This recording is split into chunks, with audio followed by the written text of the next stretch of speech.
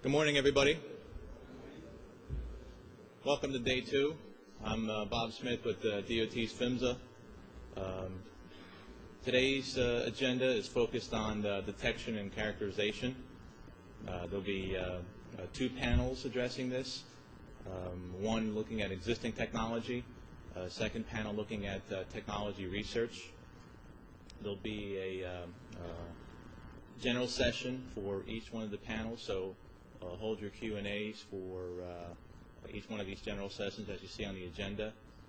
Before I move into the first panel, I have a number of announcements. For the webcast viewers, I do believe we have all the presentations accounted for, so you should see all the slides as they should be here shown in Houston.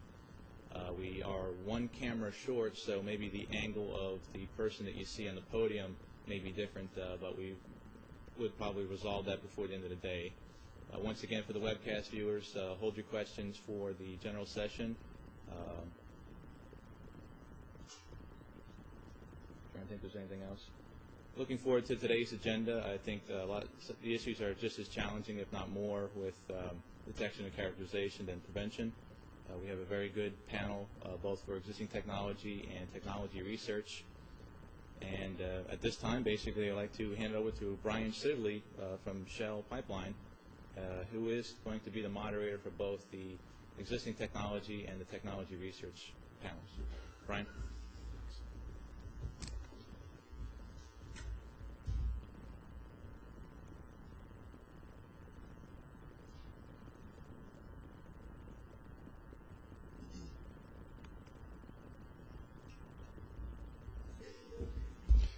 Good morning, everyone.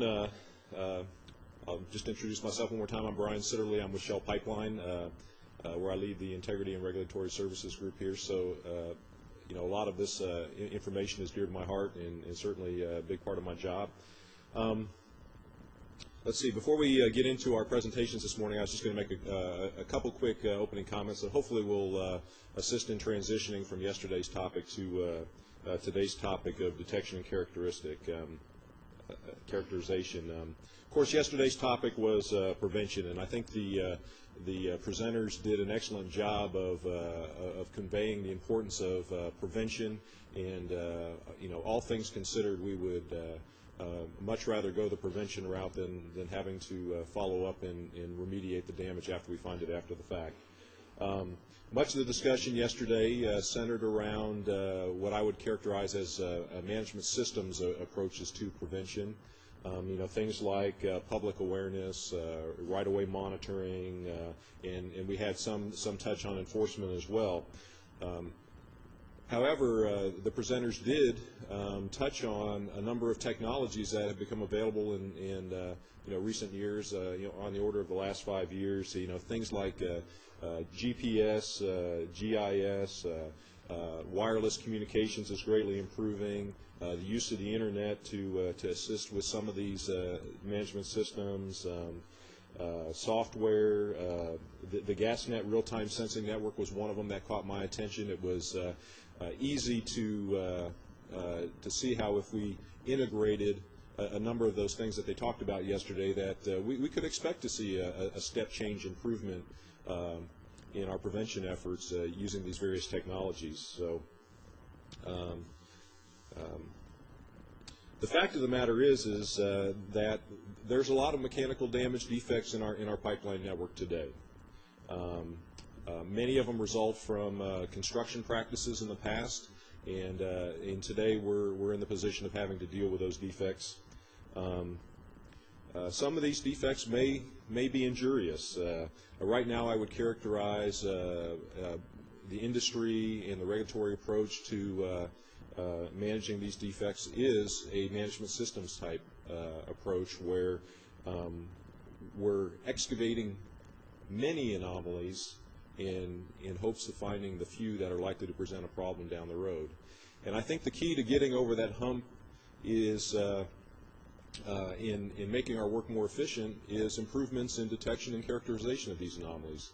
Only until we have the technology and the technical skills to be able to evaluate what we're getting from inline inspection data, we be able to build the confidence that we're making the right decisions when we find these anomalies and deal with them.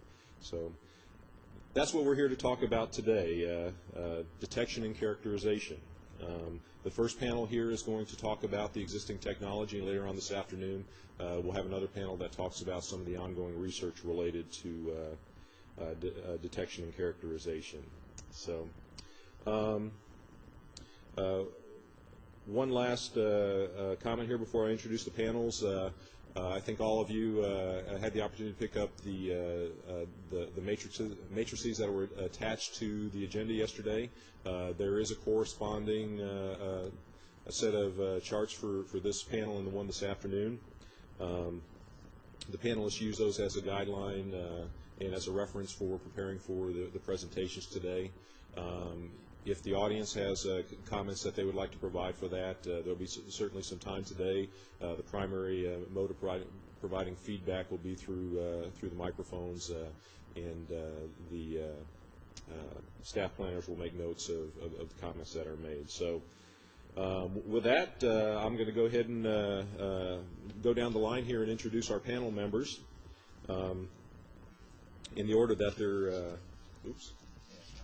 Okay. In the order that they're going to speak here today, let's see. Well, actually, I'll introduce them in the order they're seated here, so it'll be a little bit easier. Chad Zamarin with Colonial Pipeline, immediately to my left. Sitting next to him is Walter Kresick with Enbridge. Steve Rapp with Duke Energy. Todd Kedzie with El Paso. And Bryce Brown on the end with Rosen. Today, though, he is speaking on behalf of the Inline Inspection Association. So with that, I'll go ahead and let Walter come up here and make his presentation.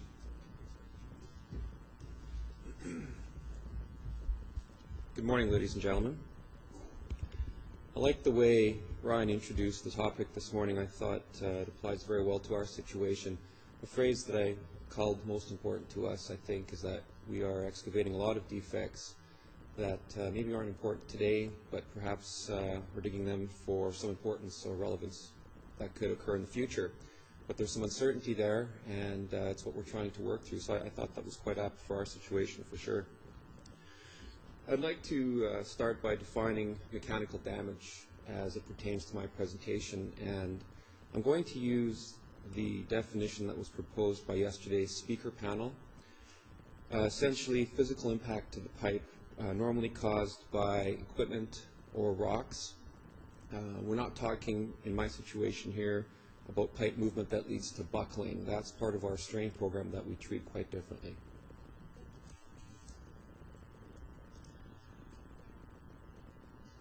So there's the Enbridge system. Enbridge runs the full gamut of oil and gas transportation and distribution. We have affiliate lines around the world as well, and a couple of international systems. But I'm here to speak exclusively about the North American liquid pipeline network, and the main corridors are what you see on screen. It comprises approximately 20,000 kilometers, or about 16,000 miles of large diameter pipeline, up to 48-inch in diameter, and some of the pipeline systems are greater than 50 years old. What the map really shows, though, is a macro, I guess, of the most susceptible locations on the liquid system, most susceptible to rock damage, as shown in the pink areas, or I guess orange areas on the screen that you have now. And it also shows in the purple circles where we cut through high population areas and where we would be expected to experience the highest volume of third-party damage should it occur. With respect to our dents, primarily bottom side dents, some of them are top side, and the dent damage comprises 3/4 of the mechanical damage that we have in our pipeline system, so it's our primary focus. Over the 50 years or so of operation, we've had 50 leaks and only one rupture. Virtually all of the leaks were because of growing dents and cracks that occurred inside the dents. So overall, I guess from this map, our situation sounds fairly straight ahead and fairly simple, but when you start to overlay the different wall thicknesses, the different operating conditions, pipe diameters, and so on, the equation starts to become more complicated. And I'll go back to Brian's point that what we're doing today is part of a risk management approach to dealing with what could happen in the future. And with that uncertainty, it's possible we're doing more than we need to do, and perhaps not enough in some areas based on the history that we have. Really, every line in our pipeline system has a different story with respect to mechanical damage, and it's that complexity I hope to relay a little bit this morning. Like many companies, we use a defect management approach to dealing with our hazards on our pipeline system. Essentially, that means we try with the best precision that we can to identify where all the defects occur and to identify their behavior through time. To influence our approach, of course, we leverage all of the available research, PRCI, API, ASME, our own research, and so on. And, of course, we work to meet all of the codes and standards. Half of our pipe is in Canada, and half of our pipe is in the U.S., and the codes on both sides of the border stipulate what must be done. There are differences between the two codes. For example, in the U.S., we are required to excavate all dents that have associated corrosion. In Canada, we're permitted to evaluate those features individually. So, for example, where we have corrosion in a dent, we first look at the dent, we look at the corrosion, and we make a decision about the type of repair that's required on those two defects individually. With some caveats, we're allowed up to a maximum 40% depth of corrosion in a dent. So there's some differences between the codes, and both of the codes draw from the technical expertise available within our state-of-the-art of the time. I just want to point out that the same piece of pipe, a couple of feet on either side of the border, are treated quite differently, and there are other examples as well. And perhaps reading a little bit deeper into that, maybe my more important point is that this is an evolving area. The detection, and particularly the characterization of mechanical damage, is a very much changing topic, and in order for the regulations to keep pace, it's my opinion that there needs to be more flexibility for pipeline operators to be able to leverage engineering assessments to defend the types of actions they think are best for their pipeline systems. In a defect management approach, we try to define the needle in the haystack. And we can't do this with great precision if there are uncertainties. With the current state of the art, there are a lot of uncertainties, and with uncertainty, we get risk. What are the parameters that define damage? These are questions that we've been trying to answer for quite some time.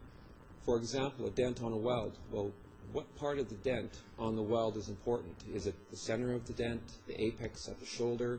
Is it the outer rims of the dent? What part of it is important? And as we improve our precision in detecting these features, these types of questions are becoming more and more apparent. This type of precision without answers often leads to reluctance in our industry to use that new technology. It's not because the industry doesn't want to do a better job, it's because it comes with additional confusion that has to be managed, and that confusion leads to inertia. So once again, I come back to the flexibility that I think operators need in order to be able to work through this mired realm of confusion. I think it's a case-by-case, not one-size-fits-all situation, but there are solutions. What are the fitness for purpose thresholds? It's a funny thing, this mechanical damage. You push one button here and two buttons pop out over here. Really what I'm trying to say is that it's a matrix of information that describes the thresholds. But each number in the matrix, when you change one number, other numbers change. So it's not one answer that will describe the thresholds. It's a complex issue. As operators, though, we know there's uncertainty, and we focus on risk management. In our situation, we can define the risk. 50 years, 50 leaks, all leaks, not ruptures, except for the one that occurred during a flow test. That starts to draw a picture within our puzzle. It helps us understand what level of hazard we're dealing with here. One leak, though, is enough. In a defect management approach, in our company, our target is 0 leaks and goals on our target is 0 leaks and ruptures as a goal on our mainline system. So we try to apply the resources that make that happen. So one leak is too much. We apply the integrity science as much as we can, the defect management approach, and where there is uncertainty, other operational practices might be required. The code requires a pressure restriction. That's an operational practice that deals with uncertainty to some degree. It may not be an effective one, but it's out there. I'll leave it to you to decide if it's appropriate for your system.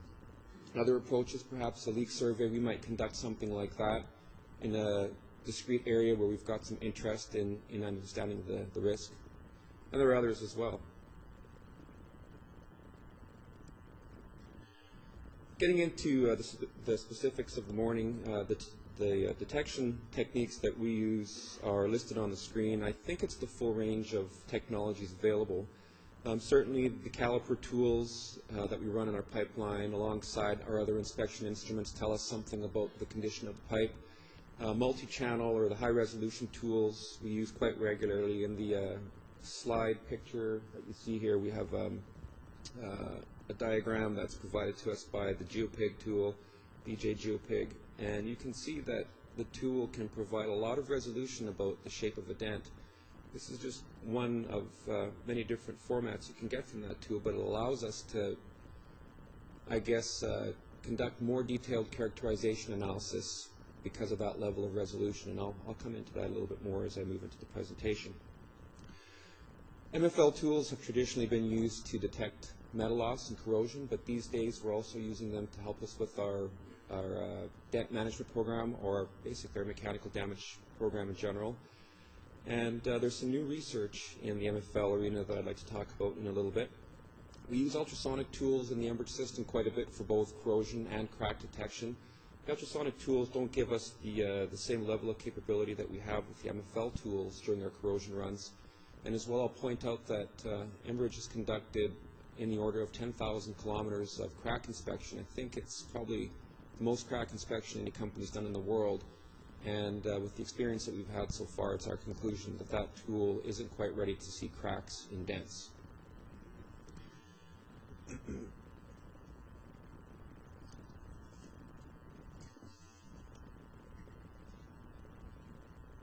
So we've all been trying to define what bad damage is. As I led in, we think we're digging unnecessarily in many instances, but at the same time we have experiences where some of our 3% dents have leaked, and that of course is far below the code requirement for having to do a repair. So there's a little bit of a mystery going on here. The approaches that you see on screen are our main focus areas. The mechanical parameters, that's the most common technique, I guess, that the industry employs, basically taking the size, the shape, the material properties of the damage, and then placing that into models to help make decisions, or the codes themselves provide guidance based on those parameters. We're also starting to use a number of finite element analysis on more recent research, so coupling the more precise data we get from the high-resolution geometry tools into finite element analysis, we're able to do some advanced characterization techniques. As well, we're using a number of semi-empirical approaches, largely depending on MFL information, and I'll get into that in a bit once again. Identification of cracks is our main priority, though.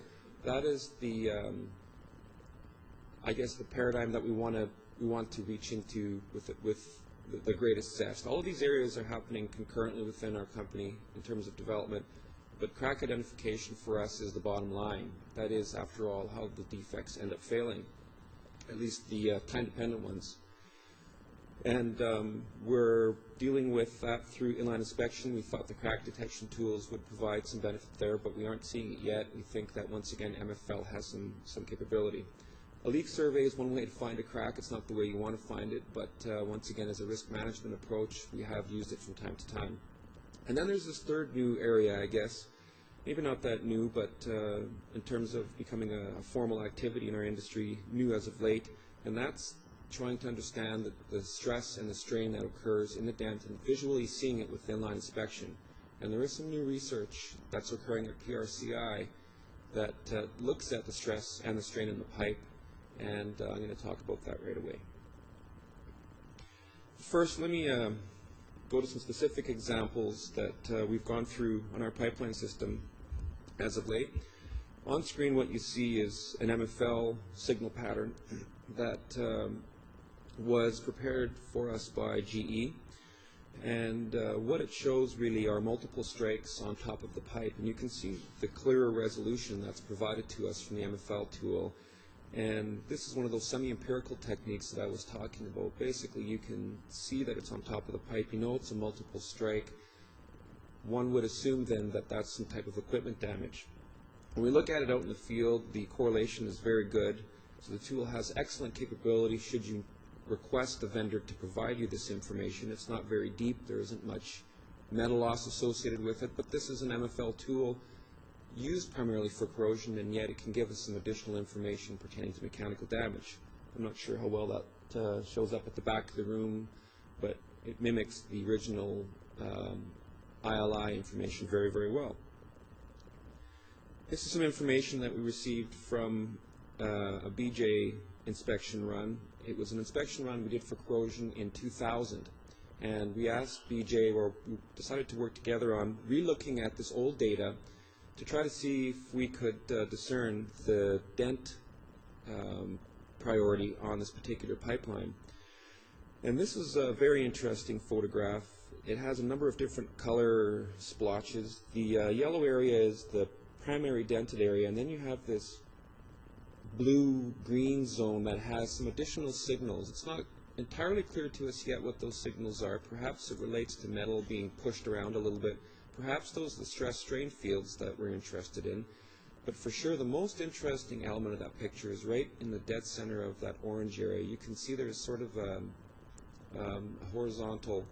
vertical line that cuts right through the orange area. And it was prioritized very high by us, and in the field, here's what we found. So it was a 3.5% dent with a circumferential crack. When we got there, there was a little bit of oil in the dirt. It's not clear to us if the defect was leaking at that time, or whether it was the overburden that we removed that unconstrained the dent and then caused the final ligament of the crack to finally fail. So just some interesting nuances there, but you can see what's possible within existing commercial tools.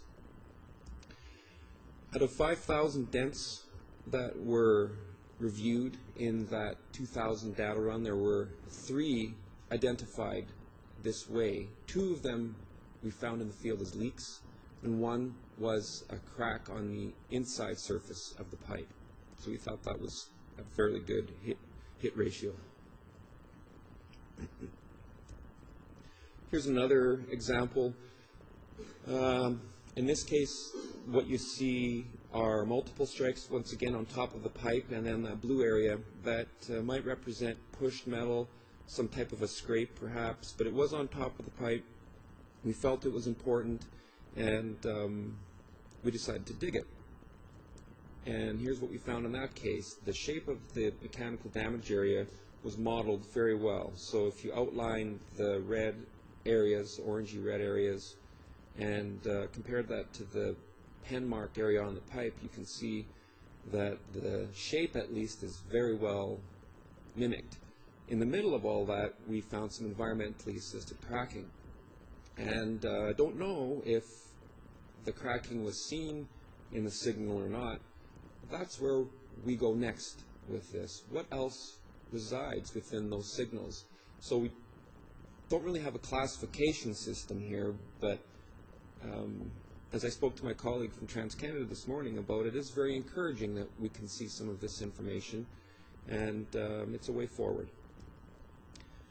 So I just want to talk a little bit about the way forward, and we do our own in-house research and development, as you've seen, but we are very involved in work with PRCI, and we chose to really dedicate a lot of energy in the PRCI initiatives because this problem requires a broad group of expertise, and that's a forum we felt could bring both the people from the detection and the characterization side together in one room to deal with this problem. We didn't think it would be enough for us to work in seclusion on this issue. We really wanted to leverage the broad academic community. And there's a variety of projects that we're interested in. There's a project related to something called the dual field tool. It's a project that is going through multiple, it's one of the final phases. It's an inline test of an inline inspection tool that uses two levels of magnetic strength, and with those two levels of magnetic strength, we believe we might be able to see stress and strain fields in the pipe, and it's the stress and strain which leads as a precursor to cracking. As well, because of the successes that are somewhat being demonstrated by the existing commercial equipment, we have a project that's just underway right now to look at the variety of vendor capabilities. On the characterization side, there is a really good list of activities, and the summary is on the screen, but we've got full involvement there as well. So I'll bring it to a conclusion here. I've talked about the defect management. I think at the end of the day, this is a very complex issue. It's not a one-size-fits-all, not only for each of our pipelines. Each kind of needs its own little approach, but also from company to company. One size does not fit all. As I've said, crack identification is our primary interest. As an interim, there's other techniques we will use. We want to continue to build on the mechanical approach. We also want to look at the stress and strain. And I think we're moving in the right direction with new developments. I'm going to end right there. I'm going to give you a little bit of a preview about my colleague Chad's, also known as the Walking Mechanical Damage Laboratory. I'm not going to say much more than that, but you're in for a good surprise. Thank you.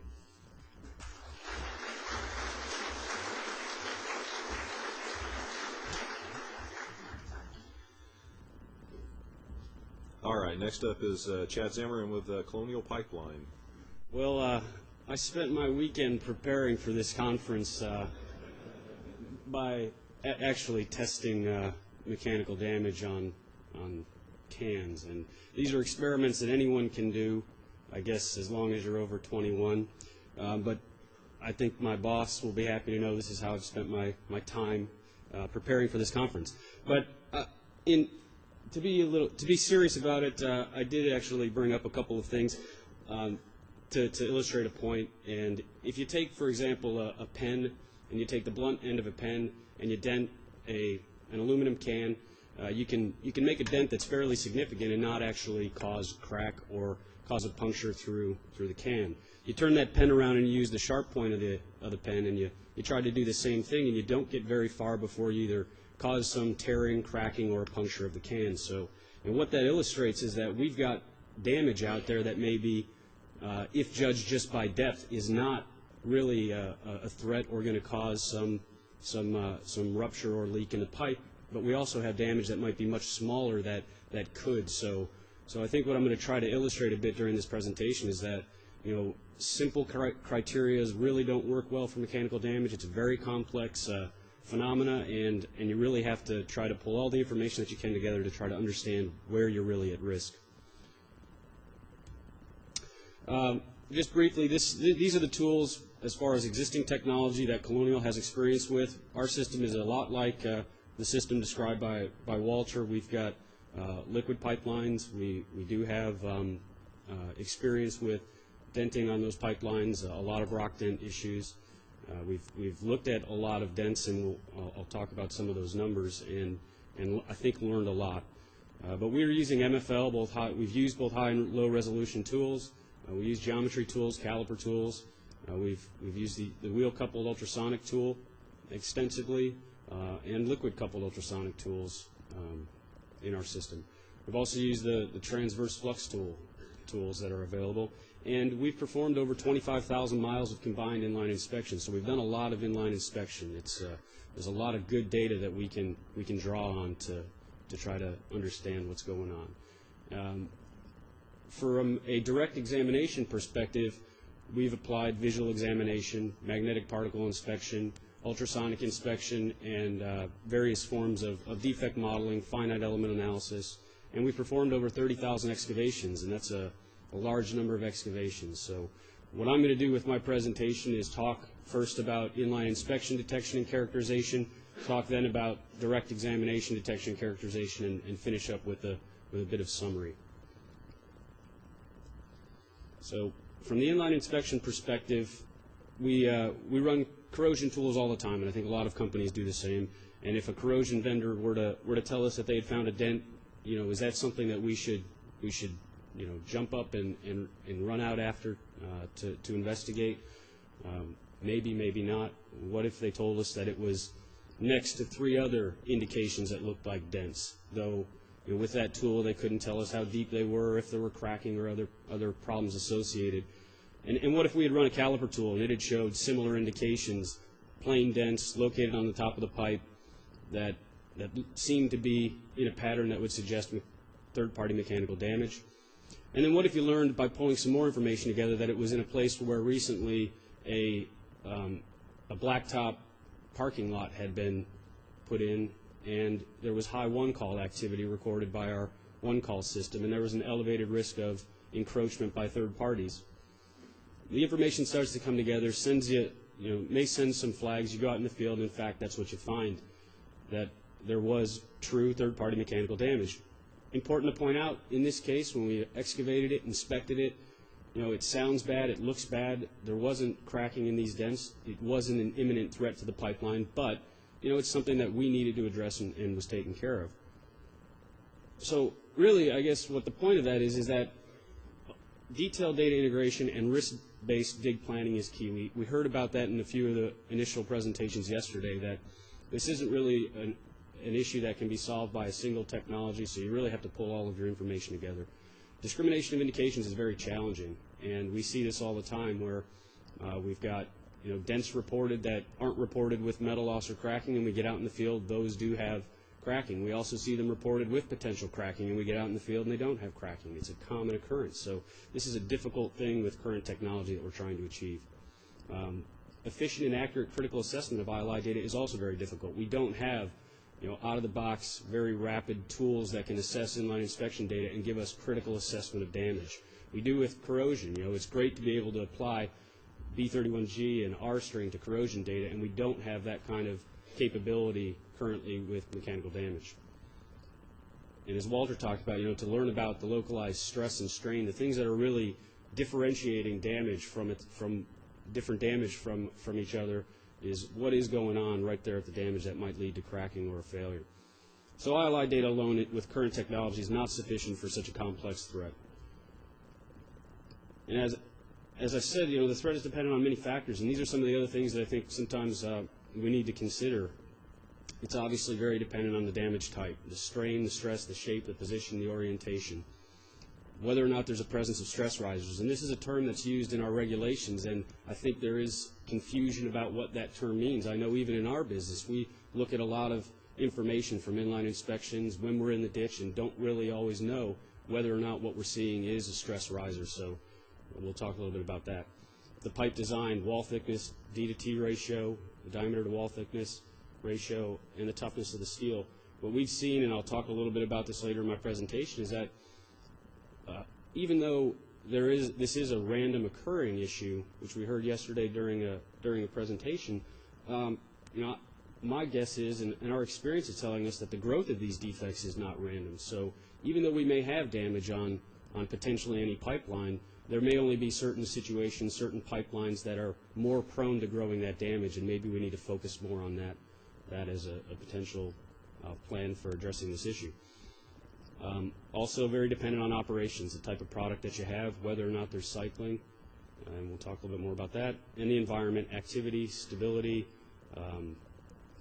Another issue that we oftentimes see is anywhere where there's mechanical damage, oftentimes there's coating damage, and you may be prone to other defects that aren't really related to the mechanical damage. So there's no single dominant driver.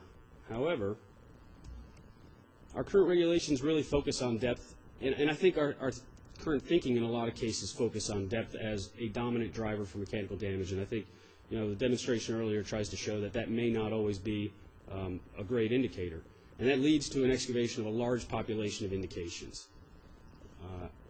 And when we get out there, in fact, we discover a relatively small number of integrity-threatening defects.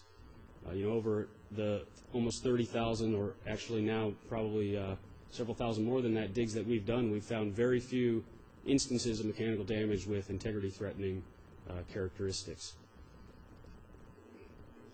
Certainly less than 100 that we think would have even had the potential to grow to failure. So you talk about how many digs you have to do to find these things. It really is the needle in the haystack that Walter was talking about. The benefit of this approach is that it does find many of the potentially threatening defects. The downside to the way we're doing things is that we do many unnecessary excavations. And what we learned yesterday is that, one of the leading causes of mechanical damage is first-party damage. So every time we dig, we're actually creating an opportunity to create more damage. We're unsettling soil. We're putting people in harm's way. You have to think about the false sense of security that we sometimes give ourselves by saying, hey, if I go out and do more digs and try to find more mechanical damage or corrosion or whatever it is, I've got to be doing better for my pipeline. I've got to be doing better for risk, when in fact, you may be putting more risk on your system, more risk on the safety of your people. So you really want to make sure you're going after the right stuff and only putting people in a risky situation like that if you really have to. It also may misguide some of our resources. If we're digging things that are likely not going to be a threat, could we be using those resources somewhere else where we think we're more likely to have a threat? So, back to the risk-managed approach of pipeline integrity. And it can also overlook potentially threatening defects. Like Walter said, and like the example shows, oftentimes we find in some of the more smaller indications that would look benign from a simple criteria like dent depth, we find mechanical damage that we think is growing and may be the greatest threat. So it teaches us that a simple criteria is really not the most effective method. However, when we dig, and now I'm going to move into a little bit about the direct examination discussion, these are the tools that we use, and I'm going to talk a bit about what we find. We use visual inspection, which is important, but alone can miss anomaly features. We've used magnetic particle inspection extensively during most of our digging, and we believe it's effective at exposing anomaly features that you can't find visually alone. We use in the field relatively simple repair criteria. I think most companies do. I think most of the codes do. It's efficient but overly conservative. But at the same time, by the time an anomaly is exposed, oftentimes the decision to repair has relatively low impact. So, whether or not we need to invest a lot into in-the-ditch characterization versus ILI characterization is something I think that needs to be discussed. But it is important because we need to get that information back to the tools, back to the tool vendors. We need to learn from it so that we can better characterize what we're finding. We need to know what we've got before it's exposed is the bottom line there. And this is an example that was not detected as containing cracking during a metal loss and deformation inspection. When we went out into the field, we found that it did have cracking. Something that's interesting to note is that by analysis, this cracking was created during the initial damage and hadn't grown at any time during the service of the pipeline. So, it's some interesting features. I think when people think about mechanical damage with cracking, or anytime we think about cracking, there tends to be, I think, a fear that we've found something that's imminently threatening our pipeline system. And in a lot of cases, it may not be. We see a lot of this kind of cracking that never grows when it's in the pipeline. So it's important for us to get this information back to the vendors to try to look at the data like Walter's been doing and say, is there something in there that we can see? And if not, how do we improve the technology? How do we improve the analysis so that we can find those small indications? So from all of our digging, the observations that we've made is that the growth of latent damage is rare. We've seen it, we believe, in less than 1% of the damage that we've looked at. Fatigue growth is rare but exists in some liquid pipelines. What we believe is that we have lines that are not prone to growing mechanical damage because they just don't operate in the way that would. They don't have pipe design characteristics that promote it. And I think that there are a lot of pipelines out there that fall into those categories. So it's heavily dependent on line conditions. So we need to apply technology, science, and resources proportionate to the risk. We need to really move much further up the chain and say, where is the threat? Let's take the tools to the places where the threat most likely exists, and let's really invest in attacking those areas. So a few slides to summarize. I think this builds on what was discussed yesterday. We really need an optimized detection and characterization process, and we're doing a lot of this already. I don't think any of this is new, so I think it's just to reinforce that we need to use risk management to focus where the threat is significant. What line conditions do promote this, and where do we need to take some of the more advanced technologies out to the field? We need advanced indirect detection, characterization, and data integration to dig the right indications. We do a pretty good job of this with corrosion. It's not, I think, as easy to do with mechanical damage, so I think we can improve in that area. And we need accurate examination and feedback to mitigate the defects that we need to be repaired and to learn so that we can continue to improve on the front end. So there is no one-size-fits-all detection technology. I think that's clear at this stage. The simple dig criteria is not the most effective method. Mechanical damage is very complex, and damage behavior is variable depending on line conditions and environmental factors. We see damage that may look identical in two different pipelines, and they may behave differently because those pipelines are different. So we often find things in the field that were not identified during inline inspection. We need to continue to feed that information back. We need to learn from it and try to improve. And I can't take credit for this last statement. It's one of my colleagues, but we're really employing a sledgehammer when a scalpel is needed. We're taking a very, I think, consistent with what Jeff Weiss spoke about yesterday, a very unfocused approach towards mechanical damage, and hopefully one of the things that comes out of this effort is that we start to try to focus our approach. So some courses of action that we may take, I think a continued focus on prevention is important. We need to keep these things from getting into the pipeline system because detection and characterization is hard to do, and it's something that I think isn't going to be perfected for some time. We need fit-for-purpose tool selection based on risk assessment. Not all pipelines warrant taking a crack detection tool out into the field. Many pipelines don't warrant it at all. So we need to apply our resources in the right places. We need to take the tools to the lines that are most susceptible. We need to analyze damage characteristics and line properties and conditions to develop a profile of pipelines susceptible to latent damage growth. Growth, as I said, is likely not a random phenomenon. Although mechanical damage is, the growth of it in latent damage is likely not random. It's likely occurring in certain types of pipelines and certain types of environments. Let's focus on those locations. And we need to enhance risk assessment techniques, data integration guidelines, and reliable engineered dig selection methodologies. Some additional ones, I think we need efficient, advanced critical assessment of ILI data. It's hard to do the things that Walter showed earlier. It takes people, time, and some real, stretching of the imagination to come up with ways to do it currently.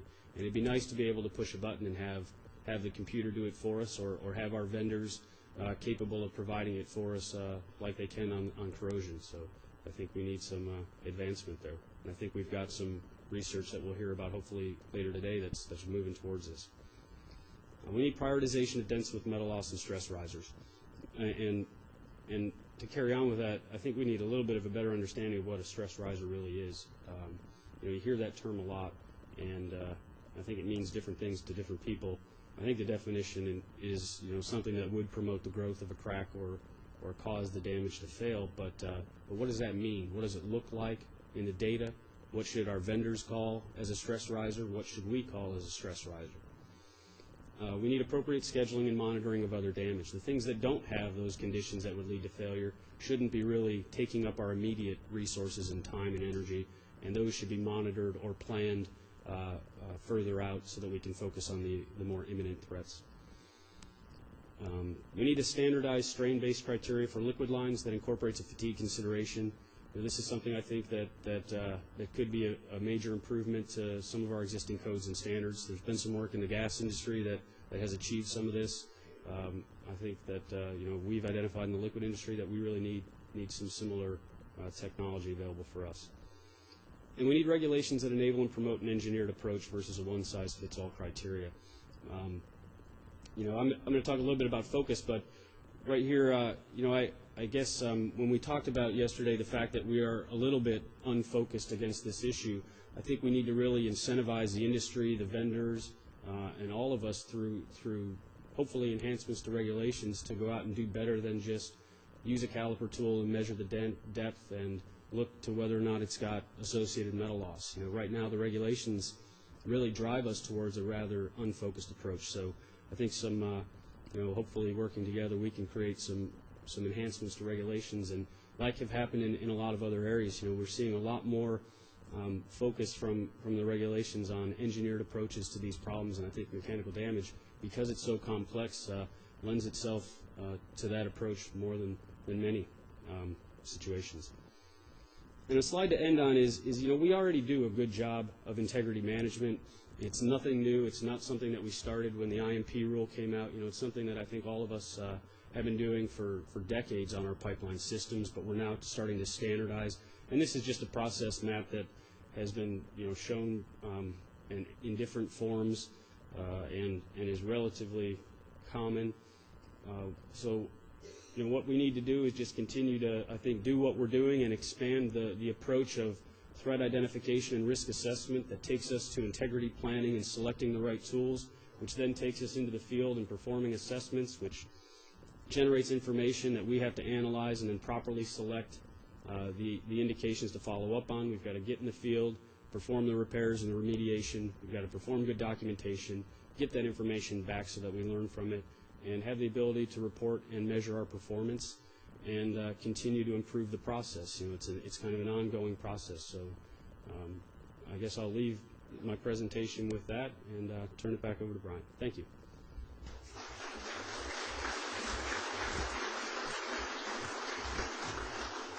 All right. Thanks, Chad. Next up, we're going to have Todd Kedzie with El Paso. Good morning. My name is Todd Kedzie. I'm manager of laboratory services with El Paso Corporation. Some of you may be puzzled on what a laboratory services has to do with operational characterization of mechanical damage. But under the El Paso organizational system, lab services reports directly to pipeline services. And under laboratory services, we have all of our field NDE technicians reporting to my group in laboratory services. So I am responsible for, or my group is responsible for, the training of all of our field technicians that go out and characterize all pipeline and compressor defects. Consequently, I get involved on a daily basis with mechanical damage and other types of defect characterization. Once a defect is identified and it's properly measured, the next question that comes up is what type of remediation efforts have to be incorporated, if any. And that's how I got involved in this. I'm going to focus my presentation today on the characterization of mechanical damage, following along with the matrix that's been handed out to everybody, starting with coating and then moving on to the various different types of dents, metal loss, metal deformation, and cracking. As far as the coating, there were two different types of basic types of detection: DCVG and ACVG, and AC current attenuation survey. As far as DCVG and ACVG, I'd lump them together as surface survey techniques to locate holidays in protective coatings of buried pipelines. They had a confidence level of medium. The advantages were that it's can be relatively accurate in pinpointing the location of coating damage, although it could tend to be somewhat tedious when you're out in the field. It may be used under rivers and marshlands and in city streets, especially the DC method, and it may also identify the extent and effectiveness of your CP system under certain circumstances. The challenges for this type of technology is it cannot confirm the existence of mechanical defects. It can give you an idea of where your coating damage is, and then if you combine it with some other type of assessment technique, such as if we've had any encroachment in the area, land use, if it's for farming and we know that there is a shallow pipeline, river dredging, or if you have mechanical damage coating damage that has occurred in a ditch crossing, you can go back and take a look at it, and you can infer that you may have mechanical damage and the type of mechanical damage that may be present, but you're not going to really be able to characterize that damage much further than that. The DCVG and ACVG technique requires a survey operator, as most highly technical survey techniques that require somebody with experience in order to be able to interpret the results that come back to be meaningful. Also, there may be, with the AC method, sacrificial anodes and cross bonds, etc., may have to be disconnected in order to prevent interference. And you may get interference from other buried structures such as power cables or overhead power lines, which can lead to difficulty in assessing and leading you to either miss some areas or cause you to dig in locations that aren't really necessary. The AC current attenuation survey, again, doesn't really apply itself directly to characterization of mechanical damage. However, it's a good tool for use for a broad analysis of coating integrity. It can help you to start to define areas that would be likely to have mechanical damage. Again, if you look at other types of land use or encroachment, and it can help you to define where you would like to spend your resources and your time looking for mechanical damage. One of the advantages is that it doesn't require connection to the pipeline, and this is actually a pretty good advantage if you have to be crossing, for instance, busy city streets. You can't be tied to the line with a cable or what have you. And it may also identify the extent and effectiveness of your CP system. Some of the challenges: although it is fast, it gives general results. It's best used in conjunction with close interval survey or some other type of inspection technique if you're trying to zero in on mechanical damage itself. It can't confirm the existence of mechanical defect, as I mentioned earlier. The survey operator, again, has to be experienced in the survey technique in order to be able to interpret and provide meaningful results. And as most technology, it can be affected by various factors such as resistivity of the soils, electrical interference, and also the proximity to the transmitter, which can be easily overcome by backtracking after you place transmitter in another location. For denting, there were 3 different technologies: ILI high-res geometry tool, direct visual examination, and API recommended practice 579, which shows up throughout this presentation. The ILL high-res tool, decided to combine that MFL tool with a caliper geometry tool and use that technology. The two in conjunction with each other are actually very good. The advantages are that the accuracy of sizing can be down to 1 to 2% range, and is before excavation and rebounding. You get very good orientation, top versus bottom side, which would help you characterize mechanical damage, bottom side being rock, possibility of rock-induced denting versus construction damage if it's on the top side. And you also get good geometry out of the caliper tool in determining whether your dent is sharp or shallow. Some of the challenges is that the MFI tool is designed to detect metal loss corrosion, and it's not really optimized for detecting mechanical damage. Thus, the combined technology that was presented above. The tool operator, again, has to be quite experienced with the results in order to interpret and not miss or lead you in the wrong areas. Metal loss accuracy may be poor inside dents due to the dent geometry. Being able to determine whether or not your percentage of wall loss tends to be a problem. You can't reliably detect corrosion versus a gouge in all dent profiles. And to be fair, the tool can be calibrated to try and determine whether you have mechanical damage, but since most people are, when running an ILI, are concerned with corrosion, the tools are really designed to pick up corrosion. So what you get returned if you have damage in a dent is usually in the form of percent wall loss, not corrosion versus mechanical damage.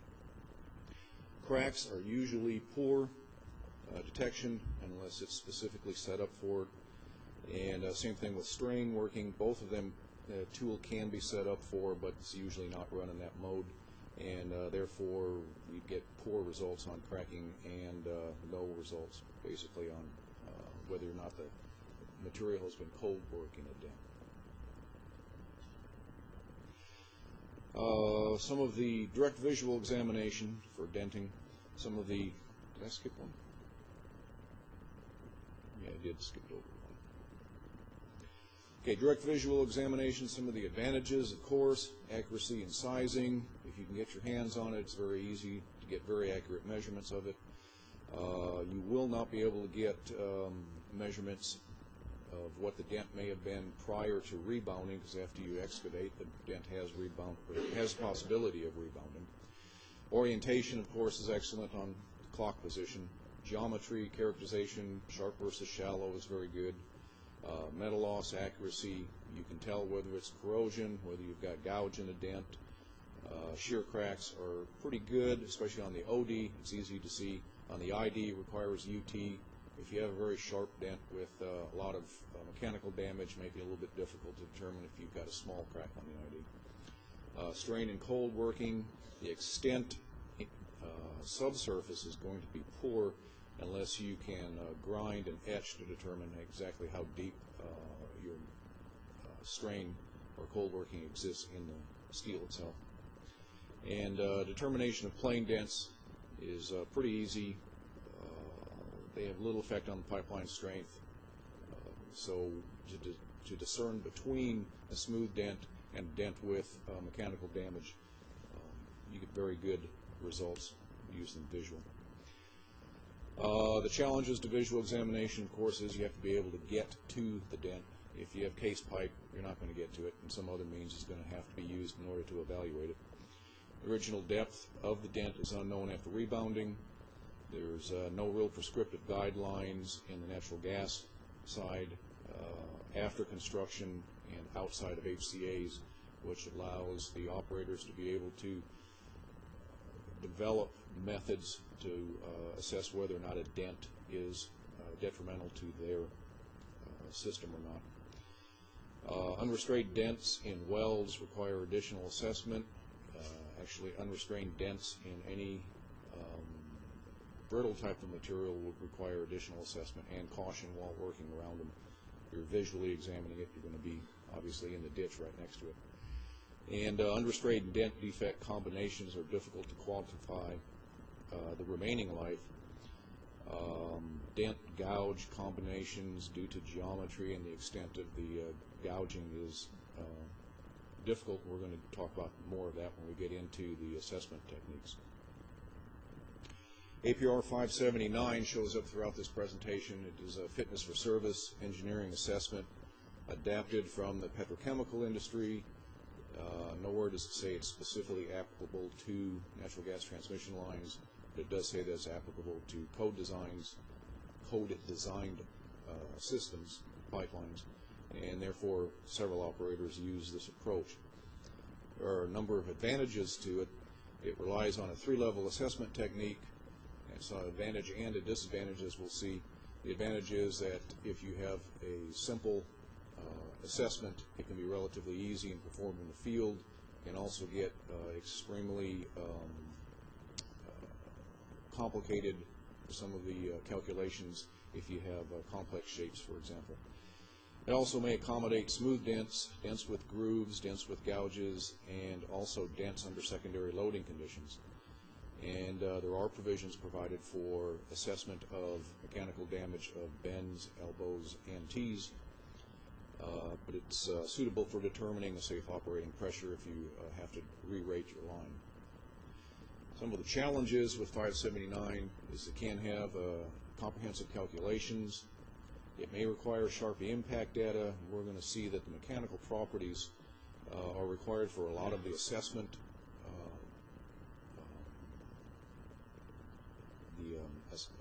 Different types of assessments that apply, and it's difficult to come up with Sharpie impact data because it's not normally one of the physical parameters that are known, like yield strength, etc. May require depth before rebounding, which you can estimate. 579 579 may also require actual yield strength of the material as opposed to the SMYS. Of course, all of the mechanical data parameters can be estimated, but if you estimate, you're going to tend to estimate on the conservative side, and you start plugging conservative numbers on into any of these assessments, and you end up with a very conservative result, and overly conservative results don't do you any good. We'd like to get closer to the actual results, where we end up digging all of the defects that aren't needed to be dug. Also, this 579 is not good for cyclic service. Fatigue isn't considered in this section of 579, but for natural gas transmission lines, it's a moot point anyways. It doesn't seem to be an issue with us. I thought it was pretty interesting that they said that a dent with a gouge represents the most damaging flaw.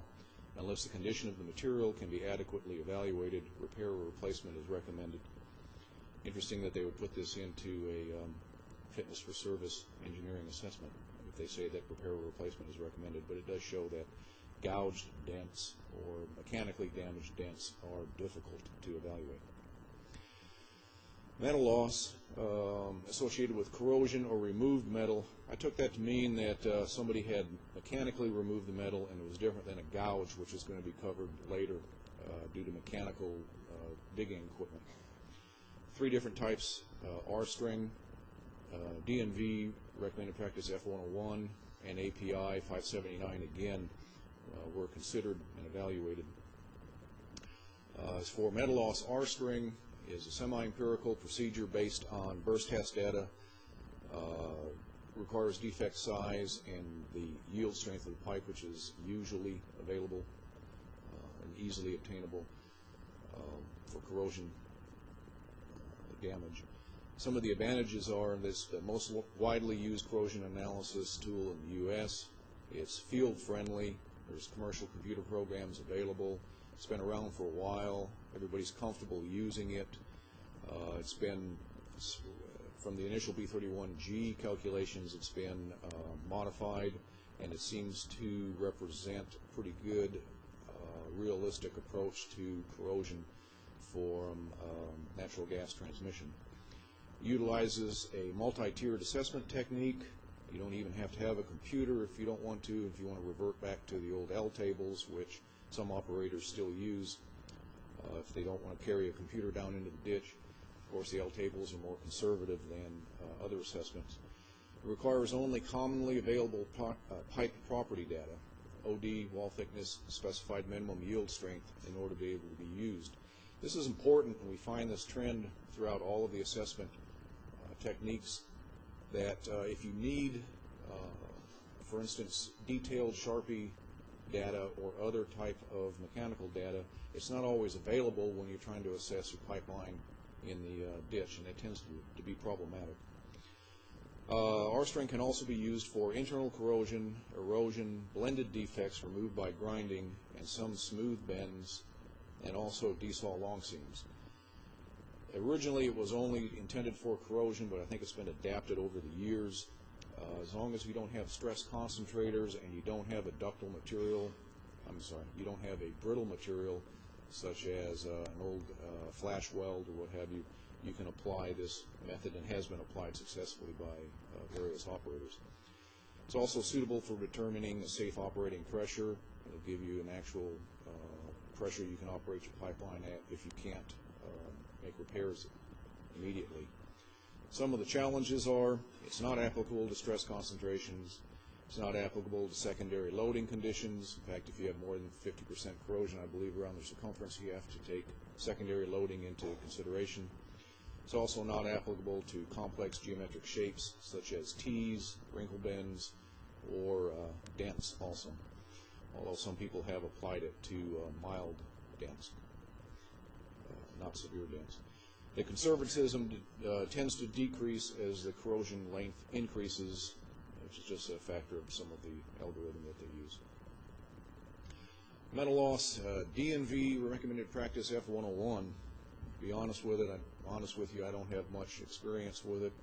This is a internationally recognized comprehensive recommended practice for assessing pipelines containing corrosion defects, used by the European companies, not used much in the U.S. It utilizes a multi-tiered assessment technique based on allowable stress or a partial safety factor. It accommodates various levels of inspection accuracy. You can use it with ILI data, or you can also use it if you've taken UT data down in the ditch. It's applicable to secondary loading and interacting corrosion defects. It can be used for internal corrosion and blended OD defects removed by grinding, and it's also suitable for determining a safe operating pressure if you have to re-rate or temporarily lower your line pressure. Some of the challenges to this method are it requires comprehensive calculations, probably better suited for engineering as opposed to punching out numbers in the ditch. It's not applicable to stress concentrations, not applicable to most seam welds. Requires the ultimate tensile strength, which is something that we usually do not have in the U.S. We can get a maximum ultimate tensile strength, but it's not a parameter that we purchase our pipe by. So again, it's another estimated parameter that adds a little bit more conservatism to the results. It's generally more conservative than R-string, however, there's less variation in the results. API RP579 again comes into play here. The advantages is for metal loss, it addresses uniform, local, and pitting corrosion separately. It relies on a 3-level assessment technique actually for each of them. It's suitable for local metal loss, mechanical damage, and blend grinding of crack-like flaws. So SCC, once ground out, can be 579. This section can be applied to it. It also has provisions for bends, elbows, tees, and secondary loading, including pitting from both sides. Usually it's not an issue with natural gas transmission. It's also suitable for determining the safe operating pressure or re-rating of the line. And you can predict your corrosion rate and remaining life if need be. Some of the challenges with this method is, again, comprehensive calculations may be required. Sharpie impact data may be required if you're using some of the more advanced levels. You may need to know the depth before rebounding, so ILI information would be accurate, but once it's dug up, if it's not sitting on a rock and it has rebound, you won't know what that was, but you can estimate again. It requires the actual yield strength, although it does provide provisions for using an estimated yield with the SMYS. Requires an estimation of the pitting propagation rate or in-service monitoring. It's difficult to get pitting propagation rates on the pipeline since you don't know exactly which year the coating failed and when the pitting actually started. And in-service monitoring is an issue for transmission companies. They don't want to keep going back and redigging up and taking a look at the damage that they have in the area that they've already dug. It also requires access for blend grinding of mechanical damage. You can't leave it in the line. And complex shapes require detailed numerical stress analysis, which is not generally suitable for use in the field. Moving on to metal deformation, and this is the smeared metal caused by backhoe buckets, scrapes, pipe wall creasing. There were 2 assessment methods provided, direct visual examination, and again API RP 579. I also added an additional one because I thought it was lacking in here, and I'll talk about that when we get to it. Again, visual examination. The advantages are the same. The accuracy of sizing is very good. The metal loss accuracy is excellent. Surface cracks are good, although it requires additional NDE methods, such as UT for the ID. And strain and cold working, again, are poor unless you use a grinding and etching technique. Some of the challenges, you have to be able to get to it in order to be able to assess it. It's inside case pipe, underneath a river crossing, or offshore. You're not going to be able to get to it very easily. There's no prescriptive guidelines, again, outside of after the pipe has been put in service and outside of the UHCA's.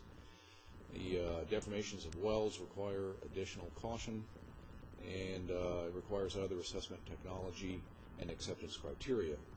that means is you can look at it, but you still don't know whether it passes or not. You have to use some of the other criteria that's presented here to determine whether or not it can remain in service or whether it has to be remediated.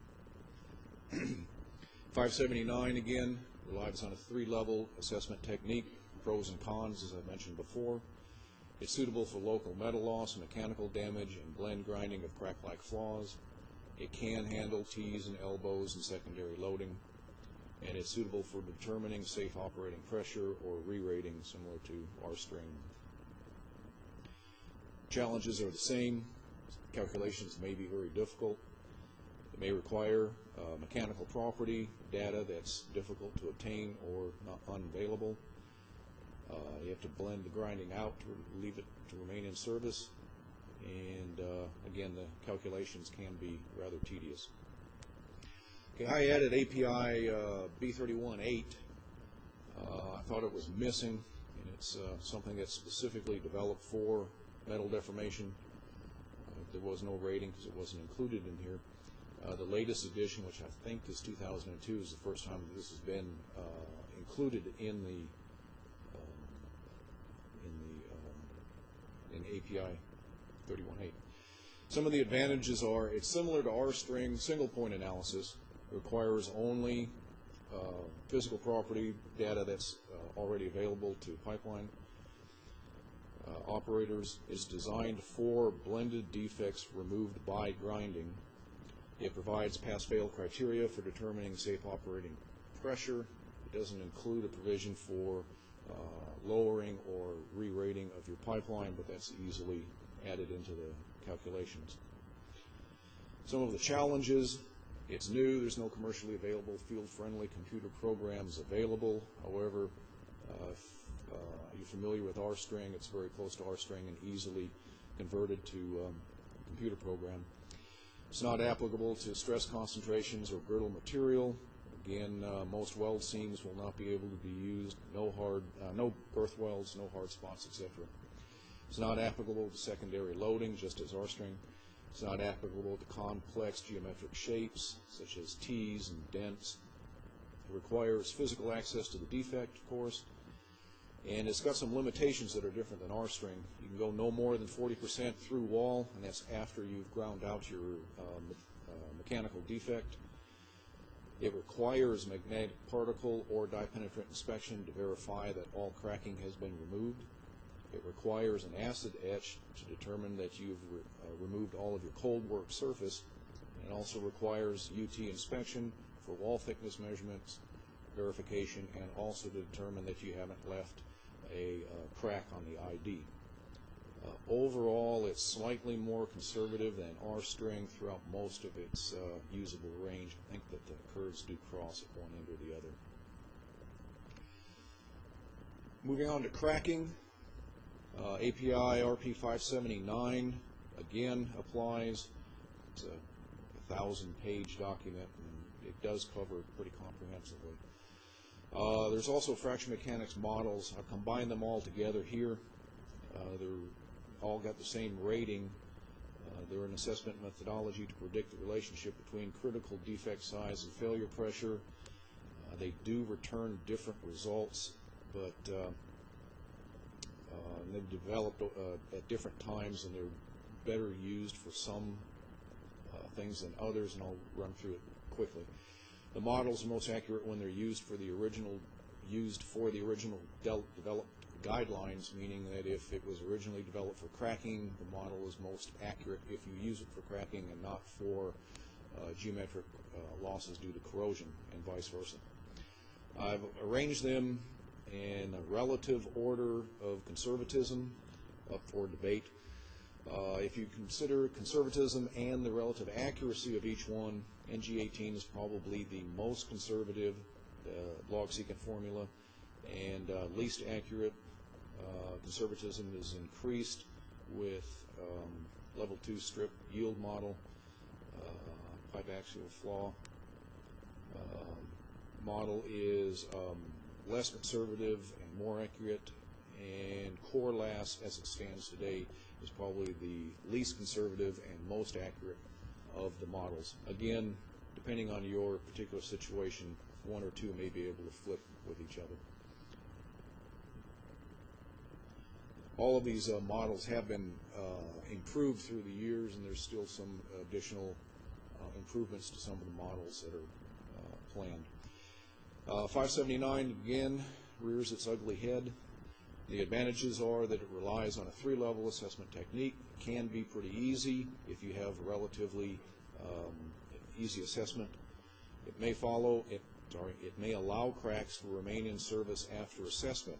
Most of the other techniques require you to grind the cracks out.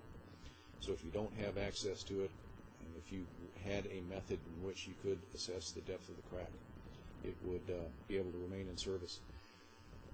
Provisions for secondary stresses from welding are also included, and it's suitable for determining safe operating pressure or for lowering the pressure. Some of the challenges, again, the calculations may be very difficult. It requires identification of the predominant crack to predict the behavior. So you have to know what your largest crack is, and you have to have the criteria. And then in order to apply it to the rest of the section of the line that you're trying to assess, it may require Sharpie impact data. It may require the actual yield strength again. Complex shapes require detailed numerical stress analysis. It may require crack growth monitoring, which is usually not acceptable for transmission service operations. It may require a remaining life assessment, and interestingly enough, it will require reassessment after each hydro test. A lot of operators would probably prefer not to have to redig their cracks after they do a hydro. The log secant formula requires a flow stress, which can be approximated. Sharpie V-notch toughness values at temperature, which means you're going to have the sample and test it in a laboratory in order to be able to use this. It's not applicable to flaw growth while in service or hydrostatic test operations later. It tends to be overly conservative for SCC due to multiple cracks and also to branching. And it's very conservative, consistently conservative, and possibly overly conservative. Has been around for a while. A lot of people have used it. Still in use today, but there's probably advancements that can be made to make it a little bit more realistic to the actual crack behavior. Level 2 strip model requires toughness properties also. It's very conservative. You get poor consistency out of it. The pipe axial flaw failure criteria is an update. It's more updates are planned. Also requires mechanical properties of the material. It's not applicable to multiple crack colonies.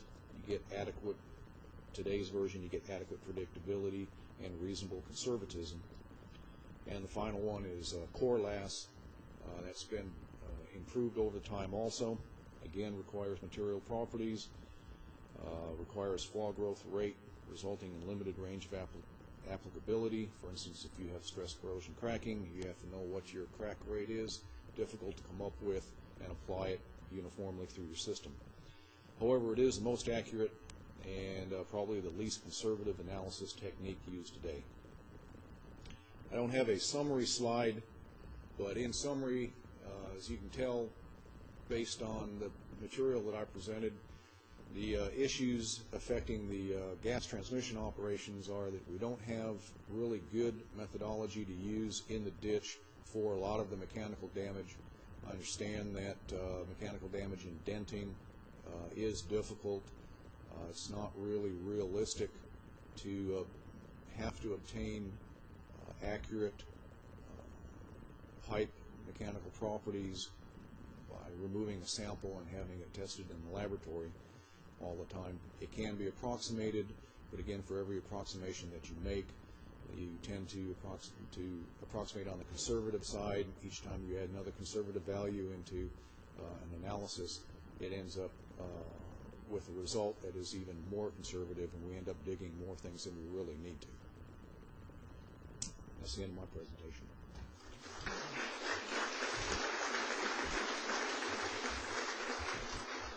All right, thanks, Todd. Next up is Steve Rapp with Duke Energy. Good morning, everybody. My name is Steve Rapp with Duke Energy.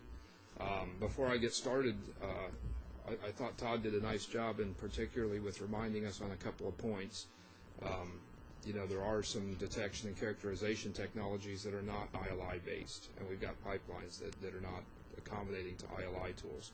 So it's important to remember that there's so much of this emphasis on detection and characterization. My presentation as well is based on ILI technologies, and we need to remember that not all pipelines are piggable, if you will. Secondly, I think a reminder to everybody from a historical perspective that we didn't always have the benefit of the 2003 version of ASME B31.8, and to the gas pipeline community, that new addition is huge because it gives us a lot of tools that we didn't have 2 years ago. 2 years ago, any dent in any weld was a cutout, right?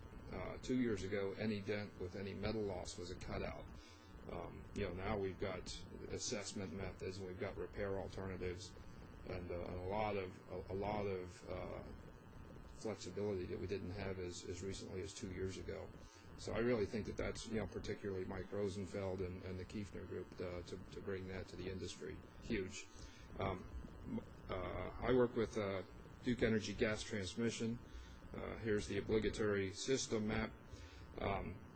Our gas pipeline system is about 12,000 miles.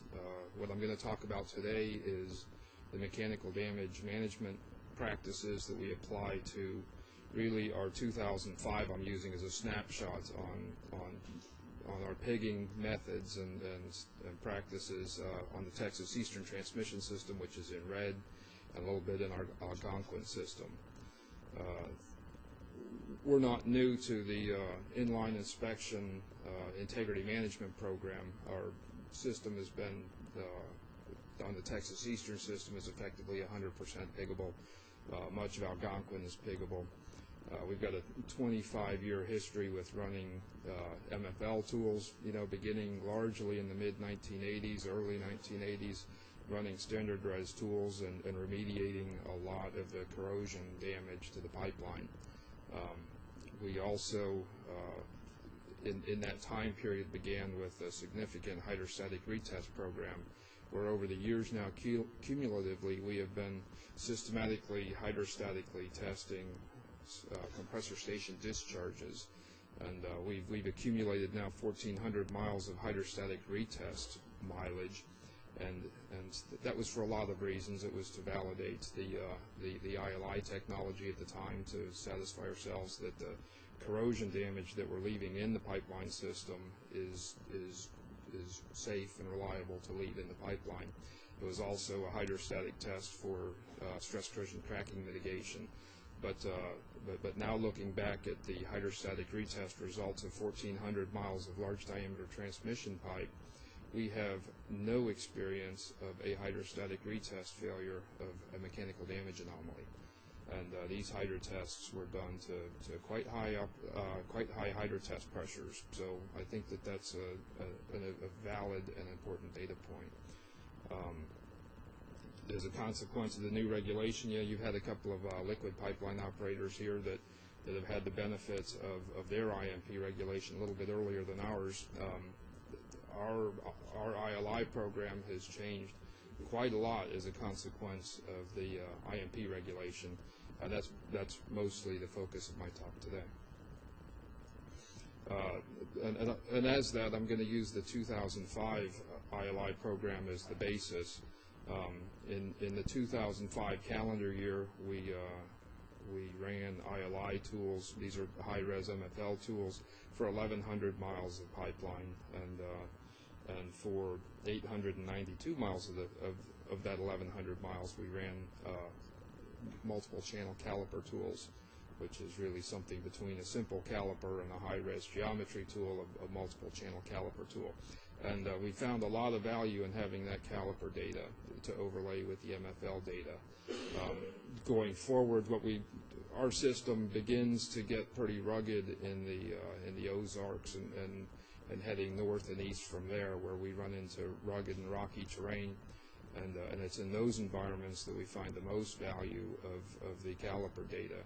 But going forward, I think that you'll see us wherever we're running a high-res MFL tool, we'll also run a caliper tool to overlay the data.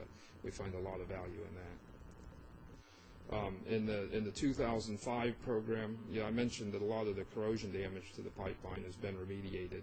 The piggable systems have all been pigged, at least one generation and typically 2 generations of ILI inspection.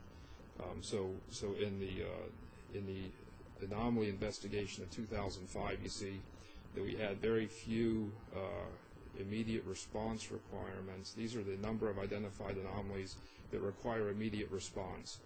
And of 1,100 miles of ILI, we had 6 corrosion anomalies that required immediate assessment. If I was standing here 25 years ago, that number would not be 6. The first time you run the MFL tool, there's quite a lot of damage, corrosion damage that's been remediated. It's 5,000 bell holes and 800 pipe replacements, and that work has all been done quite some time ago. But what's noteworthy is in beginning as a consequence of the IMP regulation is that our ILI program has changed quite a lot. And the focus now is, we're going to take care of the corrosion as we need to, of course, but really what got our attention and scrambled our working crews and drove our gas control people crazy was the immediate response requirements in the regulation to mechanical damage. And you can see the distribution. I think you've heard it from everybody today and yesterday as well. John mentioning rock dense, and you heard it from Chad and Walter particularly too, that the bottom side dents represent the majority of the mechanical damage that we have on our pipeline system. If you look at 2005, the immediately actionable mechanical damage anomalies were 70 on the bottom of the pipe and 16 on the top of the pipe. We did apply to a large degree the same sort of assessment schedules inside and outside of HCAs.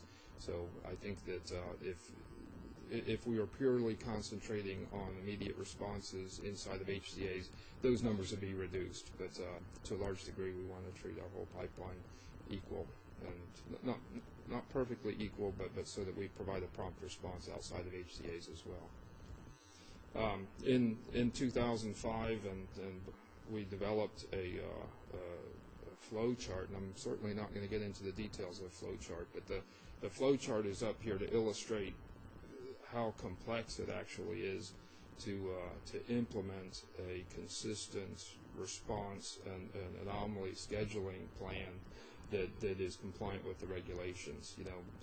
It's an entire matrix, and I think everybody understands this, but my point is that we found a lot of value in flow charting these practices to recognize that you've got different response requirements on the top of the pipe and the bottom of the pipe, and inside an HCA and outside, and with and without metal loss, and inside a weld and outside a weld, and high strain and low strain, and you put all this stuff together, and to develop a consistent method for organizing your response schedules and your excavation schedules and your pressure reductions and all the stuff that you need to do when you receive your log is following a flow chart practice we found is very useful. And this is our flow chart. I'm not going to get into it. If you wanted to look at it closely, I think that it's certainly it's not readable at this moment, but if you pull it up on the website, you can take a look. This is a flow chart as an example for the response protocol. So this is organizing. This is the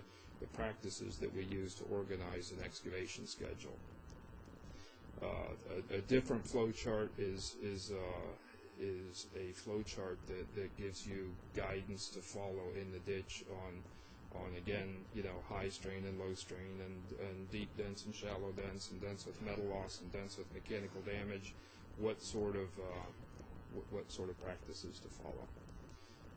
Another flow chart is one that give you, and we've got a number of these as well, that give you specific guidance on how to address dents with mechanical damage in the ditch. And we found that takes a lot of attention, particularly with your field personnel, to get them comfortable with addressing dents with gouges and dents with metal loss and excavation of dents.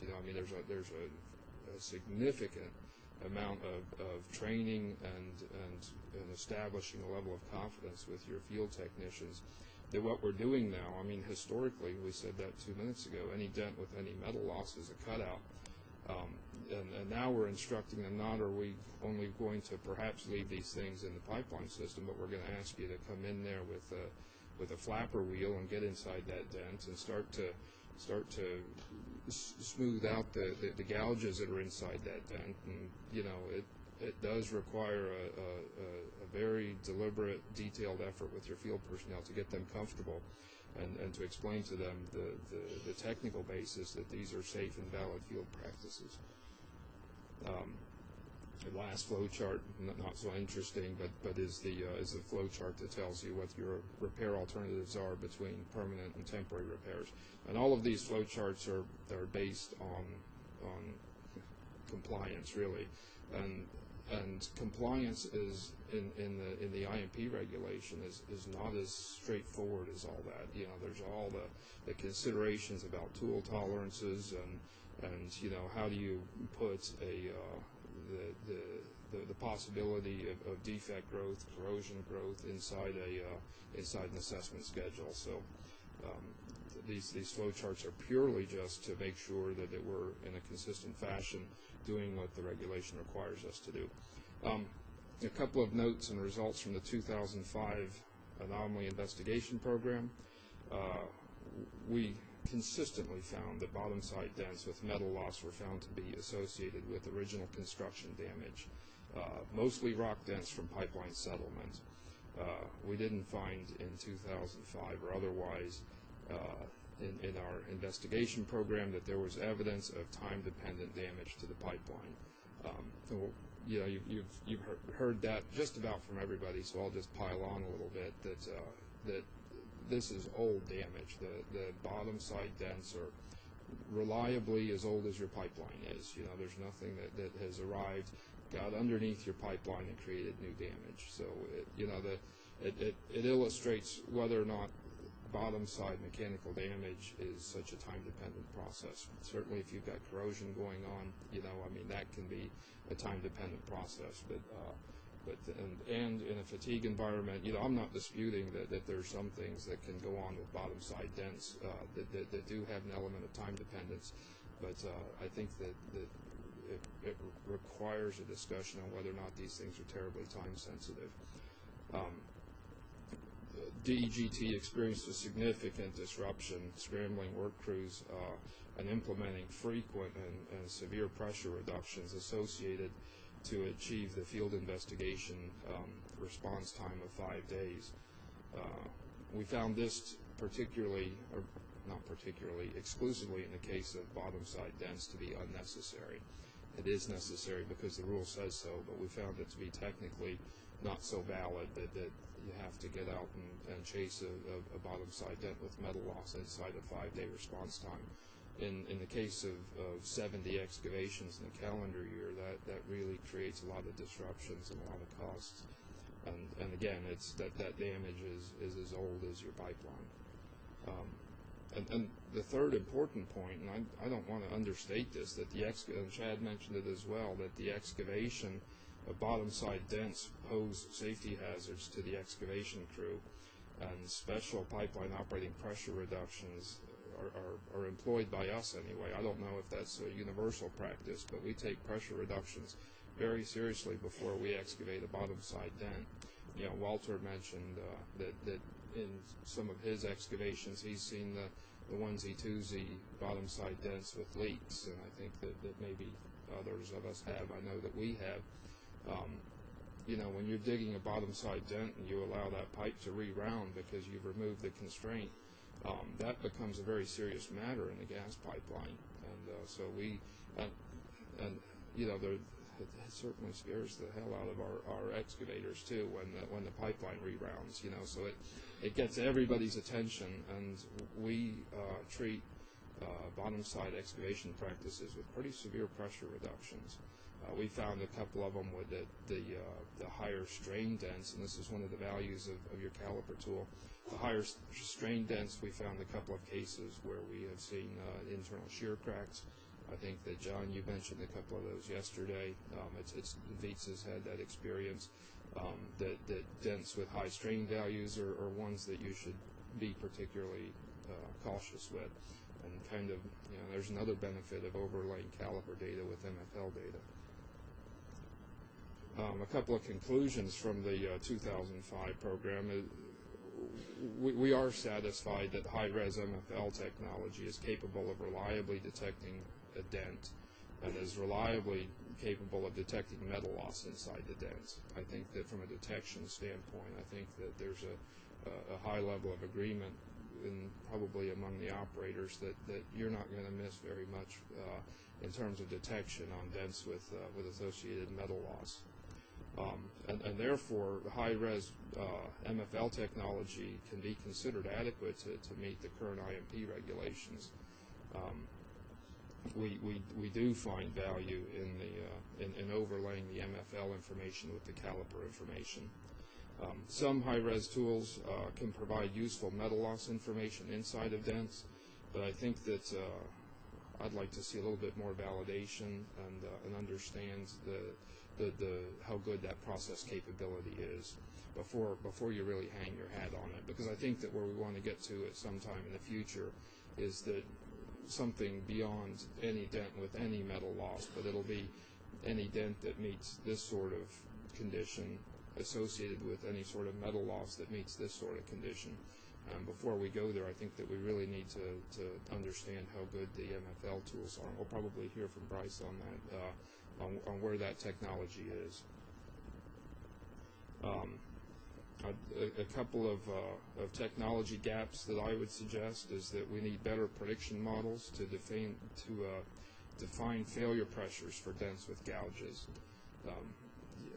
That's very tricky, isn't it? There's geometry issues, there's material issues, there's local material issues inside the gouge, there's geometry conditions inside the gouge.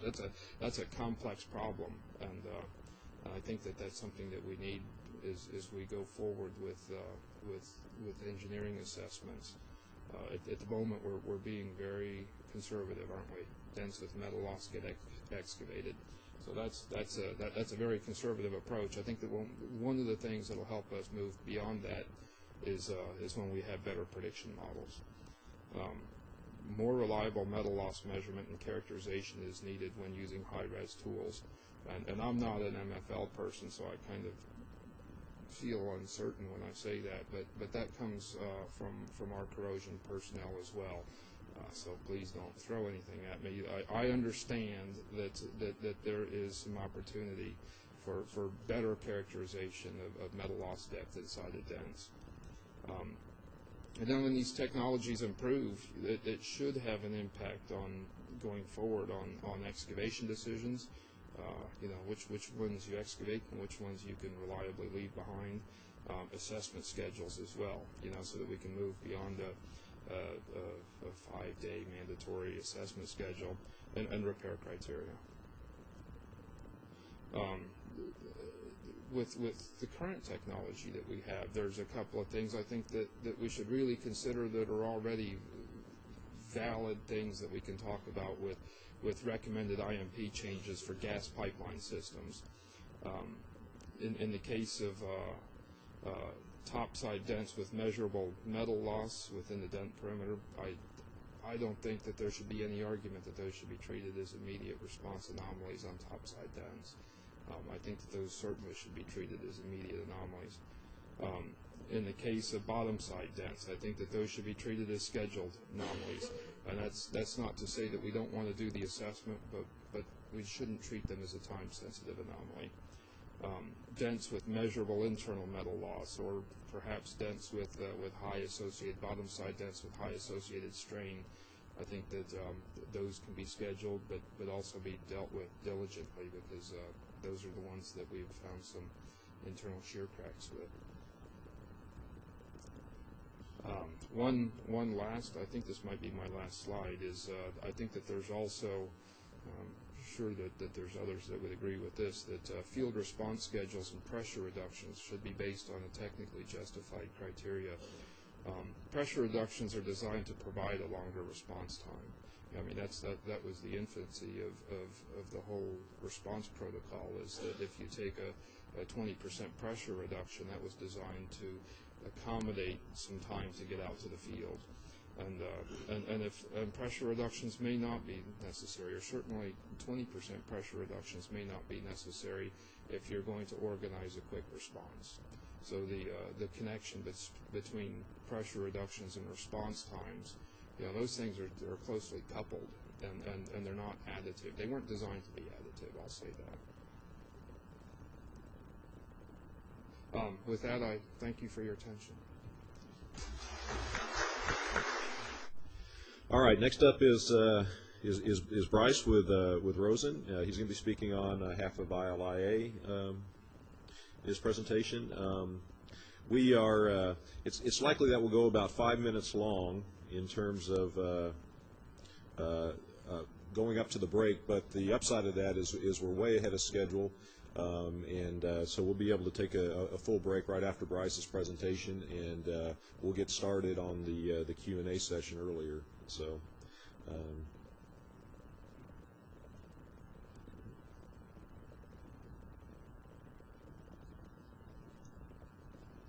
There you go, Bryce. Good morning. I'll be presenting this morning on behalf of the Inline Inspection Association. What that means really is I won't show any pictures of tools and I won't show any images of data. That's just something we cannot really do in this forum. What I'd like to do is recognize our member companies real quick if I can, and that's Baker Hughes Pipeline Management Group, BJ Pipeline Services, GE PII, MDT Systems and Services, Rosen, T.D. Williamson, Tuboscope, and Weatherford. In the audience today are the president, which is Garrett Wilkie of BJ Pipeline Services, and Pam Marino is the vice president of Tuboscope Pipeline Services. And I appreciate their confidence in me standing up in front of you this morning. Some of the key questions raised here up until now are what is the definition of mechanical damage, and based on that definition, how do we inspect for it, or how can we think about inspecting for it looking forward? And I think those are keys, and I'm going to touch on some of that. Based on the four presenters up on this panel previous to me, I feel like I'm preaching to the choir because they touched on pretty much everything that I'm going to place some emphasis on this morning. If I look at the content, I'd like to do a brief introduction, talk about ILI and the integrity threats, existing technologies, and then summarize my presentation. As you're all aware of, ILI is a mature industry. It's more than 40 years old, and the companies that were there in the beginning are represented in this association and represented in this room. Over the past 15 years, we've seen tremendous advances in technology, and as most of you in this room are involved with inline inspection, a lot of you have witnessed those changes, and a lot of these changes have been based on your input, your needs, and demands where inline inspection is applied. So, as pointed out in the previous presentations, ILI has been proven reliable and valuable to pipeline operators and pipeline operations with respect to ensuring safe, reliable, and economic operation. And as we're looking at new challenges, or should I say, as you're faced with new challenges, therefore so are we. And this item, mechanical damage, is definitely a challenge. And based on that challenge, then we're asked to try and deliver. So let's talk about ILI and integrity threats. ASME B318S does an excellent job of outlining integrity threats to pipelines, where they've broken that up into time-dependent, stable, and time-independent. And if I extract the items that we really cannot inspect for, you're left with the items where we can have an impact. And as we're talking here today and since yesterday about third-party mechanical damage, particularly previously damaged pipe, I emphasize that point here. And as we move forward, we want to talk about the definition of mechanical damage. Both Ted Wilkie yesterday in his opening, as well as Keith Meyer with Baker, posed a question: how do we define mechanical damage? Jeff Weiss also opened with a point in a slide that said the semantics and definitions are inconsistent. And I think we as inspection companies, we need to understand these definitions and be clear about them, and so that we know what we're trying to accomplish.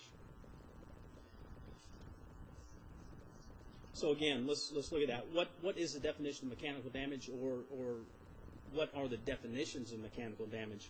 Both Walter and Chad this morning touched on the points that there are a number of parameters that need to be understood that may be specific to a particular mechanical damage. That's the physical parameters of the defect itself, some of the operational characteristics of the particular pipeline in question, as well as other characteristics such as the environment. So if we look at it, we're looking at probably different categories of mechanical damage, and I think that's what hopefully we're going to gain from the Baker report is a clearer definition and categorization of mechanical damage. Taking this a step further, looking at some of the language that's in the current integrity management rules, in particular the hazardous liquid rule, it's been broken up into repair conditions, and again the previous speakers in the panel have spoken to these points in general. Immediate repair conditions, 60-day repair conditions, 180-day repair conditions. Looking at these a little bit closer, we start to see the area of mechanical damage being brought out, and some of the key items that come from this language are dents greater than a quarter-inch in depth, dents containing stress riser, corrosion, gouge, crack, and again that's in particular in the direction of mechanical damage. Dents in the top half also bring indication of mechanical damage or interference from outside sources. Another item referenced in the gas integrity rule, as well as ASME B31.8, is critical strain analysis on smooth dents. And I bring that up is it just shows that some of the demands placed on inspection techniques are changing, and we need to consider these moving forward. So let's look at existing technologies. Again, a question raised in the opening by Ted Wilkie is how do we detect it? How can mechanical damage be detected? As we all know, when we look at running inline inspection tools, the physical characteristics of a defect dictate what types of tools and technologies can be applied. And I think that's clear. If we're talking about dents, we're talking about corrosion, we're talking about metal loss gouges, if you will. Understanding the capabilities and limitations of the tools and technologies available for those defect characteristics, that's needs to happen. We need to communicate more effectively there. Understanding susceptibility to mechanical damage based on industry definitions. Again, going back to this whole idea that mechanical damage can be broken up into categories, understanding which category you might fall into in your pipeline or pipeline system then helps you to then choose the tools appropriately. And that's what I want to bring up there. If we look at existing technologies, these have all been mentioned here this morning. Multi-channel geometry inspection tools, high-resolution MFL, circumferential MFL or transverse field, ultrasonics for metal loss, ultrasonics for crack detection, EMAT for crack detection, inertial navigation, and combination multi-purpose tools. The main tools that are run historically here are your multi-channel geometry tools, or should I just say geometry tools, as well as your high-res MFL tools. These are the workhorses in the industry. If we just look at geometry, geometry historically have been run to ensure pig passage. If we look at up until the draft language of the hazardous liquid integrity rule back in the late 90s, which is not that long ago, of course, the whole idea of geometry inspection has changed. The demand placed on geometry data and the interpretation and reporting of the geometry data has changed. Over the last couple of years, you've seen new geometry tools introduced to the market with increased sensitivities, with better data interpretation capabilities, as well as data presentation capabilities. A couple of other items that have changed with over the last 6-8 years is data integration and analysis internal. As Walter pointed out, we're looking at our data differently now based on integrity management. We're aligning data sets more frequently than we ever have, and we're working together with the operators, our customers, to understand what we're really seeing on the pipeline. The communication lines have become closer, and communication is more frequent with our customers as it relates to data reported, field verification activity carried out, and how can we optimize what we have in our data, and how can we look into ways to pull as much out of our data as possible. Introduction of new standards. I put this in here because I think it's key as we start to move forward and are faced with these type of challenges. We step up together and we answer by introducing documents that we can start to communicate more effectively with. For example, if we're talking about a challenge like mechanical damage, the whole idea of tool selection, capabilities, limitations of these tools, these are documents that we can start that communication with. You can start to read these documents, understand some of the key questions that you need to ask, and then go and speak to your service provider and ask those questions, and then work together through those documents to be successful. These documents, of course, offer up improved communication, the improved understanding of the products and services, improved transparency. That's a key. Transparency has been around, but it continues to evolve in a way that it has to be in order that everybody in this room, that's all stakeholders, understand what inline inspection is capable of. And an overall improved confidence. If you have a complete understanding or the understanding required, then you're going to understand again and have confidence in the services that you're being provided.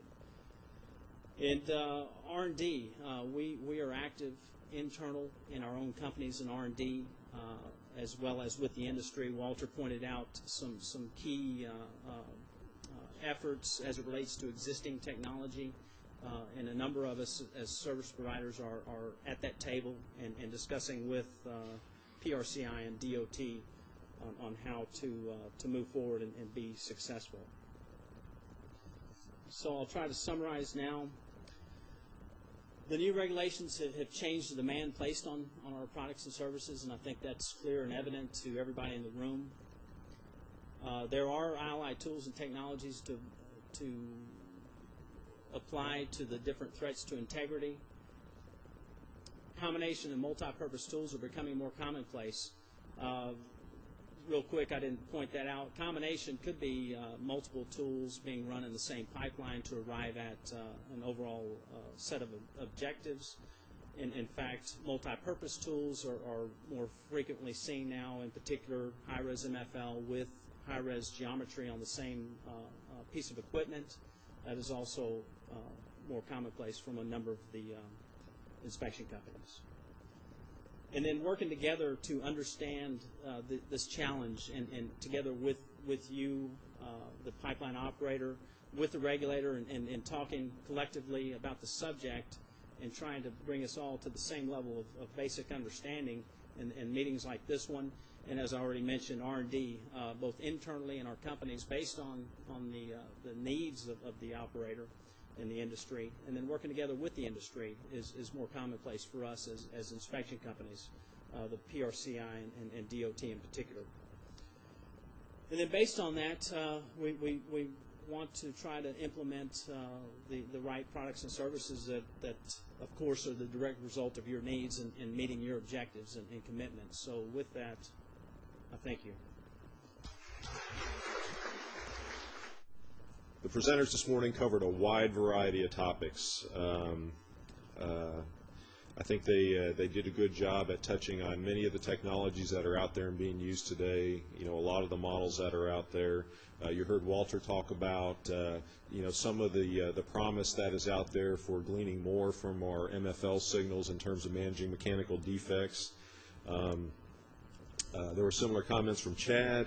One of the things that Chad touched on was the use of data integration concepts and technologies associated with that, ways to put caliper, MFL, one-call frequency data, knowledge about construction activity, pressure cycling, all those things together to help you make better decisions about how to manage mechanical damage. Todd did a good job of touching on some techniques that are generally summarized under direct assessment, things like ACVG, DCVG, close interval survey type stuff. He also did a good job of touching on the various models that are out there today for defect acceptability criteria.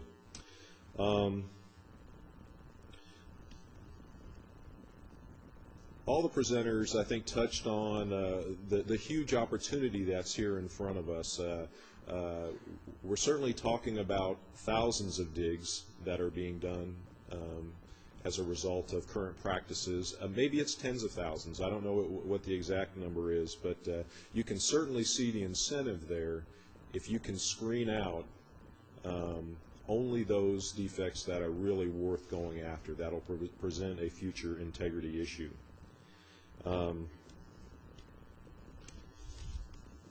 Let's see here.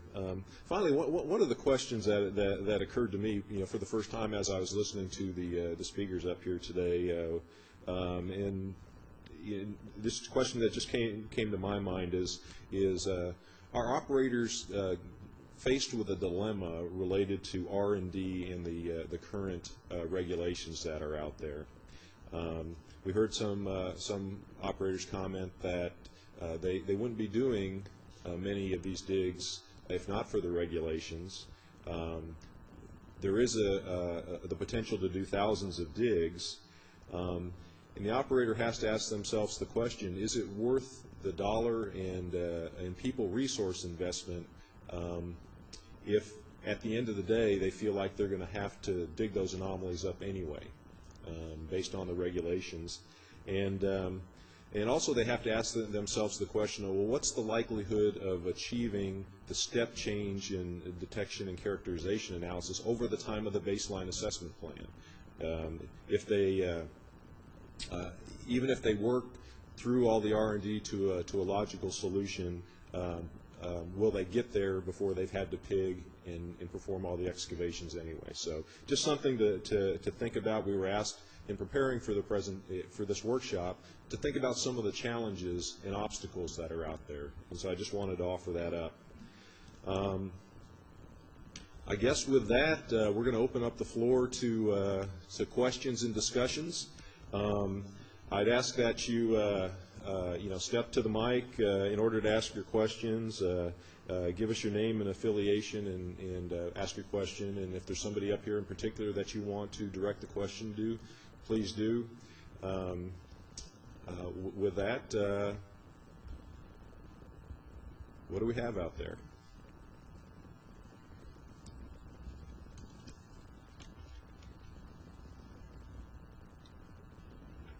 Hi, my name's Kevin Carr with Public Service Electric and Gas Company.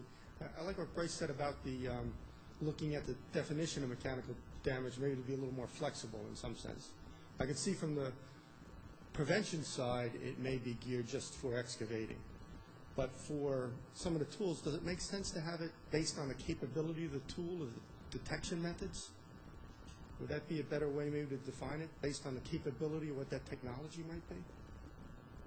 I'm just throwing that out as something you may want to consider, because I think, are these on? You guys hear okay? Yeah, I think my comment would be is that I think by coming up with a better definition, maybe we can drive the capabilities of the tools. And I think Bryce was somewhat hitting on that we would do them a service, I think, by better defining mechanical damage so that they know what their tools need to do to perform to our expectations and our needs.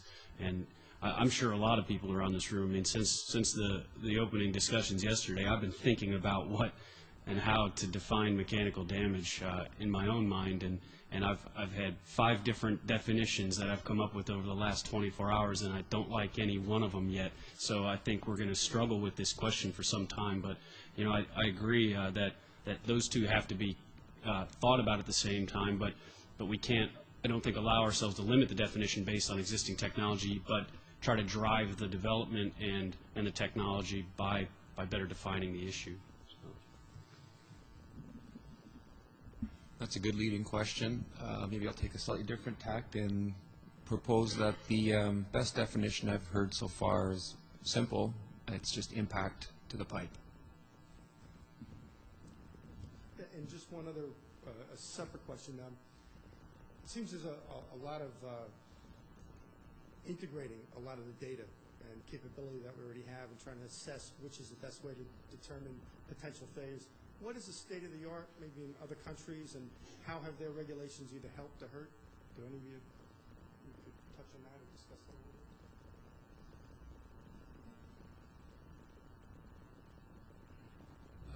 bit? Being the only one from another country, I guess. Let me try to understand the question again. What are the differences? Basically, it seems that a lot of the assessment tools that we developed and actually led us to this, for instance, the protection of blocks, things that may be picking up and not are really very prescriptive in the United States, but Canada doesn't seem to be prescriptive. What is it in Europe?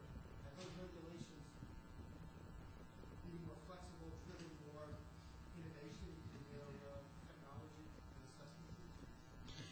I'm not familiar with the regulations in Europe. Maybe there's somebody else in the audience that can provide some advice on the European perspective.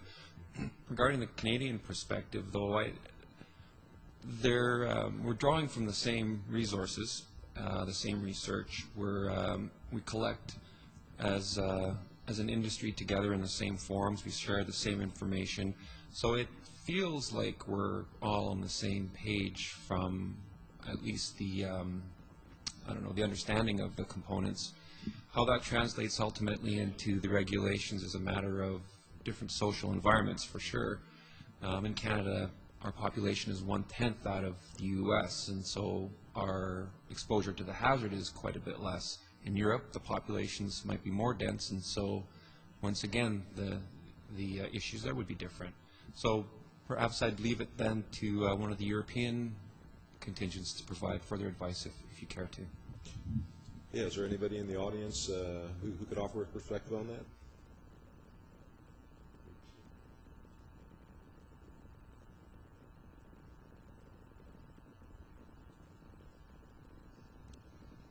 Robert Owen from National Grid in the UK. For sort of pipeline integrity, we have the pipeline safety regulations, which is really a goal setting. So we don't have sort of prescriptive sort of regulations that Steve was referring to. So for assessing sort of dent gouge damage, we don't have sort of prescriptive rules which we have to follow. So we can make an assessment and judgment within the company. Yeah, it's been my experience through like PRCI and involvement with the European operators that we tend to have a much more prescriptive integrity management regulation and I guess approach as a result. And I think to Brian's point, and something that I mentioned in my presentation, is we have to be careful not to stifle innovation and development if our regulations won't allow us to apply them. And I think that's one thing we need to be careful of. And I think we've seen the regulations evolve with us a bit, allowing some engineering judgment, some engineering analysis. But in this area in particular, it's very prescriptive, and I think we need to, along with developments in technology and capability, allow ourselves through developments and regulations to apply those. So my experience has been that the Europeans are much less prescriptive and much more engineering based in their approach. damage on our pipelines that you were referring to. You know, when you talk about 30,000 excavations, I mean, we deal with a handful per year, really. So we can afford to, if we've got some uncertainty, we will dig it and repair it. So we're not having to make the same sort of calls as yourself.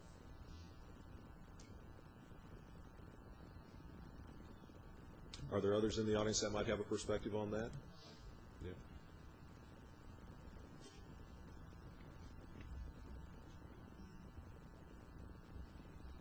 I'm Jay Walthall with Dow Chemical. We have pipeline operations in Germany and Holland and Belgium.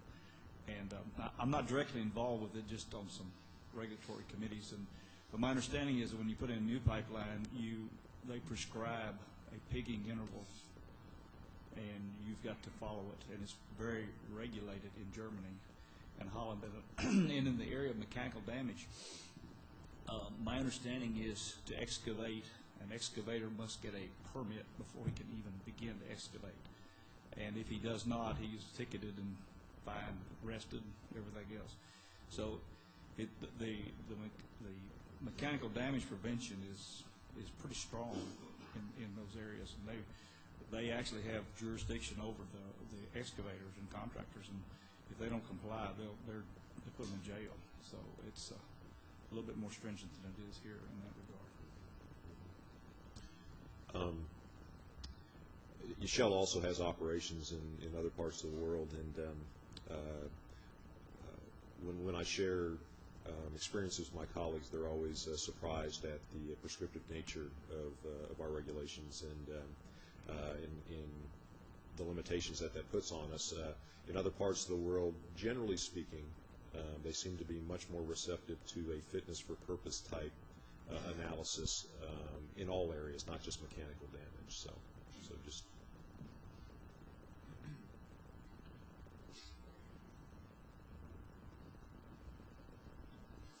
I'm Gunnar Kopp with GE, and one data point, for new construction in Europe, normally you have to repair a 2% dent, just for new construction. And otherwise, for pipelines, as my predecessor said, there's the prescriptive approach does not really exist in most countries, but there's a different liability approach, because you have to prove that you are fit to operate the pipeline with the most approach and advanced methods. So if you don't do that, you may lose your operator's license for that, and you may be personally liable. So there's different incentive about keeping a pipeline in good shape. So here, if you follow the rules and by the letter, you may be off the hook. That's not the case in Europe. That's why there's different approaches. So from a data point, 2% is defined as a dent in new construction.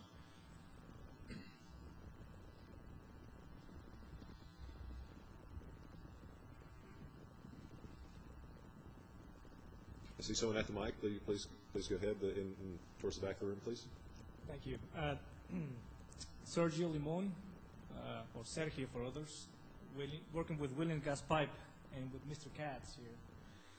I just have a question related to what Todd presented, assessment methodologies. You know, he presented a number of those approaches to assess dents. And in the Michael Baker SEC report, it has a section that discusses several methodologies. In fact, they're pretty much the same that Todd discussed today. But the report, the SEC report, in my view, I think presented those methodologies not in an objective manner. It looks like, if I remember correctly, it took about 2.5 pages to explain correlates, include an example, but it only took about 1 or 2 paragraphs to explain the APIs 579, the NG18, the path by Battelle, and so forth. So I would just, suggest to have an impartial view of assessing the methodologies available for mechanical damage. And as you remember, CC Tech was part of the subcontractors to the Michael Baker report. So I guess, we've seen that before. But having said that, I will also like to see some growth mechanisms included in the report. So this is more for Michael Baker in the report itself, to to just take Todd's presentation, maybe expand a little more, and be more objective, and add the growth mechanisms to it. Thank you.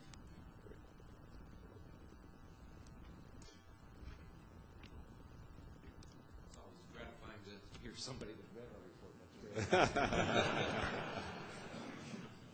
Talking to El Paso and Duke and major steel transmission companies, but I have a report that still has to address distribution companies and HDPE. Asking the panel and anybody in the audience to maybe, could you generalize some of the great presentations we heard today to some of the other things the study has to present? And I also would wish anybody in the audience to contact us about detection and characterization of other than steel transmission as well, because I had such a great entertainment and education here today for steel transmission. But if you could comment at all, that'd be great.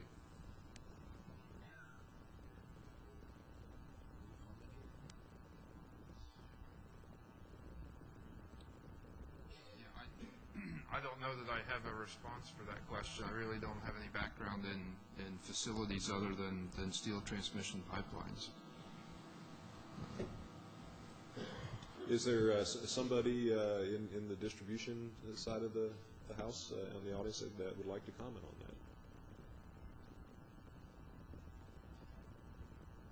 that? I guess I'd be very interested in the report to maybe try to characterize whether latent damage is an issue for distribution pipeline companies. You know, growth of these defects is typically driven by conditions that I think are unique to a lot of transmission pipelines. So prevention may be the only true, methodology that works well for distribution companies. I guess there may be some rare cases where you could, imagine at very low stresses growing mechanical damage, but detection and characterization is really designed for latent damage and the things that would grow to failure. And like the rest of the panel, I don't have experience with distribution pipe, but something to maybe explore in the report is whether or not latent damage is an issue for distribution pipe, or if it's just an issue for larger pipelines at higher stresses that are exposed to the threats that we're uniquely exposed to. Chris Olkowski, EPS Technology Institute. HDPE transmission line is a bit of an oxymoron. There aren't the long straight stretches of it in too many of the distribution systems out there, and hence the ILI technologies for HDPE haven't been developed yet, just because the plastic systems are growing as meshes rather than straight lines. So whatever we're going to do, the distribution companies do for internal inspection of plastic, that's a future effort on our part. So as you said, the best effort we have now is prevention rather than being able to detect it after the fact. Thank you. From the distribution side, a lot of companies have a different mix of their materials. I mean, we have still a lot of cast iron, so even among distribution companies, you can find a lot of variability. So it's a lot of differences. Like you said, you have nice long straight runs. We typically don't. A lot of our failures can occur in services and are associated with an excavator damage. That's really our biggest area of danger. Most of us have cast iron replacement programs or other corrosion type programs to identify those. We have leak surveys that really pick up those problems before they become major issues. I think if you look at the DOT data, you'll find that it's mainly mechanical excavator type damage on the distribution side. So I'm not sure how well some of this technology would apply in the distribution side. Aaron Dinovitzer, BMT Fleet Technology. I think we've seen the difference between the gas and the liquid pipelines have had a different focus from a burst to a latent damage growth in service. I think you'll see some of these issues come up with the distribution lines. What you're going to see is a difference in the operating pressure spectrums. You'll also see a difference in the stiffness of the pipe walls and so on. So you may see that, for instance, a gas distribution network, you may have behavior similar to what you're seeing in a liquid line, more so than what you're seeing in a gas transmission line that runs more smoothly. But the stiffness of the pipe wall may well cause of the mechanical damage not to be an issue as well.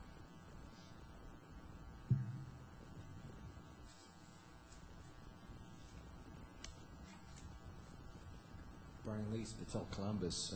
Comment for the operators or a question, perhaps. There was mention made this morning of a lot of digs being done and a lot of decision-making being done in regard to what you're finding. Is that being documented anywhere? For example, where people that make decisions for other pipelines and other scenarios could get at that information, view it, understand what features are damaging, what features are not damaging? You know, data is a funny thing. We collect a lot of it, but collating it and retrieving it easily is another matter. I think we haven't done or haven't been able to do a fantastic job in disseminating all of those learnings, but that is a focal area, I would say, moving ahead, and it's in the continued forums for joint industry projects through PRCI and other venues where those opportunities are going to improve data sharing, and I think you're going to see a mini explosion of those benefits happening in the next couple of years. Plus, of course, we've got better computing tools and web-based communication devices that make all of that, I believe, happening quicker and quicker as we move ahead.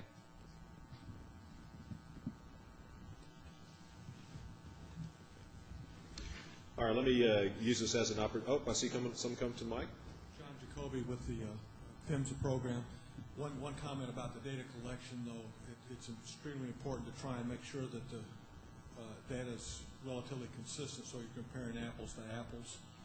And that's been an ongoing problem for us as our collection methods and analysis methods continue to evolve. We're trying to make sure that we're talking on the same sheet of music. So I'd encourage you to keep that in mind. And that may be good for the Baker report also, you know, to provide some guidelines on what needs to be collected in the field. Because, I mean, I tried to talk a little in my presentation.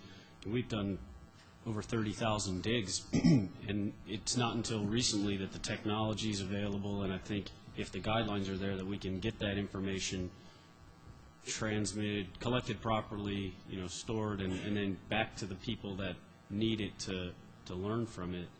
So I think, you know, like with the stress corrosion cracking work, to help understand what you need to document when you're out there, and then, you know, to advocate systems that collect that information and then in a way where it's easy to then provide to other people, because out of the 30,000 digs that we did, a lot of those were done before technology was in place to make it easy to get back to that information, and that's, you know, a tremendous amount of value in that data, but it's hard to mine, and we've seen that, I think, in other circumstances. So I think that might be a good thing to come out of the report.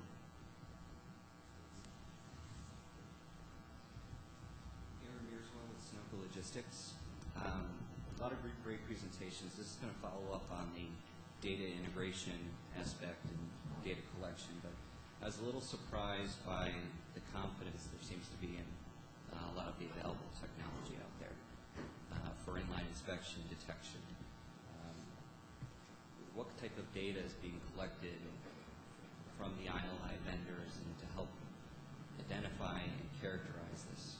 There's a lot of mechanical damage being dug up that's 20% metal loss, and there's a lot of mechanical damage that still remains in the ground.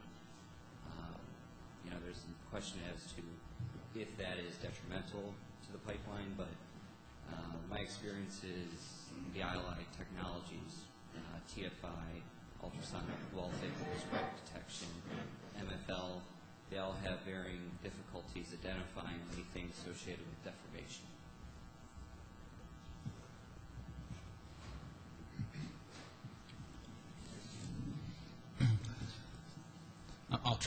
I'll attempt to answer. You know, the tools definitely have capabilities and limitations, and that has to be clear going into this challenge of mechanical damage. Our experience is similar to what you mentioned. An example just last week would be a dent of 0.5%, wall loss of 6%, and it cracked. Okay, so from an inspection point of view, that's something that really goes unreported based on, could be detection thresholds of a tool or reporting thresholds under the contract requirements. Other ones, you'll find 11.5% dent in the pipe. It's been there for years. No problem. So again, I think that's where we come in as we have tools and technologies. We see things in our data. We report and characterize those based on the data recorded. We also work, as I said in the presentation, a lot closer with our customers than ever before over the last 6 years in sharing this information. And it's not people say, well, the tool did this and it didn't do that.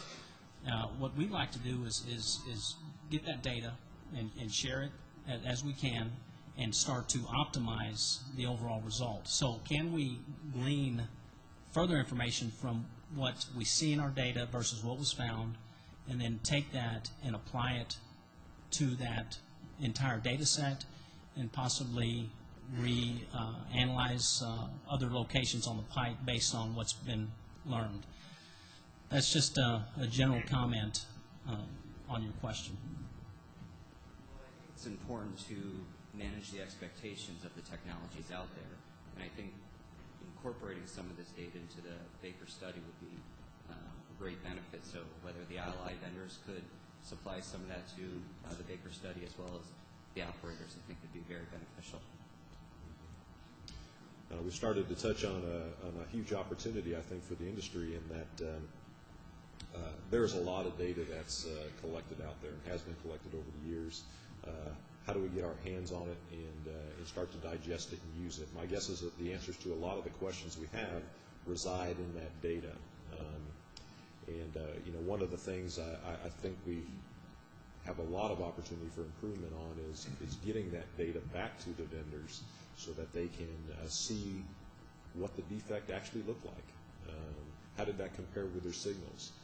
Was there something in their signal that would allow them to determine whether a feature existed that wasn't otherwise called out? But there are thousands and thousands of digs going on, whether for corrosion or for mechanical damage. We need to find a way to get that to the people doing research and development, the ILI vendors, so we can start to take advantage of that data. Big challenge for our industry.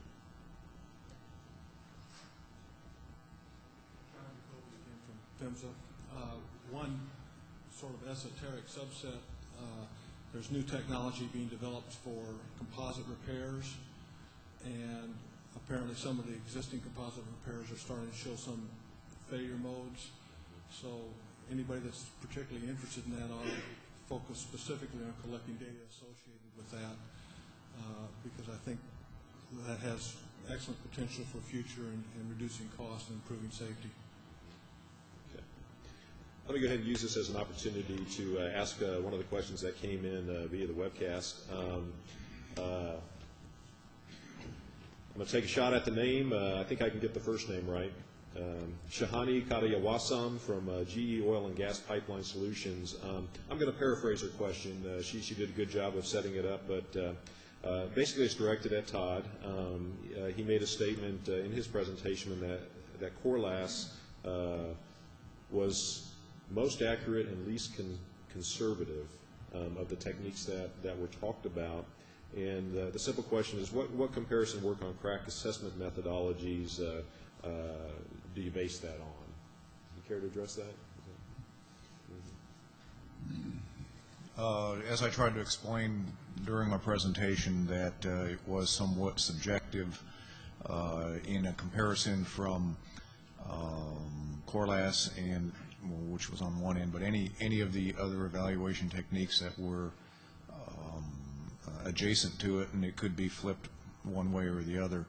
But based on the experience in users and literature,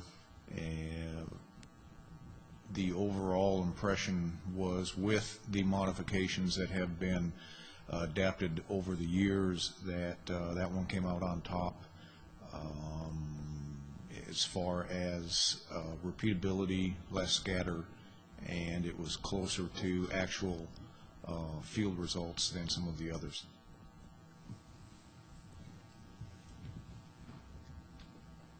Go ahead.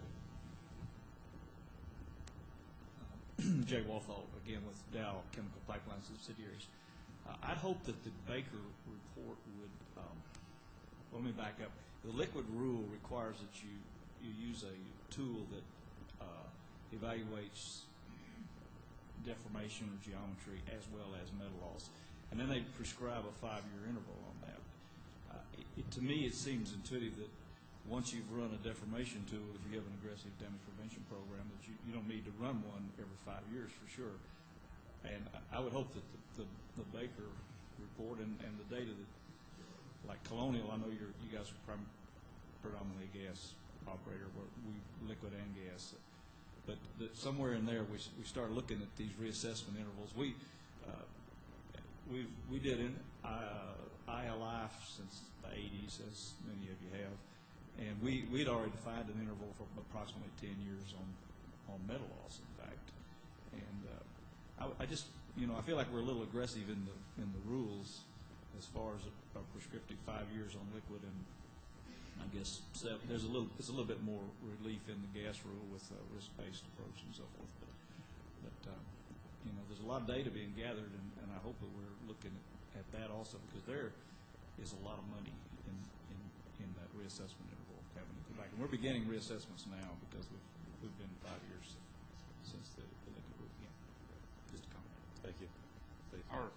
Just for a minute, our expectation is that the need to run geometry tools is a one-time event for a given pipeline segment, and then on a subsequent reassessment, we'll look for damage, and we'll overlay the data and look for new damage since the previous assessment. But very much we expect that the need for running a geometry tool is a one-time event.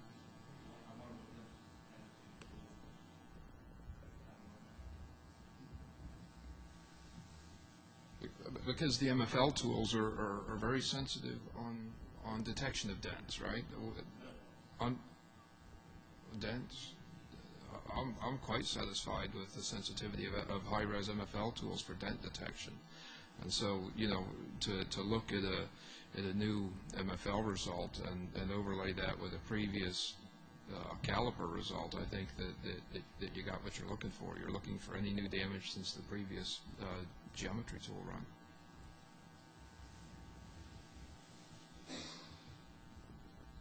Okay. See the gentleman at the mic. Joe Connell, BP. This is more just a thought, but maybe Bryce might want to make a comment on it. Some of the comments we heard is we're digging up a lot of stuff that really is insignificant and spend a lot of dollars doing it, but the regulation's driving it. Typically, your geometry tools performance spec now are quartered inch or 2%, but as the geometry tool technology gets better, that could drop down to a reporting threshold of 1%, 0.1 or 0.05. Which makes it even more critical that we understand just how metal loss in a dent actually affects it, because if not, we could be digging up quite a few more dents with metal loss just based on the regulations.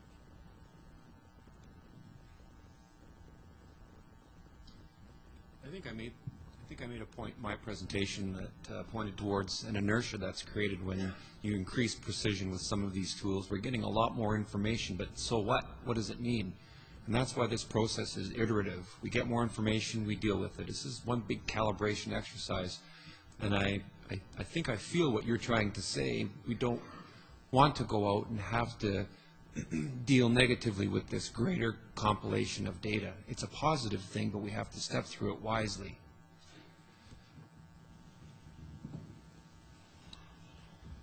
Tom? Yeah, I wanted to actually comment and maybe second some of the comments that Steve Graff made with regard to the reassessment intervals. And maybe this is a comment to the OPS folks, and that's perhaps decoupling all of the reassessment intervals from each other. What you would do for a dent that's stable, for example, might be a much longer time or much longer reassessment than what you might do for corrosion or SCC. So as we're going through these, trying to keep all these schedules coordinated as you do reassessments, et cetera, to me just doesn't make a whole lot of sense. So I like Steve's idea that maybe there are times when certain types of anomalies, whether they're dense or not, something that would have a different reassessment interval, each of which might have its own schedule that doesn't require everything to be reassessed at the same interval.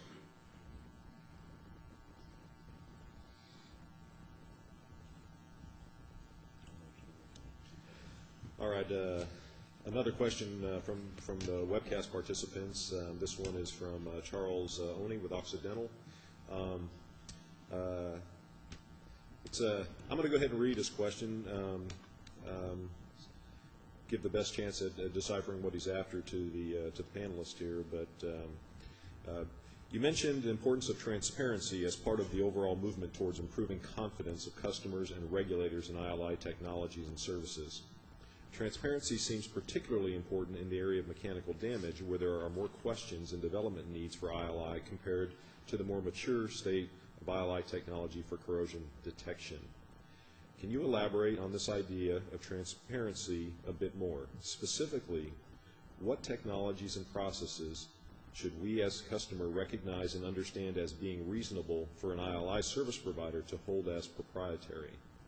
To be even more specific, under what circumstances would you consider it reasonable for an ILI vendor to claim company policy prevents disclosure of calibration standards and calibration procedures to the customer?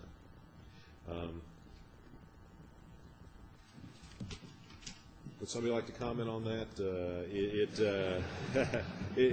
That one's got a lot of hair on it. I'm gonna make a couple quick comments related to that.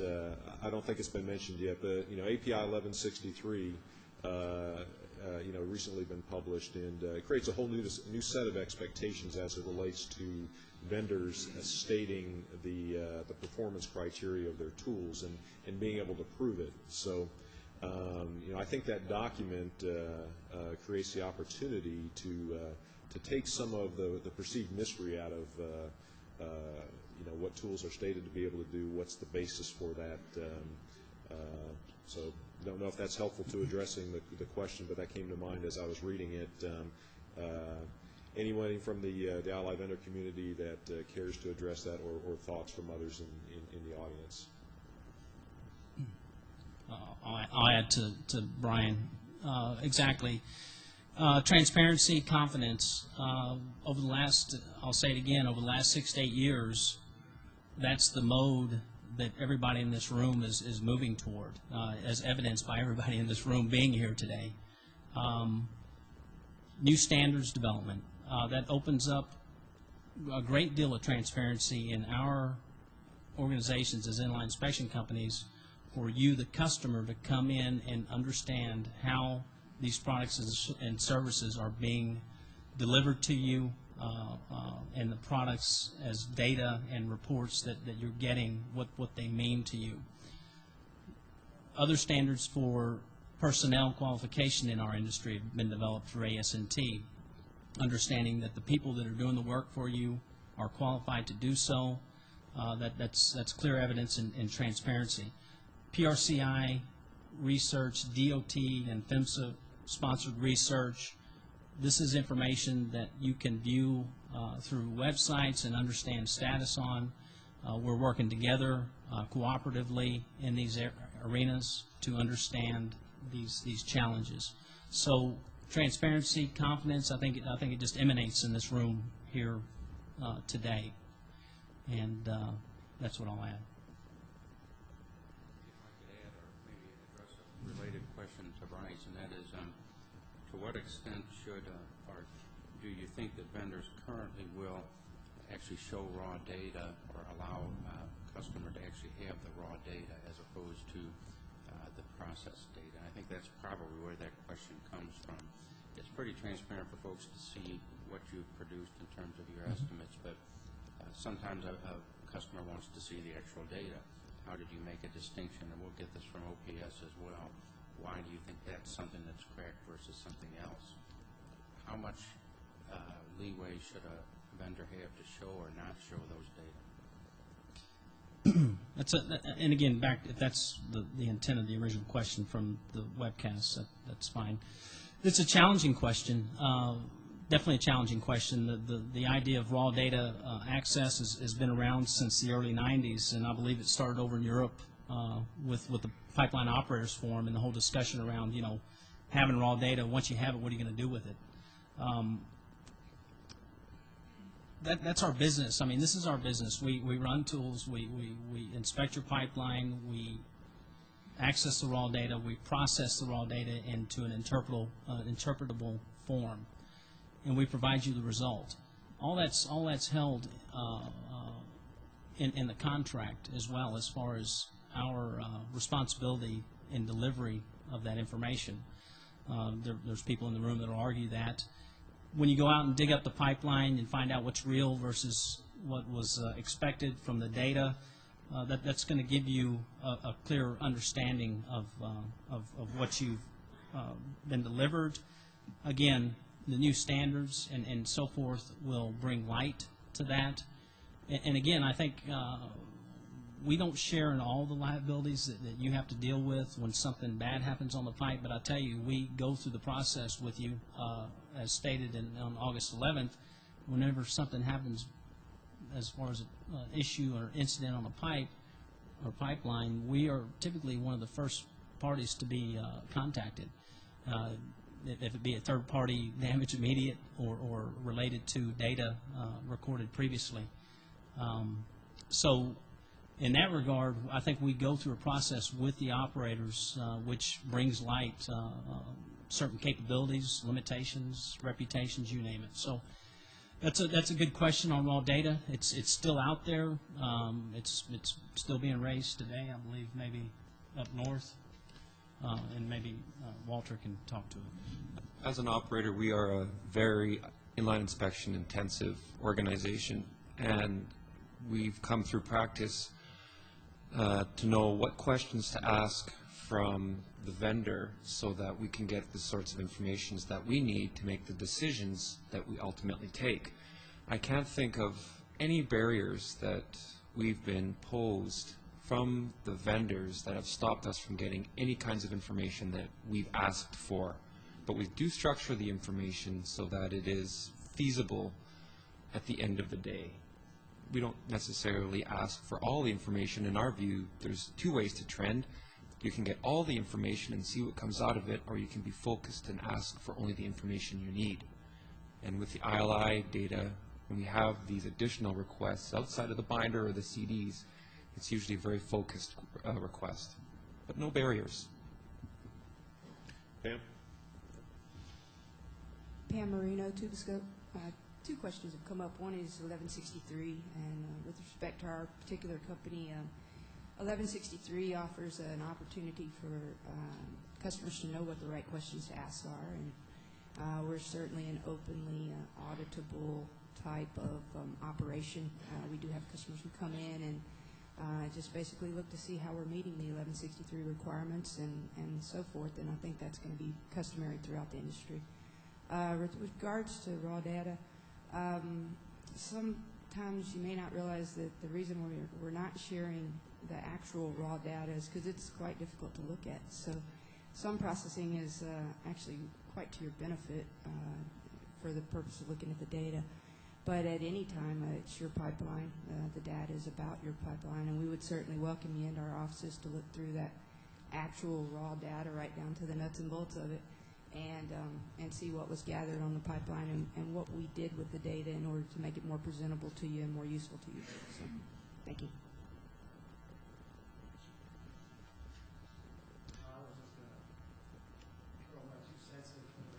Go ahead, Jerry.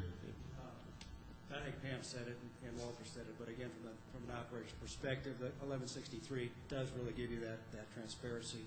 With people that don't do a lot of inline inspection, the intent of that document was to provide the guidance to the people that aren't as familiar with the technology to be able to ask the right questions. Great. Good question from the webcast that I'll read to you. ASME B318 contains guidance for estimating the strain in the dent using either ILI geometry tool data or from the field data. The equations quoted in the code contain a known error and as a result overestimate the strain in both the circumferential and longitudinal directions by a factor of 2.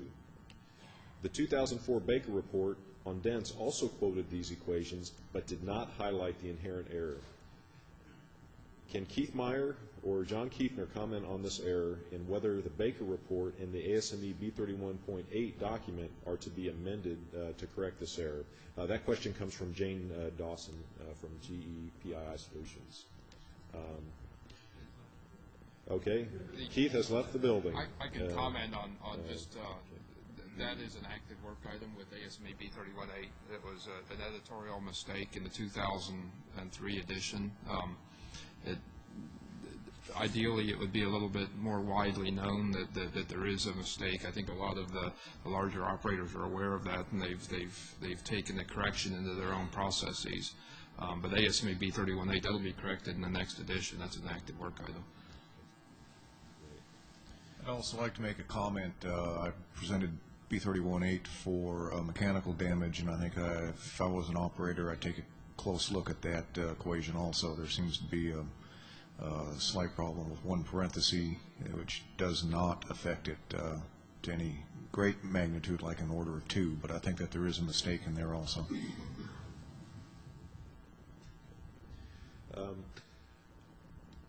Just want to create one final opportunity here with a question that we've heard about a lot of different technologies this morning, but is there somebody out there who has one that has not been talked about, that has some promise in their view, that they'd like to get on the record as being effective in, or potentially effective in managing mechanical damage? For me, the thought that comes to mind is long-range guided ultrasound. Not the ideal tool for it, but it's proven useful to us in some cases for detecting mechanical damage. Very little capability as of yet in terms of characterizing it, but we've been able to find and therefore remediate mechanical damage using that technology. Is there other experience along those lines? Is there other technologies out there that somebody would like to get on the record?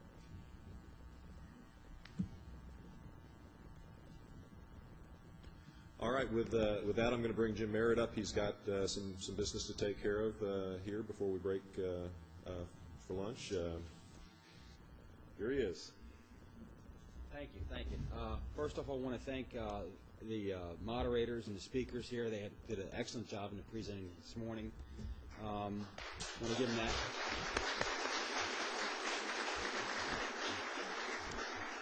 I think all will agree that we need some improvements in detection and characterization that are definitely needed.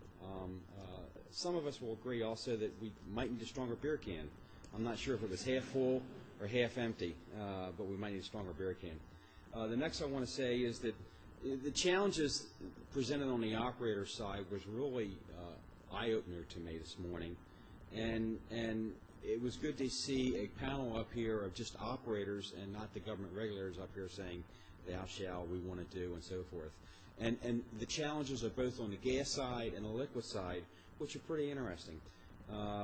There's issues like resistivity in soils, guidelines for outside HCAs. That was interesting to see that the operators are saying, well, we want to look at the areas outside the high consequence areas, and we're concerned about those also. There were some questions about 1163. We all heard from API 579, B31.8. Comprehensive calculations are concerned to some of the people. That was interesting. It seemed like we heard excellent discussions with metal loss, with the R-string issues, with second loading and internal corrosion issues. We've seen better predictive models needed in dent deformation, metal loss. Coatings was discussed a little bit this morning. There was a previous workshop on coatings, and the Office of Pipeline Safety will have a solicitation out on coatings very shortly to try and solve some of those gaps in technology.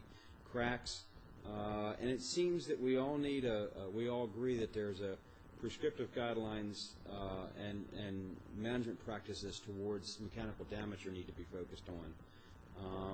One of the issues that I saw was, is it prescriptive or is it goal-based definitions for mechanical damage, and we don't know that.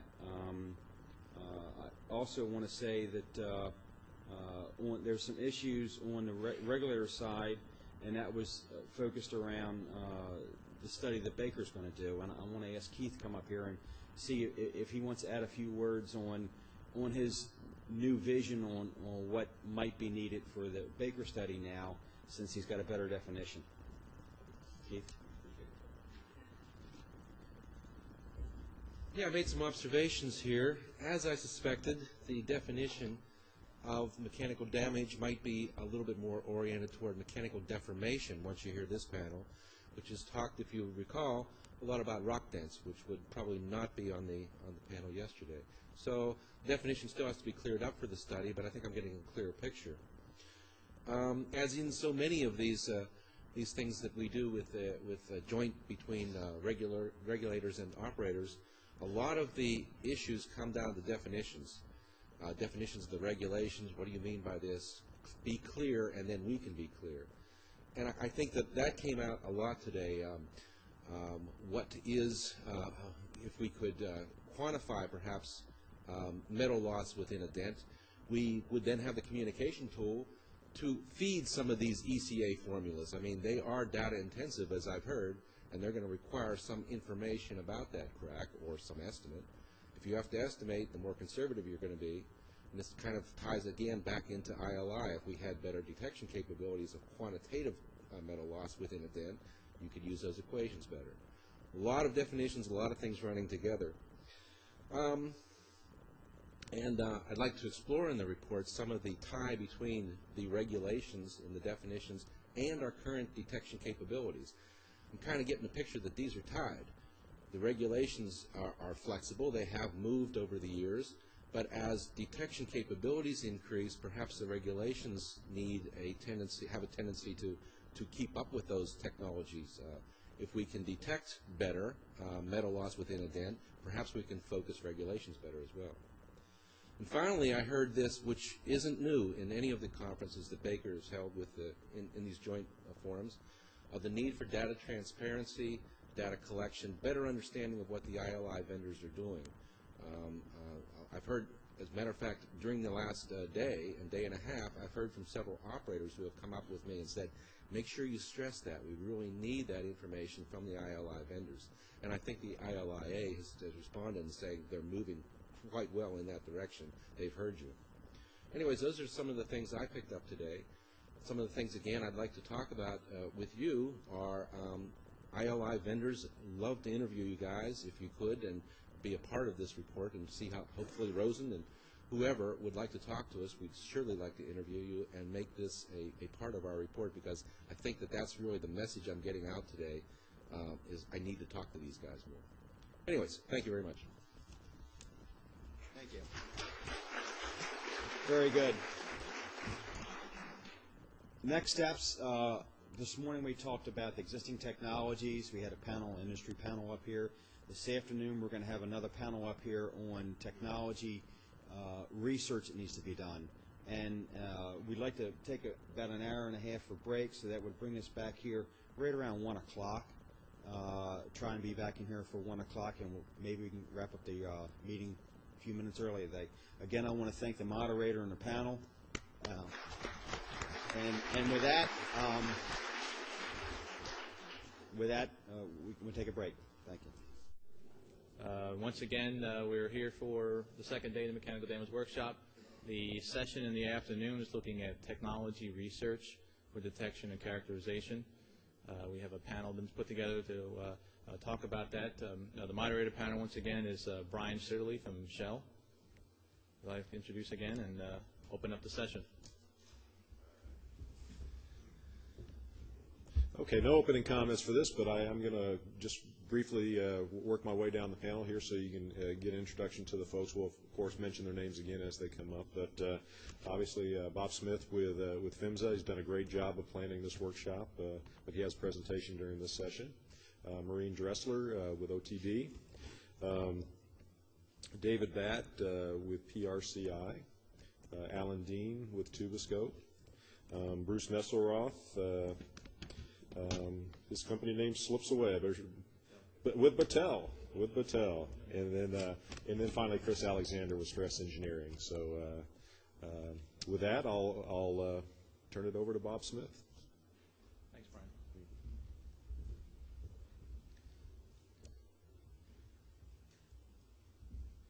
With the PHMSA Pipeline Safety R&D program, we mainly have three objectives that we're trying to achieve in support of the mission of PHMSA. But Jim mentioned this in the presentation yesterday, but fostering the development of new technologies is highly relevant to what we heard yesterday and today. Strengthening regulatory requirements through updating the consensus standards with the knowledge that we're learning from the research, as well as just improving and disseminating knowledge to decision makers, much through holding events like these and many other avenues. As Jim mentioned, we have 8 different programmatic elements for the program.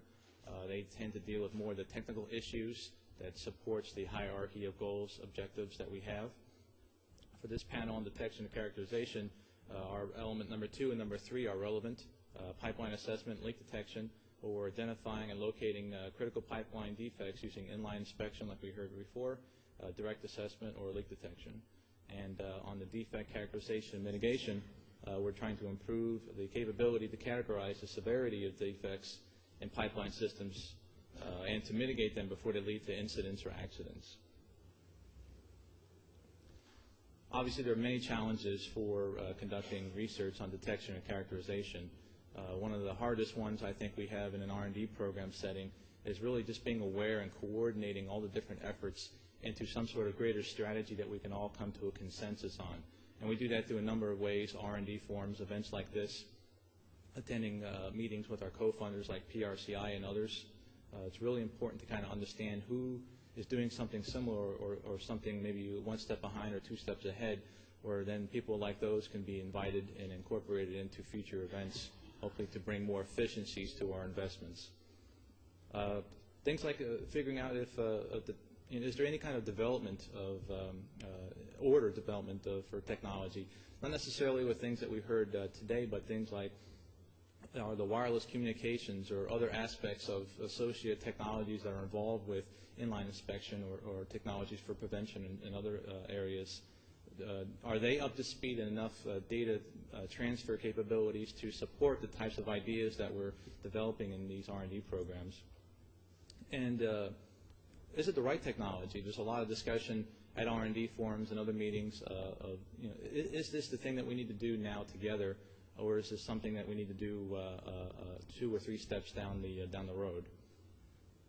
And of course, the knowledge that we're obtaining from the research we're doing on characterization, we need to get that into the standards, into the industry practices, and hopefully bring up a knowledge base so we can all be able to illustrate some of these efficiencies.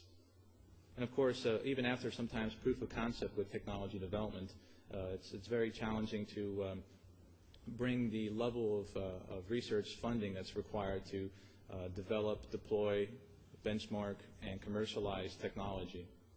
And of course, we need to make sure the technology is going to be applicable. We need to be able to test it on real conditions.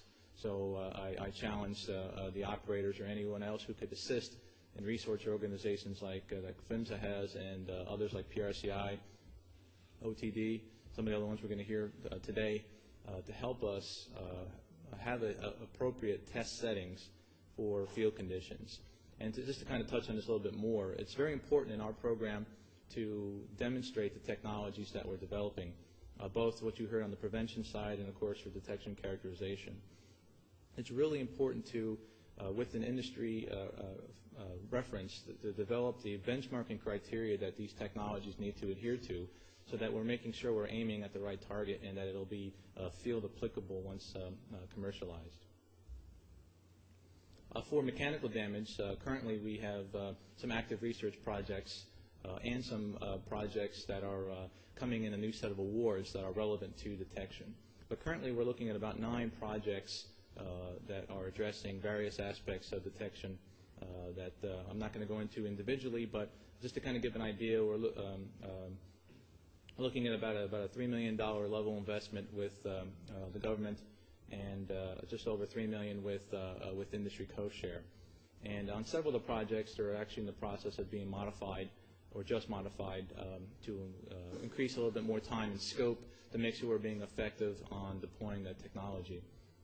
And generally, the portfolio as a whole is about 78% complete. So we look to try to get these technologies to commercializers and through demonstrations bring those ideas out on what still do we need to do to marry up technology with the challenges that we're faced. So for these sets of projects, what kind of technologies are expected? Some of the projects you saw on the list there are going to be looking at developing robotic platforms. I shouldn't say tools necessarily, but tools or robotic platforms and sensors in the specific case of using MFL and remote field eddy current for unpiggable natural gas pipelines, mainly more from diameters in the 6 to 12 inch range and up to 24-inch range. We look to see improvements on the existing technology for MFL sensors. We look to expand the use of inline inspection to bring in sensors that could look from the inside of the pipe and they perhaps give you some sort of a picture of the coating condition, whether or not you have disc bonds, hopefully something we can possibly address. And the idea of improvement to existing guided ultrasonics, guided wave ultrasonics, both from the standpoint of detection and, as you'll see in the next set of slides, and characterization. And obviously handheld through-coating external inspection of pipelines. Moving on to characterization, we currently have about 6 projects that are looking into this issue. A number of them, as you see here, deal with the data that is obtained from the inspection, and some of them are mentioned on the previous slides for detection. So those projects are kind of addressing the issue of both detection and characterization. So it's very important to marry up these aspects when you're developing technology. And roughly a $2.5 million investment from PHMSA and over $3 million investment with the industry. So what kind of results are expected from the categorization portfolio? And before I just jump into this, once again, we do have some awards coming out from the last set of proposals that will be addressing characterization. Some of them you'll be hearing about with some of the other presentations later on the panel. But what kind of results are expected from that list of characterization research? We're looking still to improve the MFL data characterization. We're looking to, once again, improve the data captured and how we characterize the anomalies detected using guided wave ultrasonics, especially in challenging applications like case crossings and other difficult areas. The whole idea of data-driven decisions to help reduce unnecessary repairs. There's some research that we're co-funding that I think will bring some good knowledge there on decision-making. And specifically, we're looking at some improvements to the severity criteria for wrinkles, SCC, and other types of mechanical damage. And finally, with the program, anytime we have an open-door policy and try to be as collaborative as we can with anyone who wants to work with us. Putting together events like these, we want to invite representation from liquid gas transmission as well as distribution, both metallic and non-metallic. And once again, our R&D website is listed there. So please check it out. You can read about all the projects that we've already completed that are involved with detection and characterization, read about the current ones, and read about the ones that are about to be awarded. Thank you.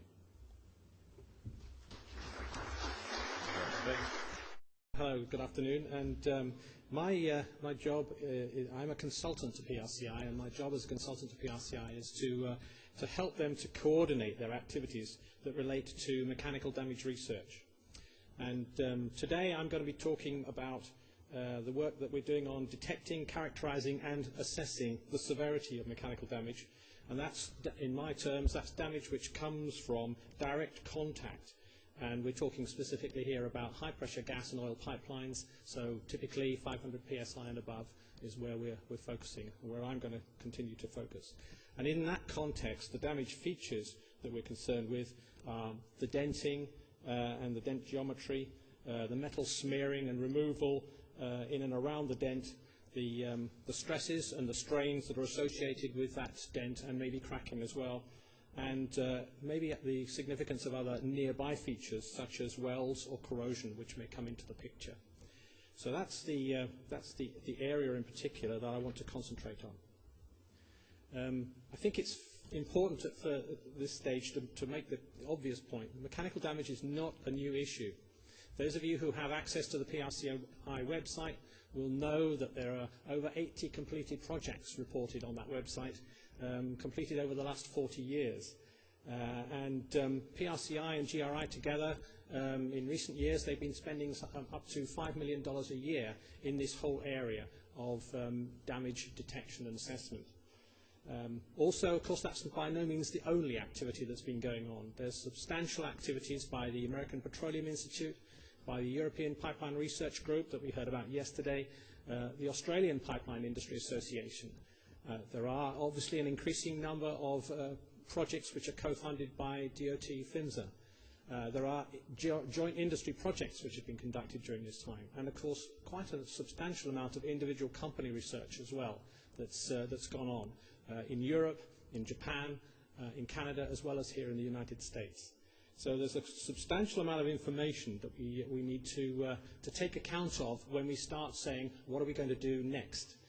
In that context, I think it's just worthwhile, for example, illustrating what is out there by picking up 4 or 5 quite important documents which are out in the public domain.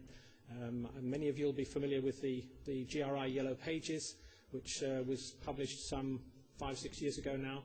The API 1156 documentation on smooths and rock dents, the EPRG guidelines on methods for assessing the tolerance and resistance of pipelines to external damage, and the proposed new guidelines, for example, on ASME B318. And we shouldn't omit the Baker bottom-side dent study, which has been completed fairly recently. So it's really against all of that information that I want to talk today, and I want to, in particular, focus on what are the opportunities, the technical issues and opportunities that we have, what are the gaps that there are at the moment in our current level of understanding, and how, particularly within PRCI, how we've actually tried to address this by defining a way forward, some of the activities we've done, and how this leads into our current portfolio of projects. And on the way through that, I'm going to pick up 1 or 2 comments about issues that I think are still not in the program and need to be addressed. I'm going to go through then and just pick up and remind us of some of the issues, what the current status of our technology and our understanding is as far as damage detection, characterization and assessment are concerned. And firstly, I'm just going to focus on the damage detection and characterization side. Now, we've heard quite a bit about this from this morning's presentations, for example, but I think it's just worth reminding ourselves where we stand. That so far as the new high-resolution and caliper inline inspection vehicles are concerned, they've made a lot of progress. The vendors themselves have made a lot of progress in the last few years, and we have some good kit out there now which is able to find dents down below 1% depth, certainly, and progressive increases in accuracy and in resolution of that equipment. But from the point of view of the operators, we do need to know how reliable and how accurate they are, especially when we get down to the smaller sizes, and how reproducible the information is that we're getting out of these tools.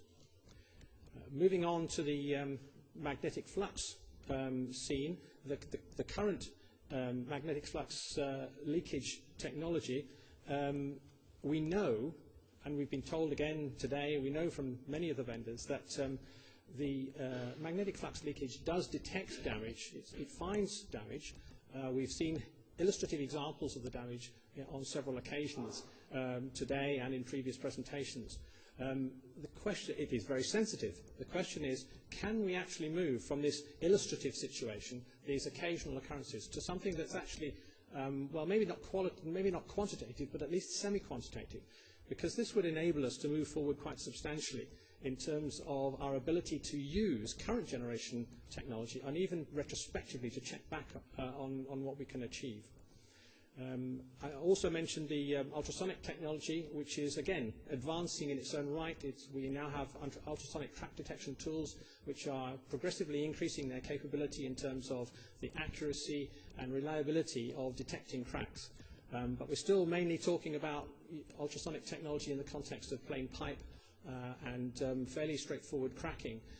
And I think the idea that we would like to think that ultimately we can find a tool which can find cracks in dents. But I think at this stage we should see the ultrasonic technology as being quite a lot further back in terms of its state of development. And then the third group on here are the emerging inline inspection technologies. We heard this morning about the moves to move on with dual field magnetic flux leakage, and we're going to hear more on this during the course of this afternoon. And the fact that we have done a lot of developmental work, a lot of proving trials, and we're at the stage where we want to take the prototype technology on into a real pipeline and find out just what we can find and learn the lessons in terms of where we move forward with that technology. And nonlinear harmonics, which is another technique emerging but further back than dual field magnetic flux leakage. These technologies have the capability to generate for us an understanding of what the stresses and the strain distributions are associated with dents, as well as the damage profiles and so on, and maybe even the ability to find cracks. But again, the question we have to ask is, well, how long is it going to take us, and how much effort is it going to take us before we have tools which we know can work reliably in the pipeline environment? I'm now going to switch to just to catch up with the other side, if you like, the damage assessment. Where have we got to in terms of assessing the severity of damage? It's been going on a long time.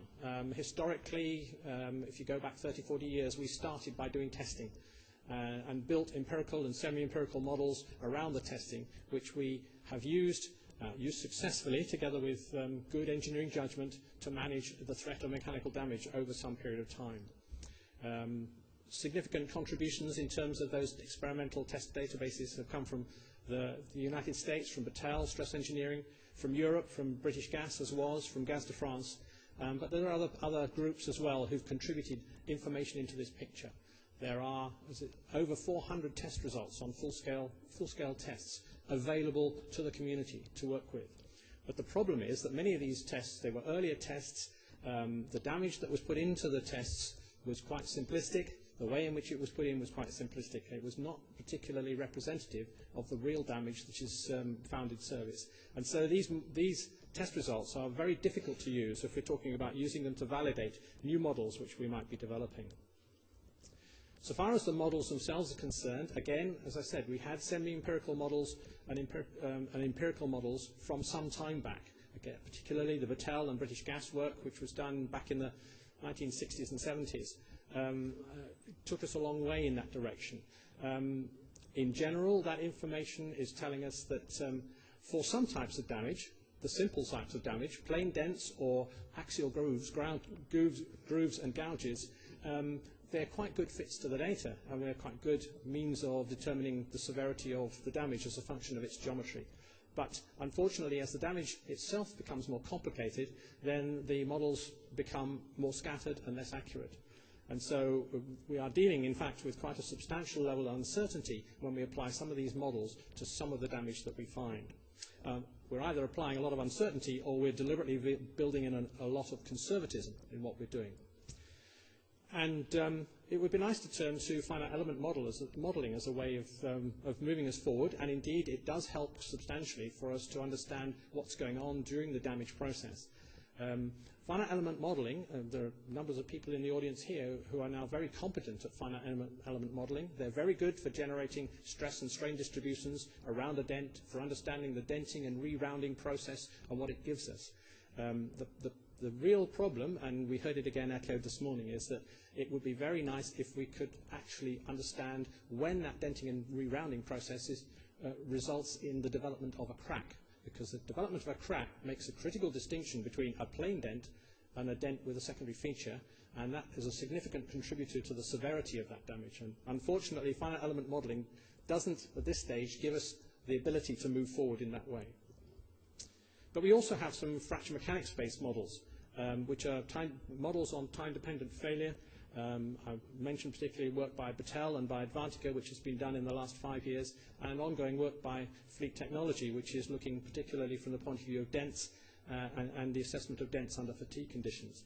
Those models are showing a lot of promise, but there is still quite a lot of uncertainty in how accurate they are, and they often, unfortunately, lack some of the detailed supporting data which you sometimes need for these fracture mechanics studies. Where has all this taken us in terms of the guidance? This is just a quick summary of the sort of the guidance documents that there are out in the world, in North America, in Europe, and elsewhere.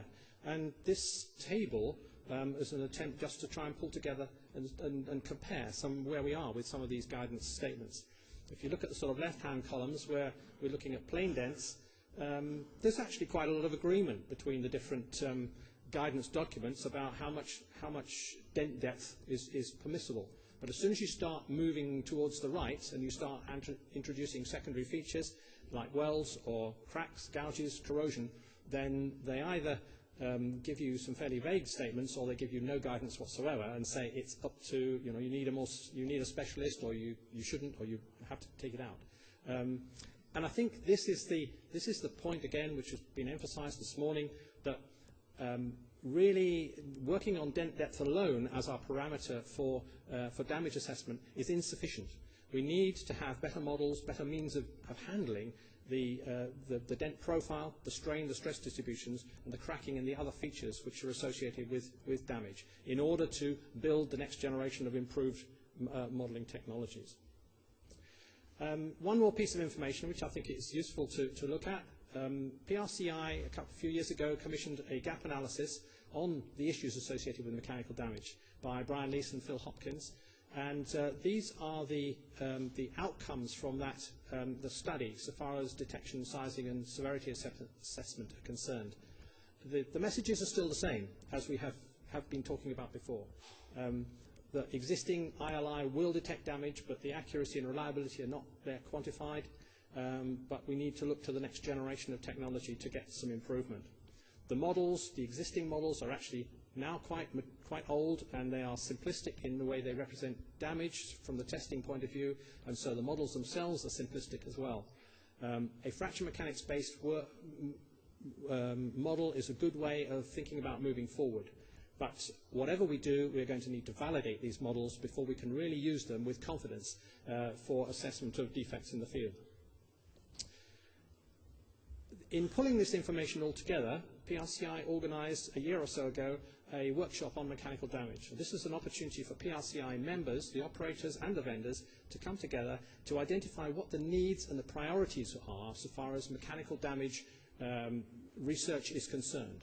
And we had 4 themes, and they cover all aspects of mechanical damage, and that was quite deliberate, because if you are an operator managing the threat of mechanical damage, you are using tools in all of those categories, and it's important that we see the balance of effort between these different categories, and we see the way in which they all actually come together, both managerially and technically. We need to be able to understand where everybody's trying to get to.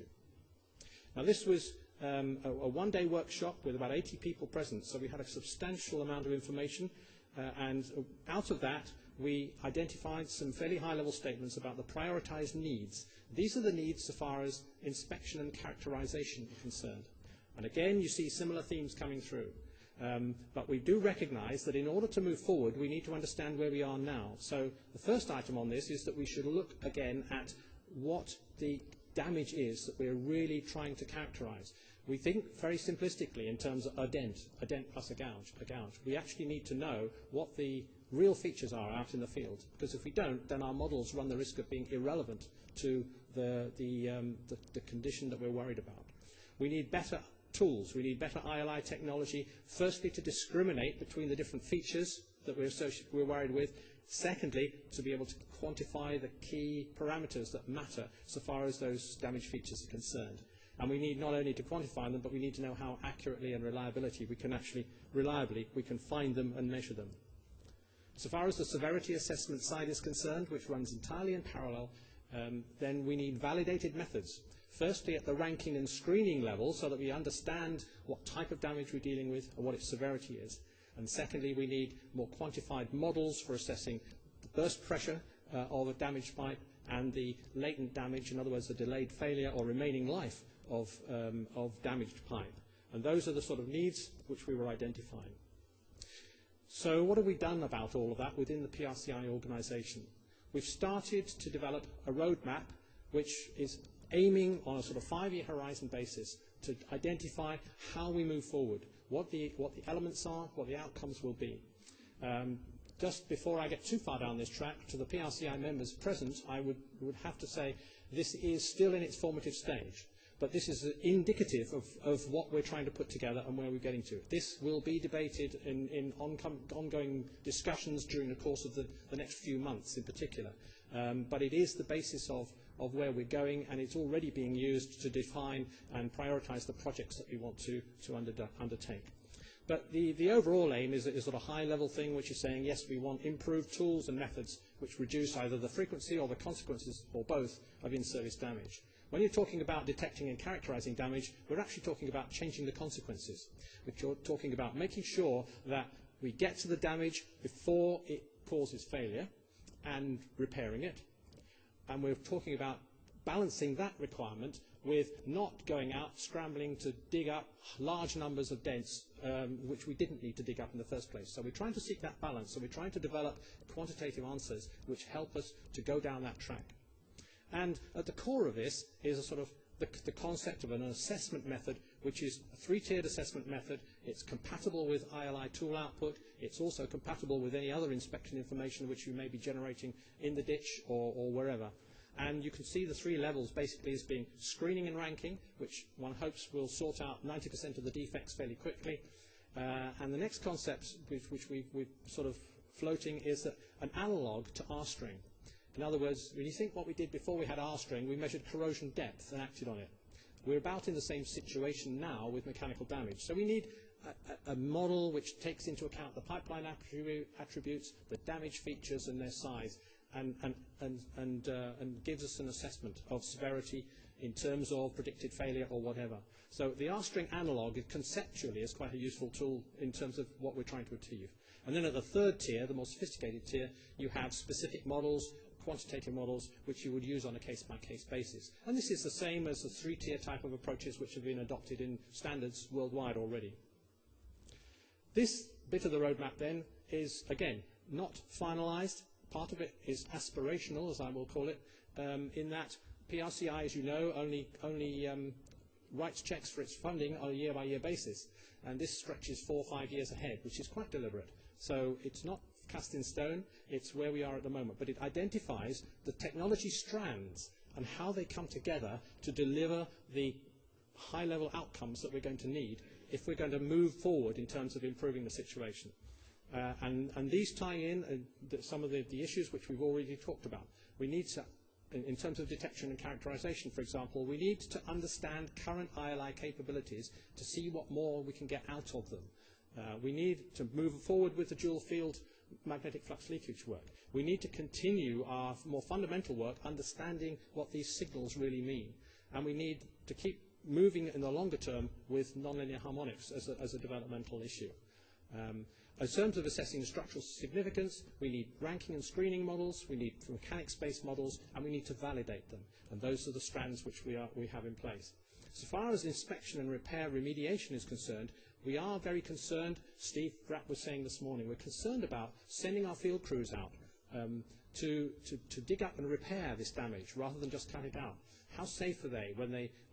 How much should we reduce the pressure now? How much should we reduce the pressure further when they actually start to excavate?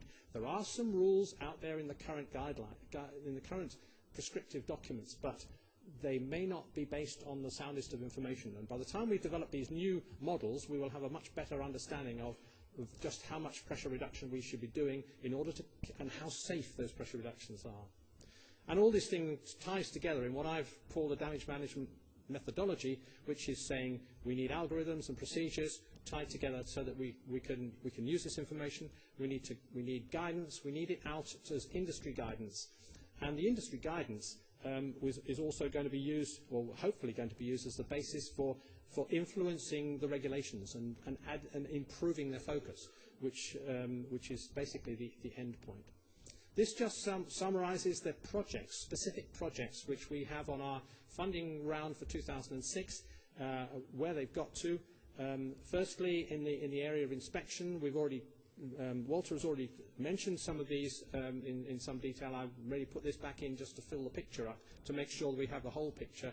The work on development of dual field magnetic flux leakage, which is really focused around this prototype vehicle. And then the work on looking at the current ILI technologies so that we have a better understanding of what we can already get from current technology. And then the fundamental work on magnetic flux leakage work. You'll note that we have already approached PHMSA for co-funding in this area, and we're in the process of hopefully of successfully finalizing a co-funded project in this area, which will move this whole technology area forward at a good pace. On the damage assessment side, 3 project areas. These are actually there are actually more projects than this. Some of these are split down again, but I'll talk at the higher level. Work on ranking and screening of mechanical damage defects, which I've already described, is our sort of level 1 type of thinking, discriminating between different sorts of damage, understanding how likely those different sorts of damage are, linking that back to the information from service features so that we understand it. And then moving on from there to the models for structural significance of mechanical damage, which will underpin our sort of second level R-strength analog concept. Improved models for predicting the burst and the delayed failure behavior, particularly of dent and gouge damage, which are the weak areas in terms of our current models, and validation of all of that. Dents with the secondary features, and putting in representative secondary features and testing them under monotonic load and cyclic load to validate these models. And then the third project strand is the guidelines for inspection and repair, which I've just spoken about, making sure we understand and can justify the safe inspection and excavation procedures and the pressure reductions that we might put in place and the safety margins that we gain as a result. So that's our portfolio of projects that are currently on the books as being 2006 funding round. What the high-level outcomes of all of this work, and these will contribute towards that, are defined here. And this is more about what the outcomes are when we've eventually got to the end of our full program, as opposed to just what we've defined in 2006. Basically, what we're saying again is, we've got work. We need to understand what the damage is out there and how and what we're trying to address. We need ILI technology which can identify, can measure the key features that matter, the ones that discriminate between critical and benign defects. And we need then models, firstly for ranking the severity of that damage, secondly for quantitatively understanding the burst behavior and the failure behavior. And that feeds on into our new recommendations for safe pressure reductions and working practices, and an industry guidance document which is based around those deliverables, which is available to aid everybody in terms of making their decisions. And the final outcome of that, of course, as I say, being that we hope to use that as the basis for influencing future regulations in terms of making sure that both the industry side and the regulatory side are working to the same level in terms of the accuracy and reliability of the information. So by way of summary then, a couple of slides which just say, what have we done, what have I presented, and where has PRCI got to in all of this? These are the sorts of questions which were coming up when we asked the operators, and these are the ones that we need to understand, which is how accurately, how reliably can we find the damage, how well can we quantify the features which are significant in determining the criticality of that damage. Then the other side of that coin, how do we assess the severity of that damage, and can we actually create this analog of R-string, which will help us a long way in terms of screening and level 1 assessments. And then the repair questions. How safe is it to continue operating? How safe is it to excavate? How soon do we need to move in order to deal with things? And what repair method is appropriate, depending on all of that. So those translated into our needs. Better tools, either for inline inspection or maybe also in the ditch or in and around the excavation. We need better models. We need metal models for screening and ranking, for burst, for time-dependent failure. But the one that's missing, and the italic ones, are the ones that are currently missing our program. What about the influence of the environment? We know from what has gone already that and you've seen, I've not mentioned any of the programs include the effect of the environment on accelerating any damage development process by corrosion or corrosion fatigue type, or even stress corrosion type concerns.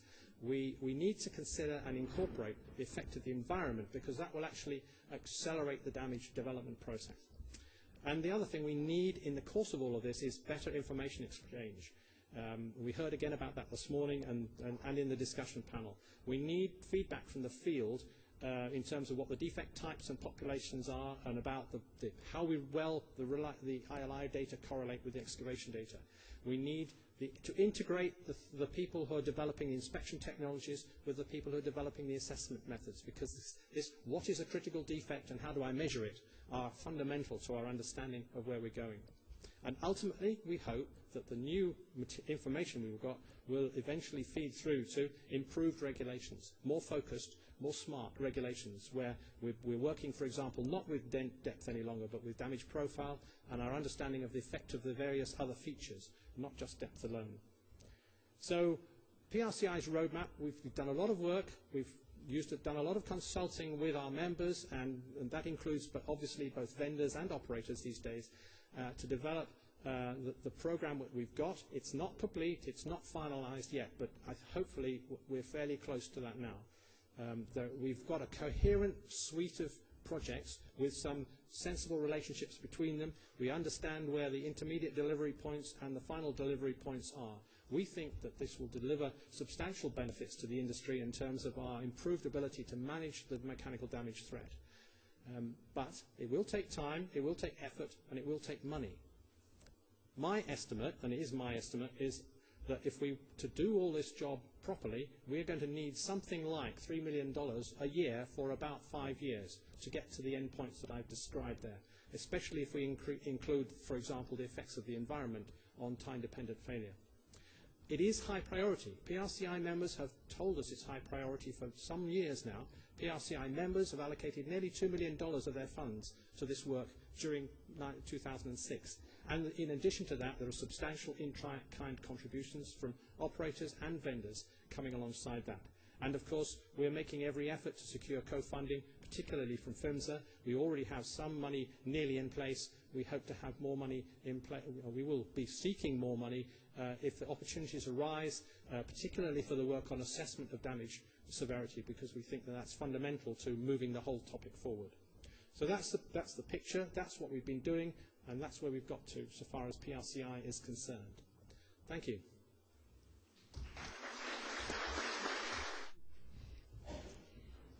This afternoon, I'll talk about the technologies that OTD is funding that are focused on detection and characterization of mechanical damage. And just a reminder, OTD is a member-controlled company made up of gas utilities that work together to fund projects of common interest, and there are currently 17 members. The programs that they're funding are in pipe and leak detection, pipe materials repair and rehabilitation, excavation and restoration, pipeline integrity management and automation, operations infrastructure support, and environmental science. And this year we started 17 new projects. Over the last 2 days I've seen a lot of areas of the challenges and the technology gaps that OTD definitely supports. So we echo what everyone else has said. And I just want to highlight a few areas that OTD would like to be able to look at and thinks that more work needs to be done. And one is improved inspection capabilities, possibly more from the surface to avoid the cost of excavations or entering the pipe. Also being able to detect specific points of coating, disbondment, and shielding. And then secondly, to be able to increase the smartness of the pipe, to be able to communicate the conditions leading before the damage, such as smart internal wraps or coatings. And then I'm going to go through a few of the projects that we're funding that have to do with detection and characterization of damage. The first one is the keyhole excavation program. And this addresses ways that you can inspect and characterize and repair the piping system. We're developing tools that can externally and internally inspect and repair the buried facilities through smaller, less expensive openings. Keyhole excavations are less than 18 inches in diameter. there are two tools that we're working on now. One is to adapt broadband electromagnetic technology to allow direct pipeline inspections through the keyhole to measure the pipe wall thickness externally. And we're also looking at modifying an internal inspection camera to be able to launch into a live main through a keyhole. The status of this program is that the prototype tools are being developed and commercializing partners are being sought for each tool. And I did want to clarify something in my presentation. Somebody asked me yesterday about who was doing our research, and because most of my slides say GTI. And we do use a wide variety of contractors for our research, but we just don't publicly make their names available until we reach certain points in the program. And I list GTI because GTI serves as my project manager for these programs, so that's why they're listed. And this keyhole excavation project is co-funded by many other utilities. Another project that we're looking at is flaw acceptance criteria and repair options for low-stress natural gas pipelines. This will address the need for being able to characterize the denting and the metal deformation for all metallic low-stress pipelines. What we want to do is demonstrate that the flaw acceptance criteria and the repair options that apply to highly stressed pipelines, greater than 30 or 40% SMYS, are overly conservative and may need to be relaxed for low-stress pipelines. If the data and the validation tests are accepted, then the operators of these low-stress pipelines could then accept larger flaws and use less expensive repair methods. So we're also looking at developing alternative repair tools. The status of this program, currently in 2006, we're evaluating potential repair techniques and fittings, and we are keeping the ASME committee and DOT PHMSA up to date with the status of the work that we're doing. The next project is to be able to reduce the inspection costs through remote field eddy current inspection of unpiggable pipelines. And this project is also looking at detecting and characterizing the metal loss. What we're doing is developing a remote field eddy current inspection technique using relatively small components as a solution for inspecting pipelines with multiple diameters, valve and bore restrictions, and tighter miter bends. We're looking at the small size inspection elements so that they might be able to be lower in cost in addition to the ability to inspect a wider range of pipelines. The system will operate in a non-tethered mode in under live conditions. And currently we're building the prototype and conducting bench-level tests with it. And it's potentially for use with the Explorer 2 robot program as part of the larger DOE program. The next project is inspection sensor and platform for unpiggable pipelines. And this is a project that we're co-funding with NYSERC. And again, it's looking at detecting and characterizing metal loss. The objective is to design, construct, and test a magnetic flux leakage sensor and a robotic platform that, when integrated, are able to negotiate all the obstacles in a pipeline when performing an inspection on unpiggable systems. The prototype systems are being built and tested this year, and discussions are underway with potential commercializers. And the next project is monitoring internal corrosion using fluidized sensors. This project will be able to detect and characterize internal corrosion that may lead to metal loss. And I know we've had some discussion over the past 2 days about whether corrosion is actually mechanical damage. I'll leave that for everybody else to decide. In this case, we're developing small sensors that can be introduced into the gas stream and identify likely locations of internal corrosion as they flow through the pipeline. These sensors positively detect the presence of liquid water, measure its corrosivity, and determine the likely internal corrosion rate at that location. And then we also have to develop a method to retrieve the sensors. The status in 2006 is focused on packaging the sensors and testing them in the laboratory, and also assessing the durability of the sensor for when it's in the pipeline. And the last project is internal inspection using laser-based ultrasonic technology. And this project is addressing the need for detecting and characterizing the dents and deformations in the piping system. And it will use a laser-based ultrasonic as an internal inspection tool under live conditions for cast iron and steel distribution systems. And the objective is to achieve superior inspection capability to detect slit failures, joint defects, and wall damage. A pre-prototype will be developed and we'll be testing pipe defects in the laboratory.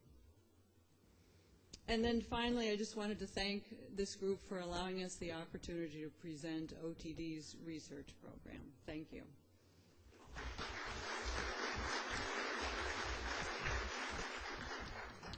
All right, thanks, Maureen. Bruce Nesselroth will be our next presenter. Good afternoon. I'm Bruce Nesselroth. I'm going to be talking about development of inline inspection technology for mechanical damage. It's a detection.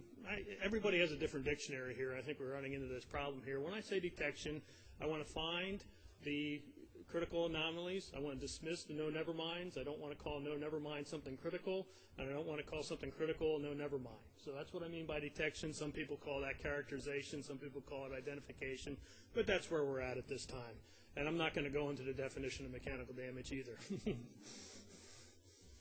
We have been working on this, and in a way this presentation does talk a little bit towards how long does it take to get from a problem identified to get something in a commercial activity. And we have been working on this for a while. It all started in 1994. There was a specific incident that GRI decided to let's have an idea how to better characterize mechanical damage using MFL. Physicist at Battelle started this project, Rick Davis, and he came up with some ideas on how would it work, what kind of property changes could we get out of there. The next step was to start looking at the magnetic properties of pipeline steels, and everybody had, notices we all have typos, and that should be and there, not and. And the second part of that, we got the magnetic properties of pipeline steels characterized, and we started coming up with this thing called dual magnetization. It's been mentioned throughout the presentations here and there. I'm going to go into a fair amount of detail of that. But along with that, there were some other parallel projects going on, nonlinear harmonics, NLH, which was mentioned a few times here and there, and also a little bit of work by Iowa State looking at neural networks, what they could do in that area. And that continued on is that we had some successes in there, particularly in nonlinear harmonics and dual magnetization, and took it into the validation stages on that. Obviously, after you go through there, you get to some technology transfer parts, and we were involved with that with Tuboscope, and these are all part through there. Finally, when we're trying to go through there, it still wasn't quite ready to get into the pipeline environment, so we came up with a project to design a tool to go through and make a tool that would possibly work in a pipeline. We're going to get it one step further, and we're also going through with technology demonstrations and trying to show people how this could possibly work, trying to gain acceptance for these things. And being last on the list of a number of presenters, we have talked about where the path forward is, and a number of other people have also talked there. I will want to mention a few of the techniques just to make sure we're all on here. The nonlinear harmonic technique was something developed by Southwest Research. It's an electronic method used for detecting surface stresses and strains. Basically, it works by having an alternating magnetic field on the inside of the pipe, and it basically measures on that surface only. So it's one area where you can get some information. It examines only a small area. Whenever Southwest shows a picture of this unit, it usually shows up with a dime in the picture, so it gives you a bit of an idea how big the sensor is. And to instrument an entire pipeline, you would basically have like a ring and MFL sensors they use for ID and OD at the back of the tools. It would be something that looks something like that. There is a current project with Southwest Research and DOT evaluating nonlinear harmonic technologies, and they're looking at currently measuring changes in gouge dents as they get cyclically loaded. And there'll be progress moving on in that area. Just wanted to show, everybody else has mostly words, want to keep people awake, and I'm going to be showing a fair amount of pictures in here throughout the presentation. Typically, when you look at things on any of these pictures, the pipe runs from left to right, and the circumferential direction around the pipe is from top to bottom. And basically, in the upper left-hand corner is the nonlinear harmonics data, and then you have some finite element data, and there's very good correlation between there, and they're working to validate how this all works together. And Another thing we do to make sure technology gets transferred is we do have demonstrations. One of the technology demonstrations that get done at the pipeline simulation facility that's at Battelle at our West Jefferson site. Two government organizations have worked together to put on these demonstrations, and both DOT PHMSA and DOE NETL basically showing the different types of technologies that they've been developing. The first demonstration was in September 2004, and the most recent one was just a little over a month ago. We've been looking at corrosion sensors that will be working with crawlers, and those are the smaller diameter pipes that are on the right-hand side. They were looking for things, and that happens to be 8-inch lines. We had one group working on a new technology for stress corrosion cracking.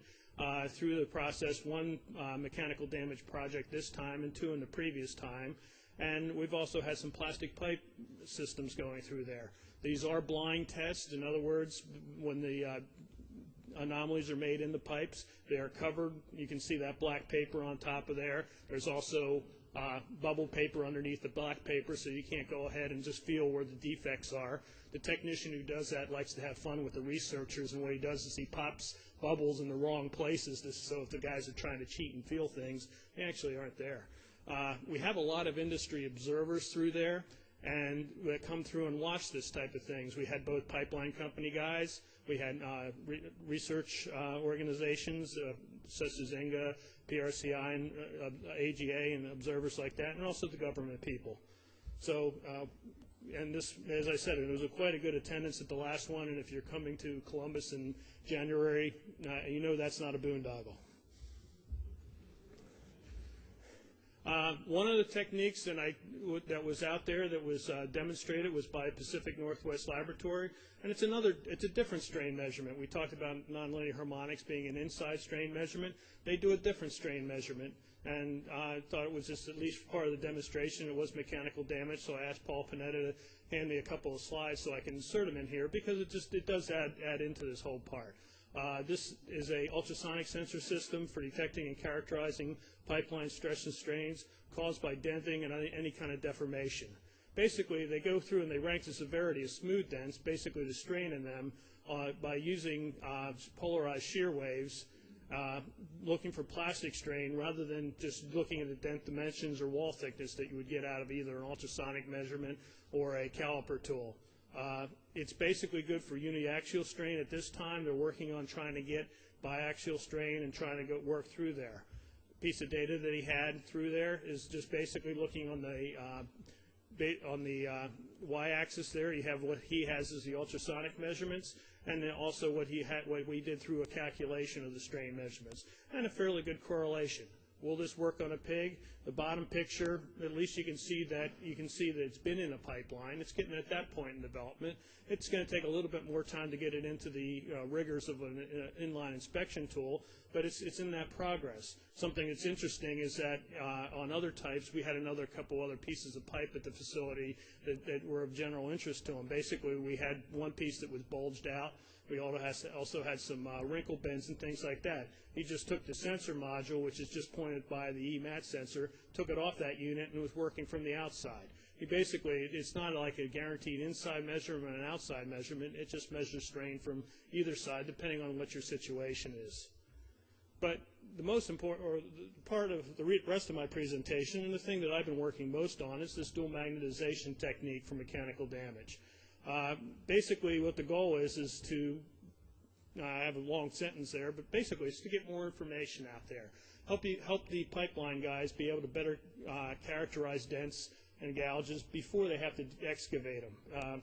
I've always found that pipeline guys are fairly clever, and if you give them a little bit of information, they'll be able to figure out what to do with this and get there. We want to give out more information than just metal loss. We want to give more information than just deformation. We want to give even a little bit more information and see where this will take us. And we want to do this reliably under pipeline conditions.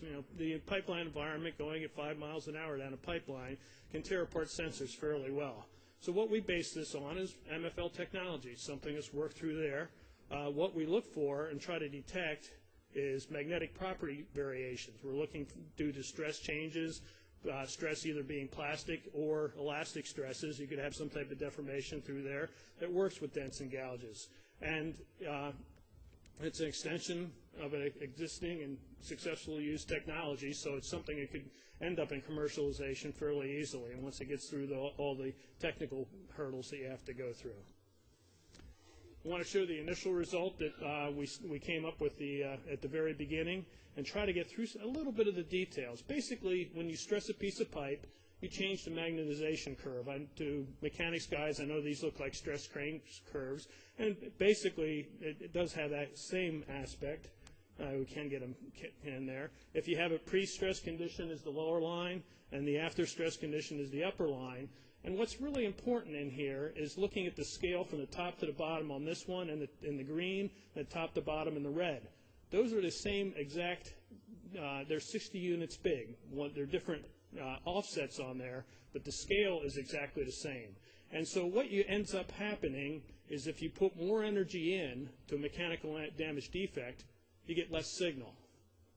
This is, I know, backwards, but this is really what's happening. When you have a MFL tools that go out there, the high magnetization tools that started coming out in the 90s, basically put higher and higher magnetizations in. Why did they do this? To eliminate the stress and strain signals that you would get out of it, that were making sizing of signals difficult. Well, take that backwards. You still have the high magnetization. If you go to a low magnetization signal, you're going to be sensitive to these things. So if you put in less, you get more. It's a pretty good thing. So that was what really got us kicked off in the first project. So after that, we said, well, okay, that's okay, but we also know that losing at low magnetization is difficult to characterize signals. So we had to come up with a signal processing method, and we call this thing decoupling. It's just a word that we use to go through there. Basically, the process works such that MFL signals at high magnetization are basically due to geometry changes, metal loss and things like that, corrosion if removed metal or things like that.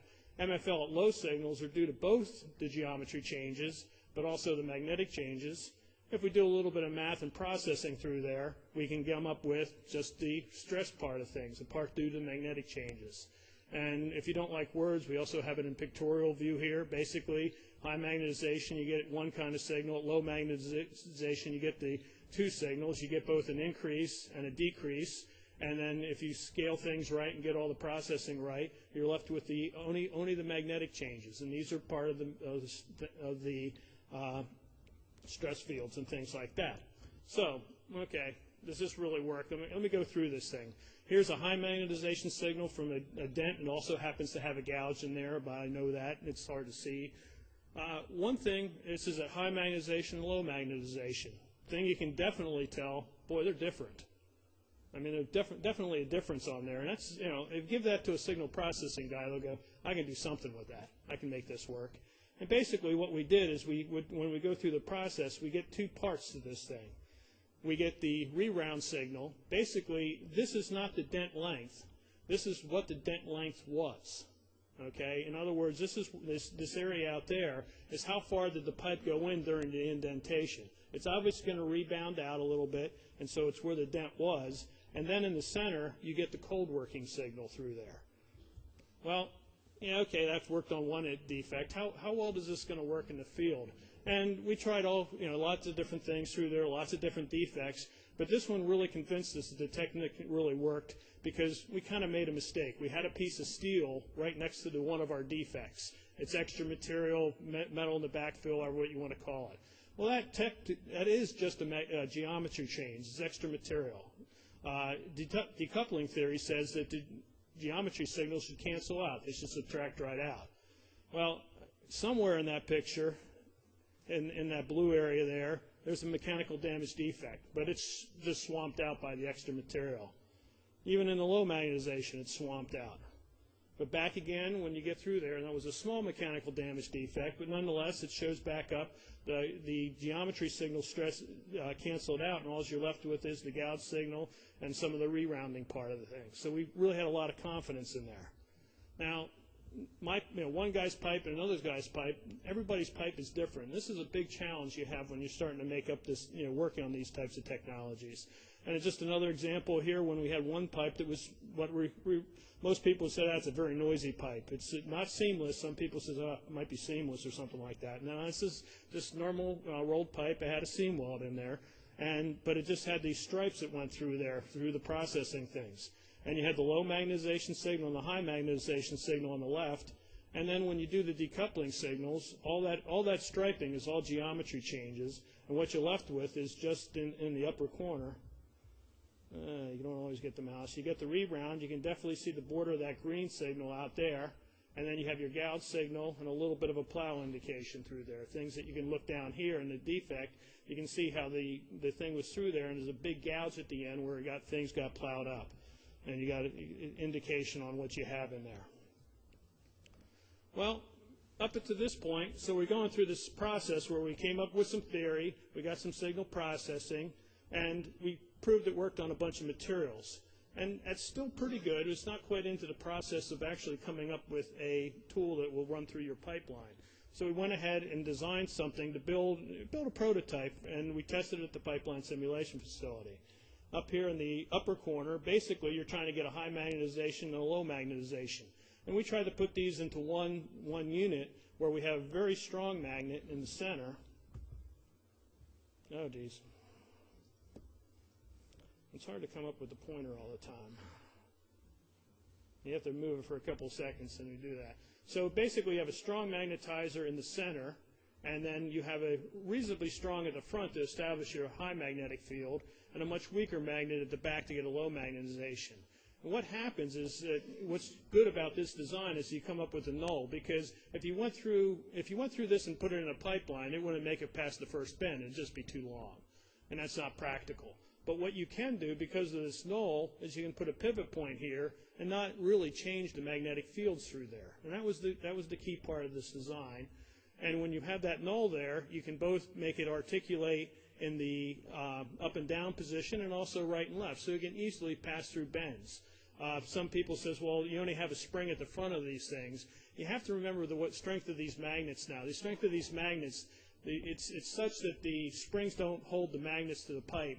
The magnets hold themselves to the pipe. Basically, the springs are there for mechanical parts to keep things stable and keep things lined up and centered. It works in that way. We built this tool at the pipeline simulation facility. We pulled it through the pull rig. We looked at probably about 180 mechanical damage defects we have through there. There is a report that's out on the PHMSA site for looking at these types of things. So you can look at all the signals. These are all included in an appendix on there, so you can see all the various characteristics we go through there. Basically, in summary on this thing, what we're trying to do is just come up with more information. Deformation tools have been used through the years to assess dents in pipelines. They basically come up with the depth of things, and that's one piece of information, and it's critical in this process. We need that piece of information when we do our analysis. Newer MFL tools are going to incorporate deformation sensors and give you metal loss data in there, and that's the second piece. We do look at the high signal alone to look to see if there is metal loss in here. But we give a third piece of information that we do think is important through there. The dual field approach augments all these current technologies to provide additional information on dents. Basically what it does is exposes areas of stress, rerounding, and cold work. The decoupled area can expose areas of cold work where the ductility of the steel has been exhausted. If you exhaust this ductility in that one particular region, and you have rerounded, we've managed to push this signal out. You've got something that's a little more brittle. You have a stress that's pulling it apart. Obviously, you might get cracking. Can we find cracking with this stuff? No. It's MFL. It's not going to find an actual crack. But can you find something that is a higher probability? We think so. It's just more information for the pipeline company to use before it gets into the ditch. And as I said, this project is moving forward. It's been recommended for a DOT PHMSA award to start gaining field experience. Walter and both David Batt have talked a little bit about this, so being last on the program or nearly last, it makes it never quite sure who's ahead of you. But we are going to look for a vendor to build a dual magnetization tool and test it in an operating pipeline. Pipelines have been designated to do this evaluation, but we're also going to look at signal magnetization MFL technology to see what it does. What is the best tool for the job? Thank you.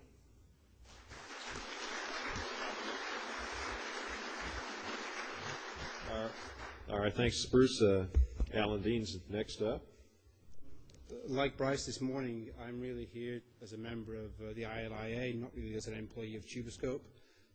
So I'll try and tread as carefully as he did. And like him, I've got no graphs, no pictures, nothing like that. So I'll left it up to Bruce and probably Chris after me to provide all that sort of colourful information. So just words from me, I'm afraid. Strangely enough, I was actually volunteered for 2 other presentations before we got to this one. The first one I thought I was doing a month ago was on dual magnetization technology. And then that got changed. I was then asked to do a presentation on ILI company research, asked to present on what we were all working on. So I said to Bob, well, okay, well, thanks then, Bob, I'll do what I can. But I sent out some email to all the ILIA members, and I said, okay, here's all I need. I really just need to tell me, what are you working on? When did you start it? When is it due to market? And what did it cost? And I'll just present all that information to everybody here, and that's fine. So I got what I expected, which was not very much. I did actually get one reply. I got one heartfelt no, thank you, but that's all I really got. But anyway, just one comment that I did get from the guys though is we do all spend a lot of money privately on research in this market. PRCI is a little bit different, and everything is done in a sort of very public way, and very useful for that. But we're certainly not going to discuss everything that we're doing, certainly not until it's ready for commercialization. And so that's why I really couldn't present that. So then it got changed a bit to sort of merge on with what Bruce did. And I will mention the dual magnetization technology, but only to illustrate the points I'm going to make here. Really, I'm not going to discuss the technology itself or anything like that. When I talk about acceptance of the technology, I'm not talking about just making a pig, putting it in a pipeline, taking a look at the data and saying, okay, now what do we see inside there? That's part of the initial research phase as far as that's concerned.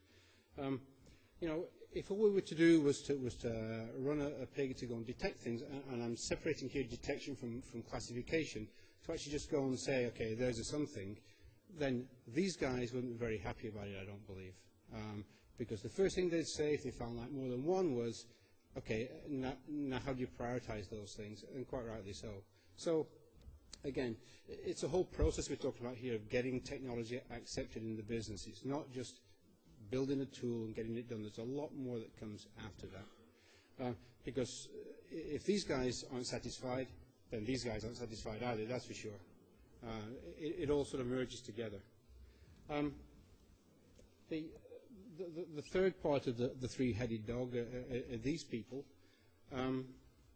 It's a lot of you guys here don't really work in a competitive industry as such. The ILI business is very, very competitive. It's a nasty business out there, folks, I'm afraid. I've been asked a few times, and actually recently as well still, okay, why don't all you guys go and just all work together to invent some super widget? We could all just use it, Well, 2 reasons, really. One is because we are competitors, and secondly, because we're competitors, I know that seems like 2, but it's really only 1, It's that important, it's really only 1. It's never going to happen, not down here on planet Earth anyway, that's for sure. We're not going to work together, and it's probably vaguely illegal anyway, huh? There's probably this collusion word that goes on and stuff, so forget that, it isn't going to work. So, this is also a major barrier. Well, in fact, this isn't a barrier. Lack of this is a barrier, that's for sure. And again, that's lack of research dollars, and specifically in this type of project where we are in this is how do you validate things? It all costs a lot of money. As part of this process that we did with Battelle through PRCI, we got to a stage where we could have actually built a tool, put it in the line, and said, okay, now let's see what we got. The problem is to get the money to do all that sort of work. If it had been just sort of my company doing that work and not PRCI, I'd have had to have written some sort of business proposal with return on investment calculations and things based on who knows how many dollars per mile, miles per year. I mean, we're here right now still for 2 days trying to describe what the problem is, you know, and I couldn't have done that 2 years ago, that's for sure. So it didn't happen, and we purposely did not do it that way. We went a completely different way. This was the project, 2 phases. The first phase was building a test vehicle. I won't really say it was a tool. It wasn't an ILI tool. It was something we could gather information with. Whole bunch of different pull tests, different magnetization levels, and things like that. You'll notice here there's a 2-year gap between these 2 phases, really mainly to digest the information from the first phase without doing very much in the way of data analysis. Excuse me. But it really was to decide on what do we do for phase 2. And really, as I say, at this stage, you know, the PRCI could have said, okay, somebody go and build a tool, stick it in a line, let's see what we got.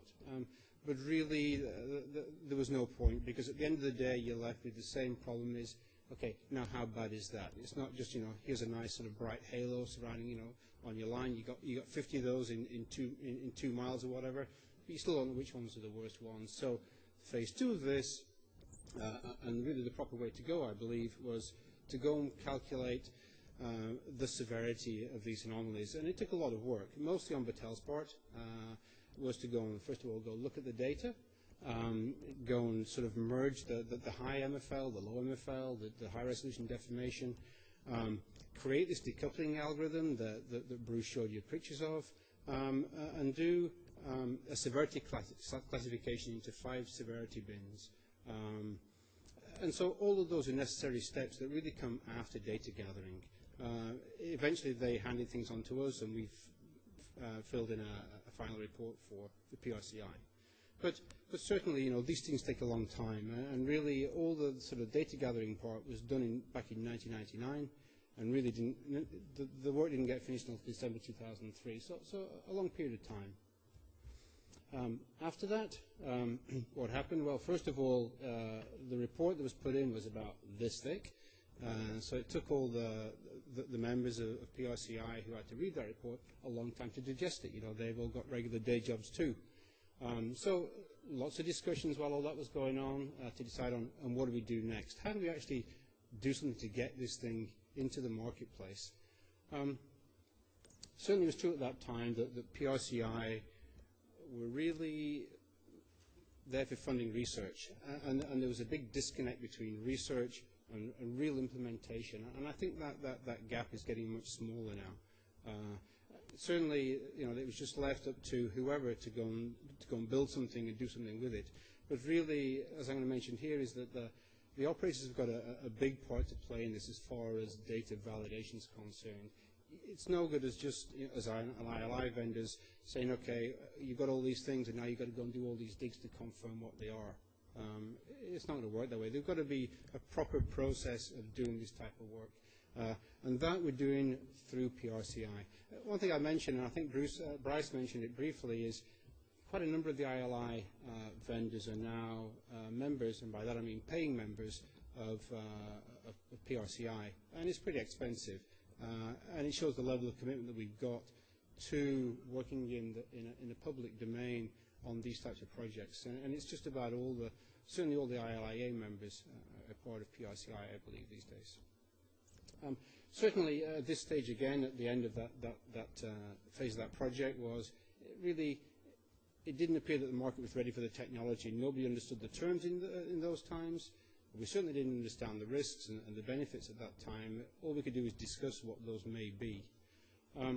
So a little while later, put in another proposal. For now, this is getting a bit more detailed. This is for okay, and really what have we got to do? But even this really wasn't enough. A lot of the thing in this was discussing risks. The market could have been too small. It still could be too small to make it commercial. By that I mean, it may be that whatever this technology provides, it may not be enough for you guys to pay for it. It may not provide enough information over what you've got right now to make it worthwhile commercially. So a lot of risk in that, for sure. So again, there's a certain benefit in us being members of PRCI and trying to spread that risk a little bit and work together to provide a solution rather than just one company go ahead and do that. Bear in mind, of course, right now, there are no regulations for the type of anomalies that Bruce is showing pictures of. There's no regulation for how big a halo you're allowed or how bright the colors can be on your halo and things like that. You know, it doesn't exist right yet. There's a lot of work to do to get to that stage.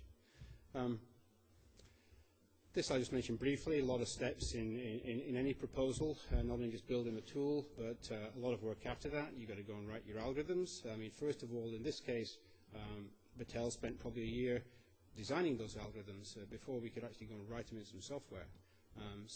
But in this case, you've got to then go and train your analysts, you've got to go run the tool, you've got to go analyze the data, and really the most important part at this phase of this project is verification of the results in the field and how you might manage that.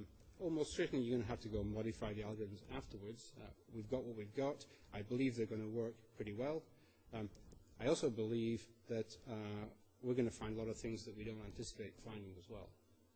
So as it stands right now, PRCI submitted a proposal to DOT to get some funds. That appears to have gone through, and very freshly, in fact just on Monday afternoon, we received a request for proposal from PRCI to go and continue with the project, basically. Once that takes place, I say the most critical thing as far as this is concerned, really the risks in building a tool, in gathering data, are very low. This is the key thing right here, is validation of results. Certainly, these type of anomalies, because of the way they work, you may see almost no visual evidence of something there. You could have a fairly severe anomaly. It's not likely, but you can certainly do it. We've done it sort of artificially. You can have an anomaly that there's got no metal loss and just about no dent there either. All your dent's really gone. Especially if it's a high-pressure line, it could just come right up behind whatever created the problem in the first place. So you go into the ditch with your typical tools. You've got no idea how to even validate what that means. I'm hoping that somebody's going to tell me how we might do that down the road, but we need to find out what those things are. What do we use in the ditch to tell are we right or wrong? If it's a nice sort of big dent with a big gouge and things, okay, then that's fine. That's pretty severe, obviously. But it's the more subtle ones. It's the ones that are not, you know, I said these severity bins, we had 5 of them. What if you get like a number 3 that's, maybe it's getting towards a number 4 very soon, and it's that type of thing, you know. You can spot the severe ones clearly. It's the ones that aren't quite severe, that we can see something in the data. We can see this nice big sort of Fisher-Price halo around it, but it really, you can't see anything in the field particularly. I say operators, they've got to be fully involved in the process. They've got to be fully involved in helping to define how we do the validation, as I mentioned. An important part here, again, that you're not normally going to do, that is important for this PRCI one, is there's got to be disclosure of the pipeline information. Again, I don't know how that's going to work just yet either, but that's up to the pipeline operators, I guess. But there's got to be, for this to work, public display of the information and how we do things. So really, finally, a couple of different ways of getting things accepted in the industry. One is you spend a lot of time, you run for many operators, many lines, and eventually word of mouth, and it goes that way. Even that sometimes doesn't work. Sometimes operators still require us to do like qualification runs and things, you know, for them specifically. The other way really, and that's what we've really gone for in this case, is work with a few clients, but in the public domain, make everything public, and then it may be easier to get acceptance. There's got to be, again, a public domain for standardizing the technology. We've got to be able to describe it in some common way that makes some sense. And there's got to be some common way of describing the severity of the anomalies. You can't, it's not just like a regular, it's a 2% of this or whatever of that, or it's this long. You can't do that with this type of anomaly. It's a lot more subtle than that. So we've got to come up with some standardization methods that people accept in the business. So, I mean, I guess finally with this, really to get something as new as this, and I say it's not that new, it was started, as Bruce mentioned, back in '94, but to actually get something like that truly accepted in the industry, a lot of time, a lot of dedication, a lot of patience, and a lot of money is what's required to get this into the field. Thank you.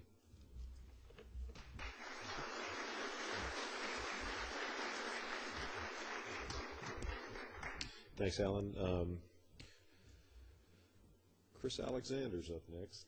Well, we're almost finished. My wife and I ran in a half marathon back in January, and about mile 12 and a half, I blew past this gal, and she screamed out, "Are we finished yet?" So hopefully you don't feel like that. I really appreciate the opportunity to talk. I really want to thank Dave Johnson, and Dave and I talked for almost a year going back. He and I had lunch here in Houston one day. I started talking to him a little bit about the work we've done in mechanical damage and composites. And I'm not sure where you are in your career, but those are two of my favorite subjects, and I get to talk about both those today. Let me give you, I've got a few slides. Hopefully I don't bore you, but a few pictures and those kind of things. But I want to kind of give you a feel for the type of work that we do at Stress. About September, I was in a client's office, and being here in Houston, we do a fair amount of subsea work. And we had done some work with a gentleman looking at flow lines going off the back of a Stinger and doing a finite element model of that. And we got through with the presentation, and we're just kind of sitting around visiting. He said, "Do you know anything about dents?" And I was like, "Well, yeah, I know a little bit." I said, "I've spent most of my career doing research and different projects for pipeline companies." He said, "Well, we got a dent in Israel, and we're a little concerned about it, and we want to have you work with us." Make a long story short, I got 2 trips out of Israel. And really had just a neat opportunity. But the way this whole thing started was they had sent a caliper tool through a new line and basically found an indication. And for the folks in Israel, the technology is kind of emerging there, and so they all kind of panicked. They thought, we got a dent, the sky's falling into the world. And I got involved and built a finite element model and basically said, the model's okay because I don't have any really good caliper data. It's kind of sketchy. Probably what we need to do is eventually go down and look at it. And this was in relatively shallow water.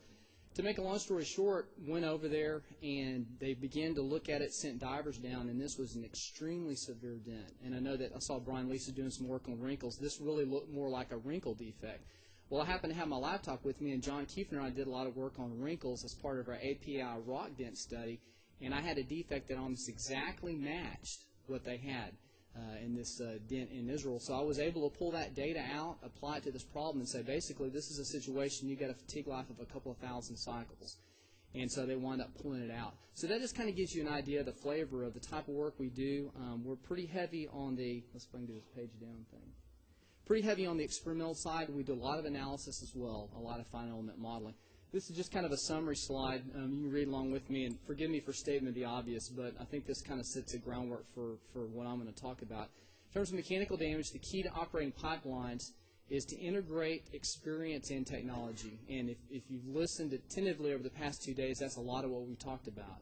And once we find the damage, we have to know what to do with it. And when this is done, then the pipeline community can respond appropriately. And the objective always is safe operation of the pipelines. This slide right here, I went to snow skiing last week and was coming back on the plane, and I thought, I need to come up with something that just real simply captures integrating everything. And I wanted to keep it simple. I'm an Aggie, and we like to keep things real basic. If you watch our football team, I'm not sure every Aggie can count to 3. But if you look at this, I've got three elements, and we'll call them the 3 R's. The first is resources. Okay, so that's this blue. And I've adopted this graphic from Good to Great by Jim Collins. I don't know how many of you have read that. It's basically a business book. And what Jim talks about in any organization, specifically business, if you do 3 things and you do them well, you'll be successful. And the first is you've got to be good at something. You have to be proficient. The second thing is you have to enjoy doing it, obviously establishes some longevity. And in business, you need to do something you make money with. And when those 3 things combine, you can put those in the circles and you hit a sweet spot, okay? I think it's the same type of discussion when you talk about mechanical damage. So let's kind of go through this. First you have the blue, and I have a list of resources, and you can modify this and make it to do what you want. But that basically is the experience and the information that we get, the kind of things that Bryce was talking about, Alan. This is the detection part of this process, okay? So you get the information, the research that's been done by Battelle and Southwest Research Institute, Stress Engineering, John Kiefner, EPRG, all the research groups over the past 40 years That's where this information is housed, okay? Then the next thing is, once I have all this, how do I respond to it? There's obviously a right way and a wrong way to respond. We spent a lot of time talking today about how to do that. So what I have there is I have assessment relative to severity. What are the repair options, okay? Do I have to cut it out? And then what does the future operation look like, okay? Part of the thing here, and we haven't talked a whole lot about, we've talked a lot about getting ILI data, but what about operating pressures, okay? For the liquid guys, they tend to be more concerned with fatigue life. That's a really important thing when you talk about mechanical damage or even plain dents, because it's that pressure cycling that's the thing that you got to be so concerned about. The last thing in all this is the regulations, okay? And some people say regulations are necessary evil, but if you do any design work, you know that that has to be part of this equation, okay? Now, you can take this and you can explode all these circles. In other words, if you have too much information, you get paralysis by analysis, okay? If you have too much of a response, you wind up repairing everything, okay? And if you have too much regulation, pipeline companies are going to go out of business because they're going to have to repair every option. So the key is to balance that as we use technology. And I think my observation, we keep getting a little bit smarter every time. Let's go back and visualize that image that we just had on the last slide, and I want to talk through a few things. The first, let's talk about call levels, and this primarily relates to the inline inspection folks. If you have too few calls, okay, it's dangerous due to the potential failure levels, okay? So if I send my tools through and I come to the conclusion I don't have anything I need to worry about, you know as well as I do, pipelines will fail at some point, okay? So you don't want to be, from a bounding standpoint, you don't want to be there. The other end you don't want to be is too many, okay? Every time you run through and you find an indication, you repair it, because essentially you're going to put a pipeline company out of business. And it can't be mentioned too often that really, and we don't talk a lot about money. I noticed Alan had dollar signs on one of his slides. If you had the business guys here, they'd be talking about money the whole time, okay? So for engineering, we've got to kind of balance between expenses and what is prudent from an engineering standpoint. I think another thing, if you think about pipelines are economics. If you go back to the days of Rockefeller, they were moving oil and those kind of things by mule train, okay? So fortunately, we're not doing that anymore, but Rockefeller moved them into the era of doing pipelines and doing railroads and those kind of things. So at the end of the day, economics is always an important part of this issue. And I think it's something Chad talked about this morning, we talked a little bit yesterday, and this group's talked a whole lot about, that defect characterization involves developing priority levels, okay? And one of the things that's been interesting, John and Keith and I went to lunch, and we're talking about some of the research that we had done for API 1156, which David had mentioned. One of the things that we wanted to do as part of that program was say, well, here's mechanical damage over here, okay, all things being equal. I have rock dents over here, and I have unconstrained plain dents in this category. Which of those is more severe? And we ran a lot of tests, had a good time, learned a lot about pipelines from John Kiefner and how to do defect assessment, keep your operator hat on through that process. We learned kind of in a gradual scale what is worse than another. Now, I agree there's a need to drill down, but there's a lot of research that's been done. Battelle, going back 40 years, PRCI, just like David said, there's a ton of information. And I think it's very dangerous to say that we don't know anything about mechanical damage because we know a whole lot. I think there's a lot left to learn, but I think we've got some incredible foundations. And we need to leverage on folks like Brian Lease, who's been doing this for a long time. I know Tom Bubenick's back there. He's been doing this. John Kiefner. The folks in the industry who have some history that we can basically build on. This is another statement of the obvious, but I think it sets a foundation for everything we're talking about. Number one, pipelines are an integral part, okay? And we talked a lot about, Jerry talked about yesterday, interfacing with the public. And the bottom line is you've got to have pipelines everywhere in the world. It's just part of life. The other thing is when pipelines fail, you can have significant loss of life and property, okay? And we've seen that from time to time. Fortunately, it doesn't happen very often. And I said a leading cause because there was some debate yesterday that, the rule of thumb is mechanical damage is always the leading cause of pipeline failure, but I didn't want to contradict some statistics yesterday, so we'll just say it's a leading cause. And I think the fourth bullet is what I just talked about, that there's a lot of work that's out there. I was talking to Dave Johnson this morning. I said, the fear I have being last is everybody's already talked about everything. And I told him I had this slide, and he said, well, good, because it's probably not exactly like anybody else has had. And I don't think it has. I don't think it's been put up. So let me kind of run through this slide with you. This is basically the process that we use. I'm actually working on a couple of dents right now. The Gulf of Mexico is real hot for dented pipelines right now, so a lot of the work I'm doing is in that area.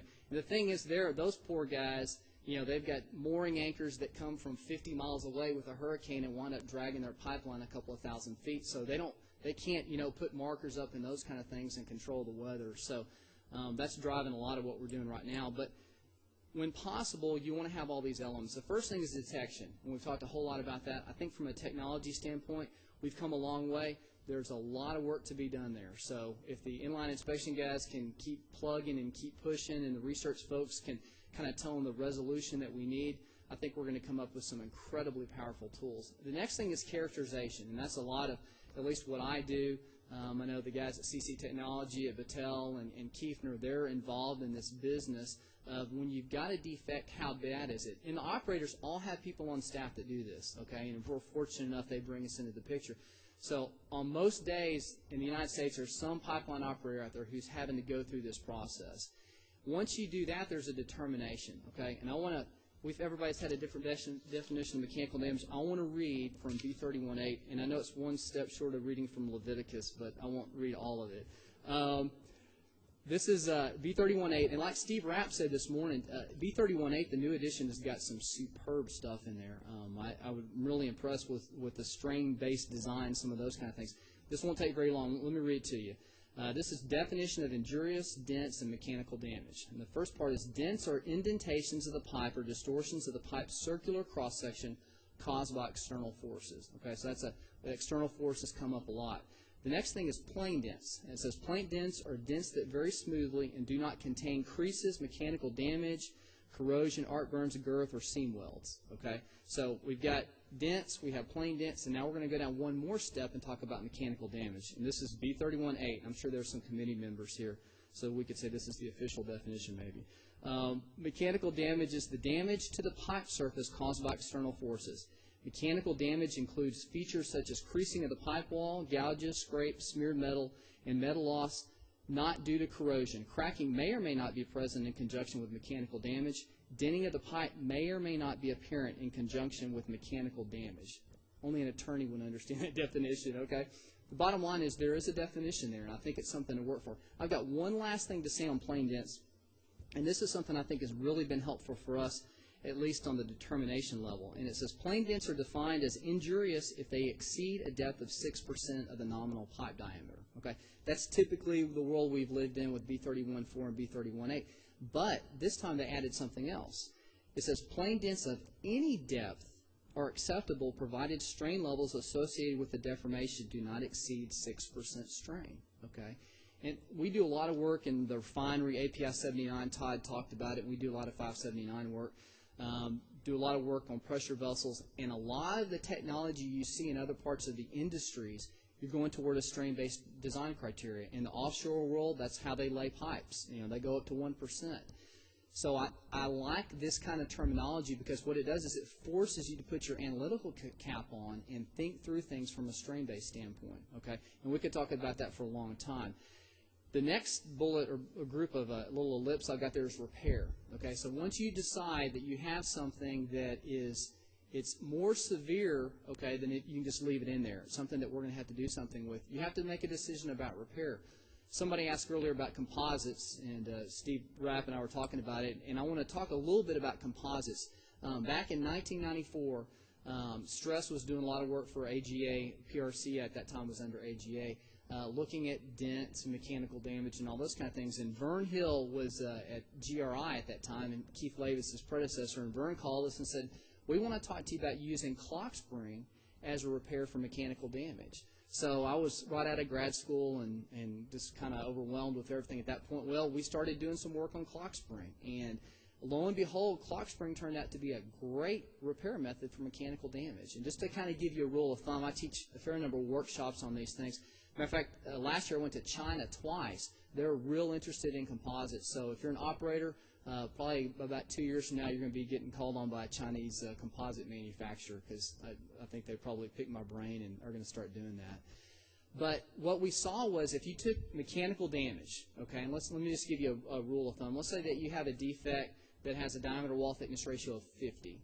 and it has a certain gouge and a certain dent, and I pressure cycle, and I get a failure of, we'll say, 200 cycles. I mean, it's a relatively severe defect.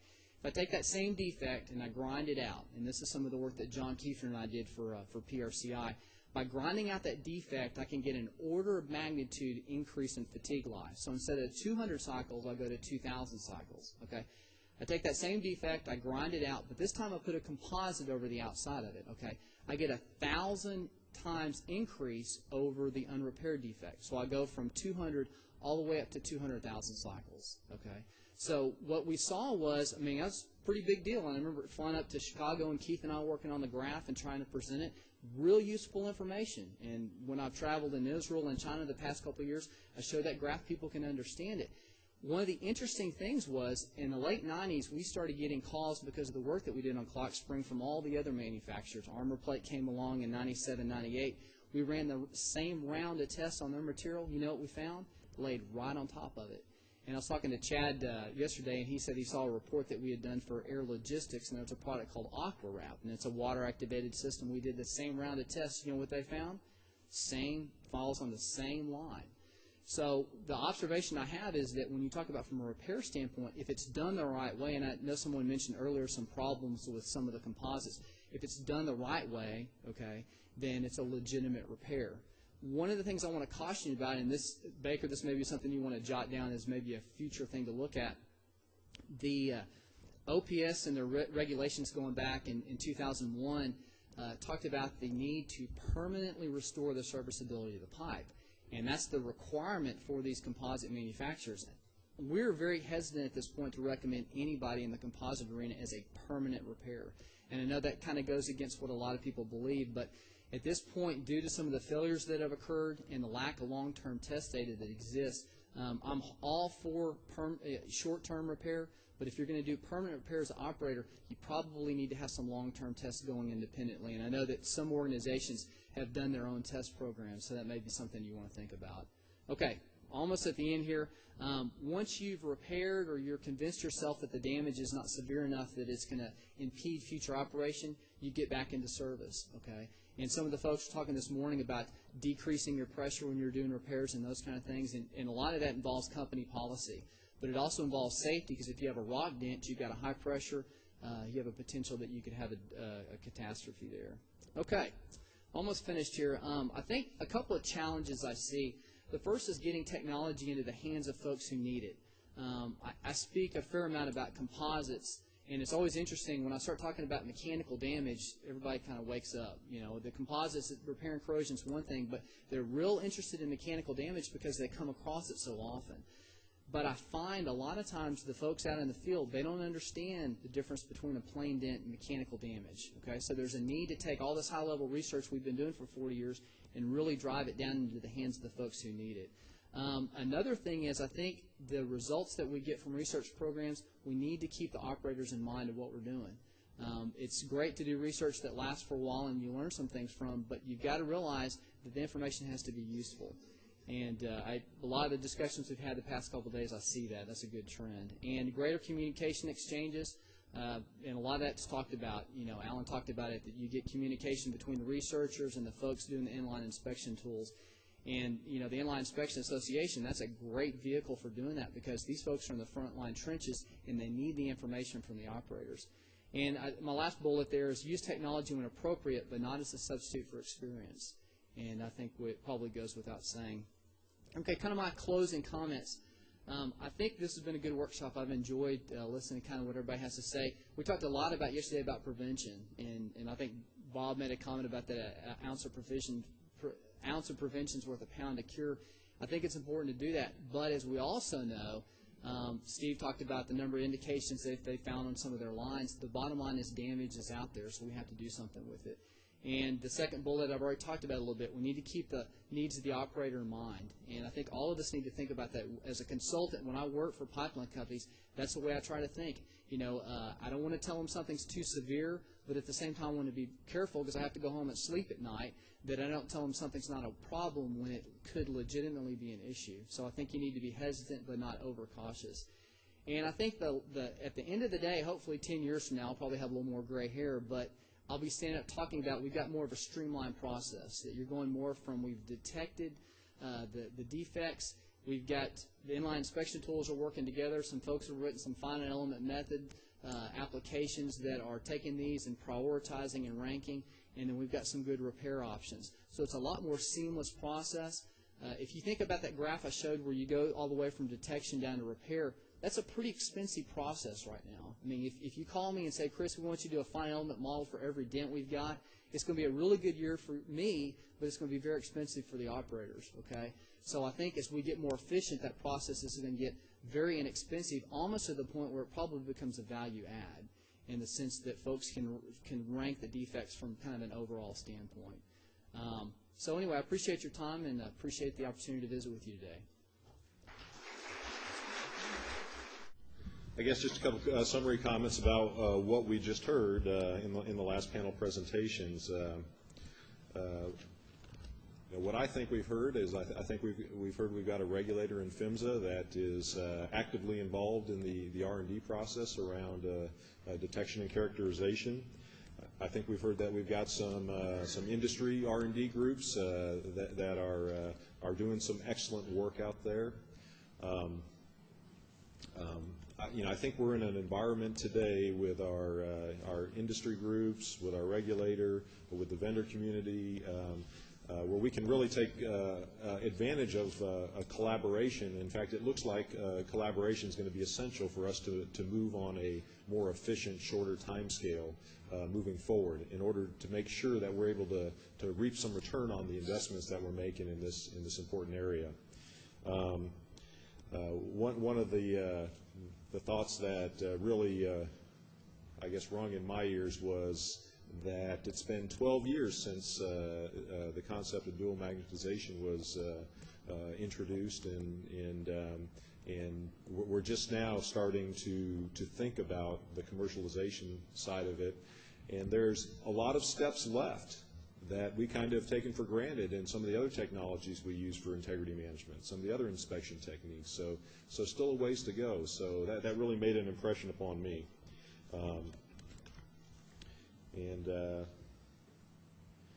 Let's see. I guess one other thing I'd like to ask you to think about, as this is your last opportunity to have some discussion.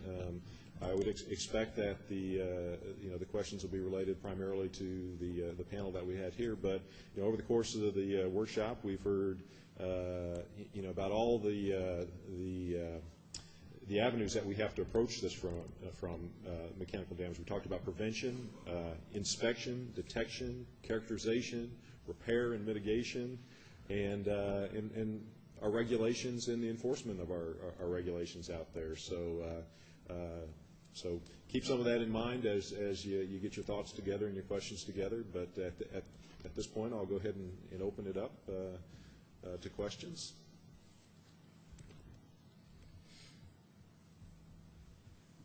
I don't see a mad dash for the mics. Is this on?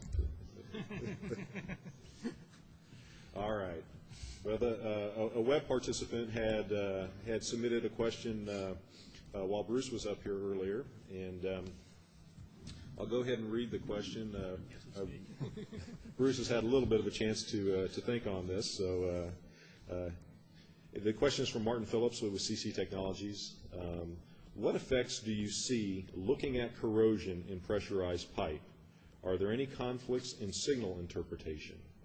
And we're assuming that's referring to the dual magnetization presentation that Bruce was making there. So.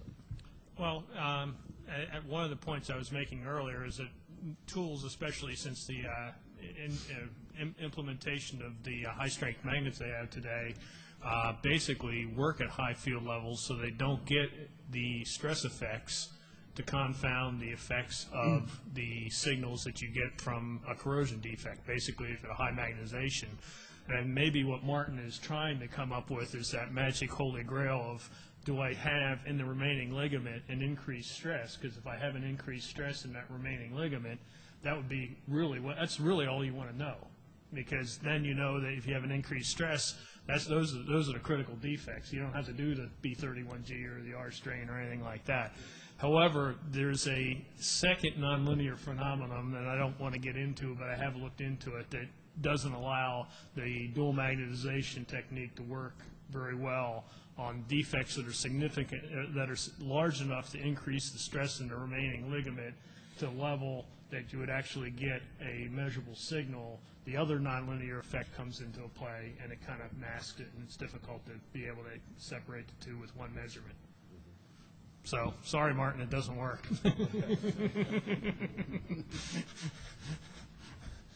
All right. Okay, still no mad dash for the mics. Okay. Okay. Here's something I'd like to throw out, and I'll throw it out to anybody in the panel who would care to take a shot at it. But we talked about some things in the panel discussion today. For example, PRCI and their roadmap approach. It's an approach about improving the efficiency of working R&D projects. All of you are involved in that type of work to a certain degree, but I just want to throw out the question, what else can we do that maybe you've thought of that would help streamline taking some of this R&D work through to a usable product by operators?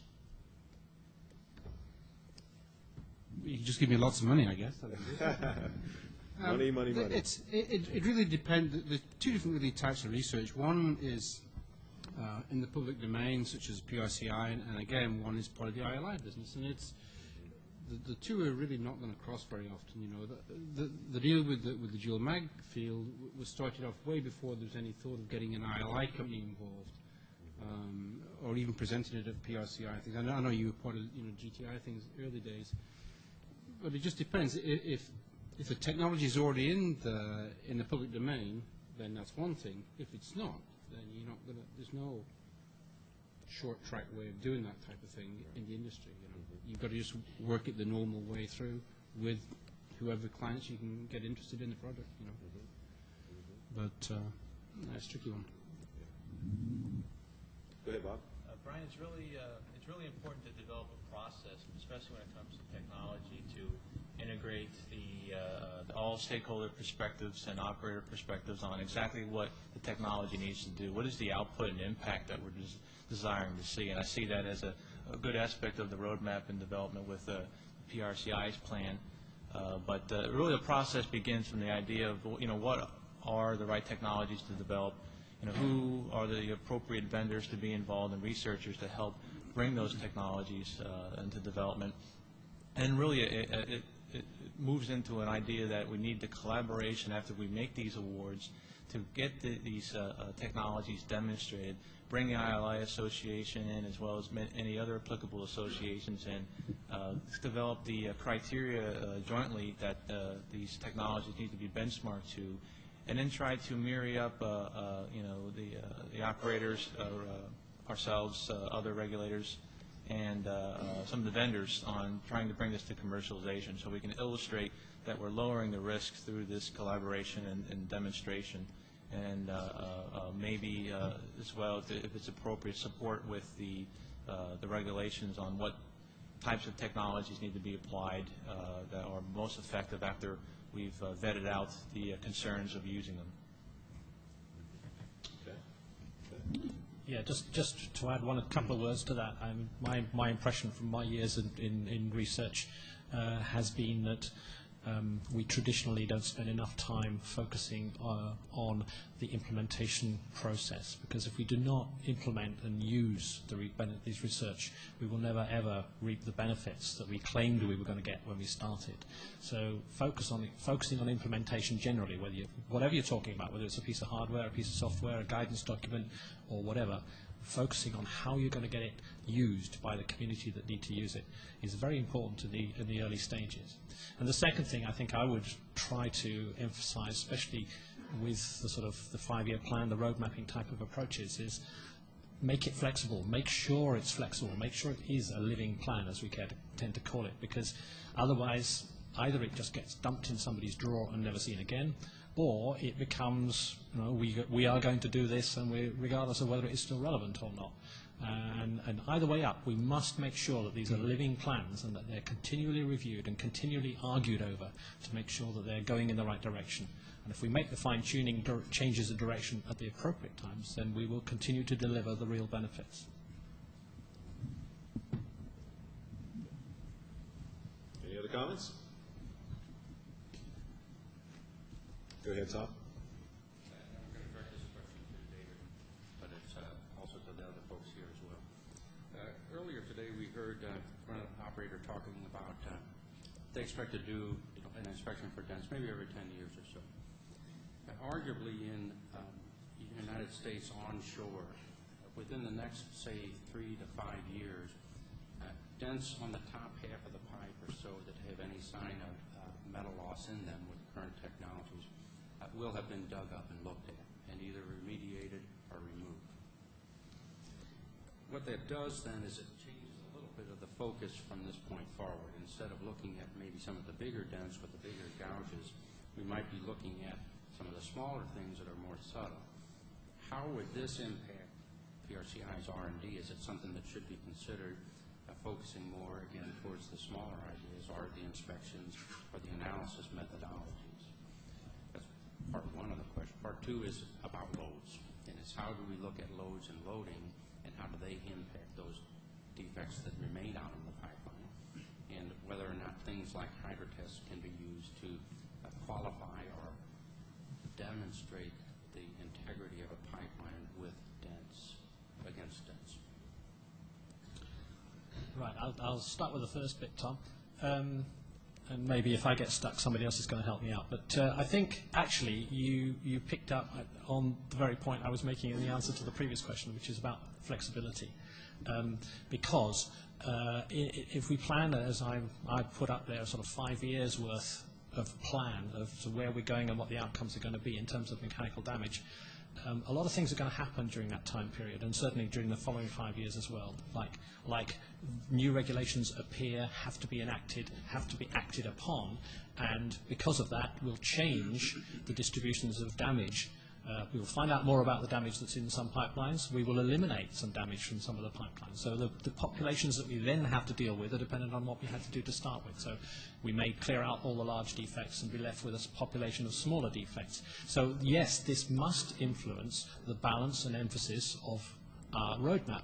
And if we reach a point where, for one reason or another, all of the work on larger defects has been sort of basically cleared out, then the focus should switch more towards perhaps the smaller defects. But all the time we should be looking to, what is the operator's need? What are the operator's real concerns at this time?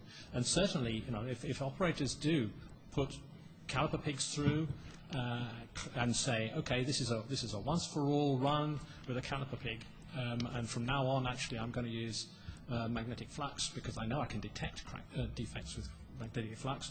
I've reduced the population of significant defects down to a size where I can dig them all up anyway. That changes the pattern, and it changes, therefore, it should change the emphasis with which we address the different aspects, the different technology strands that I put up in that overall plan.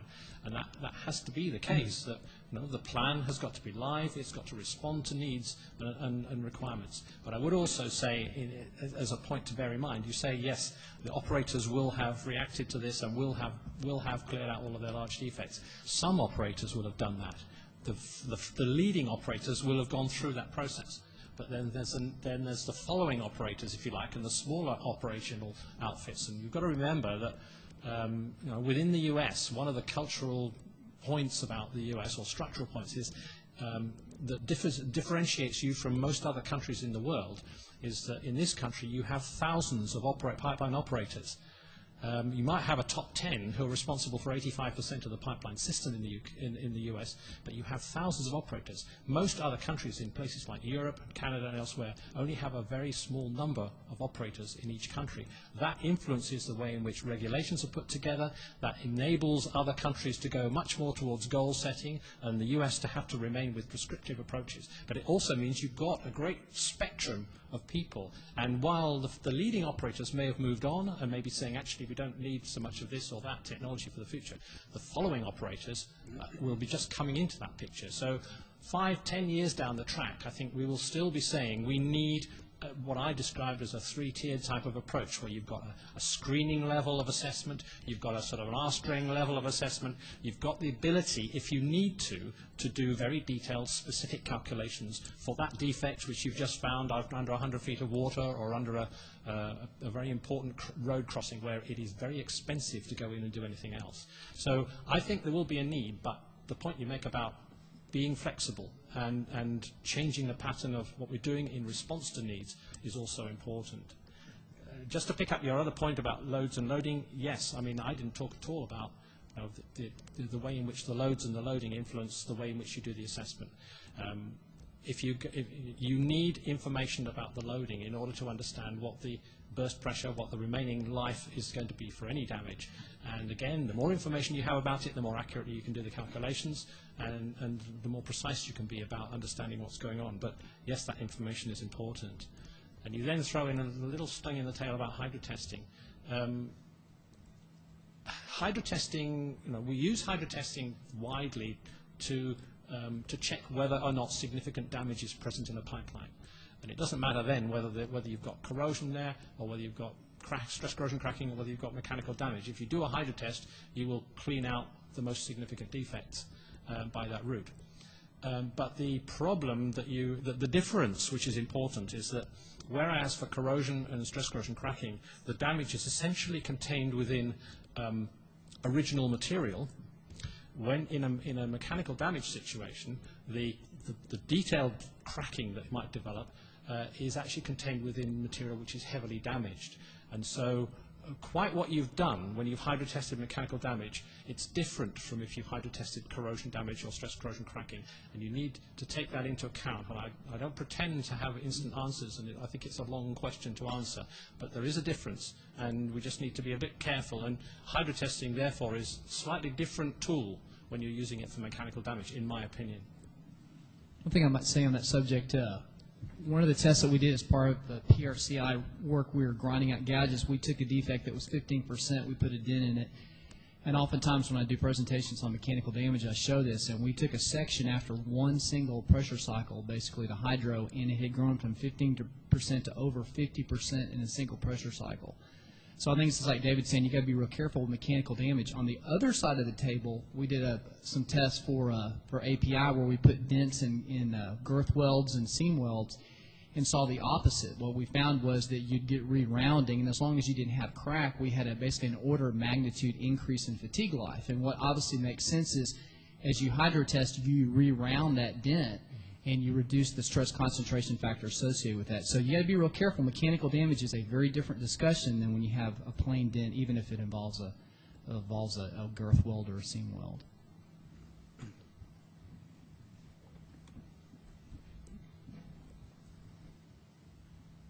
guess this is following up a little bit on Tom's question, David. You said if you know the loads. Well, often you don't know the loads. And I've seen some research from the Europeans talking about a risk-based approach to evaluate those loads.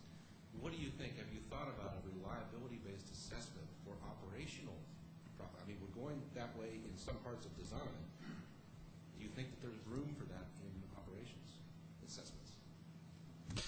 Yes, I think I would. I mean, my statistician friends tell me, on the one hand, they tell me, oh, you need thousands of data points in order to move forward with any certainty. But on the other hand, they say, well, actually, we can handle any level. It changes the level of certainty or uncertainty that you're dealing with.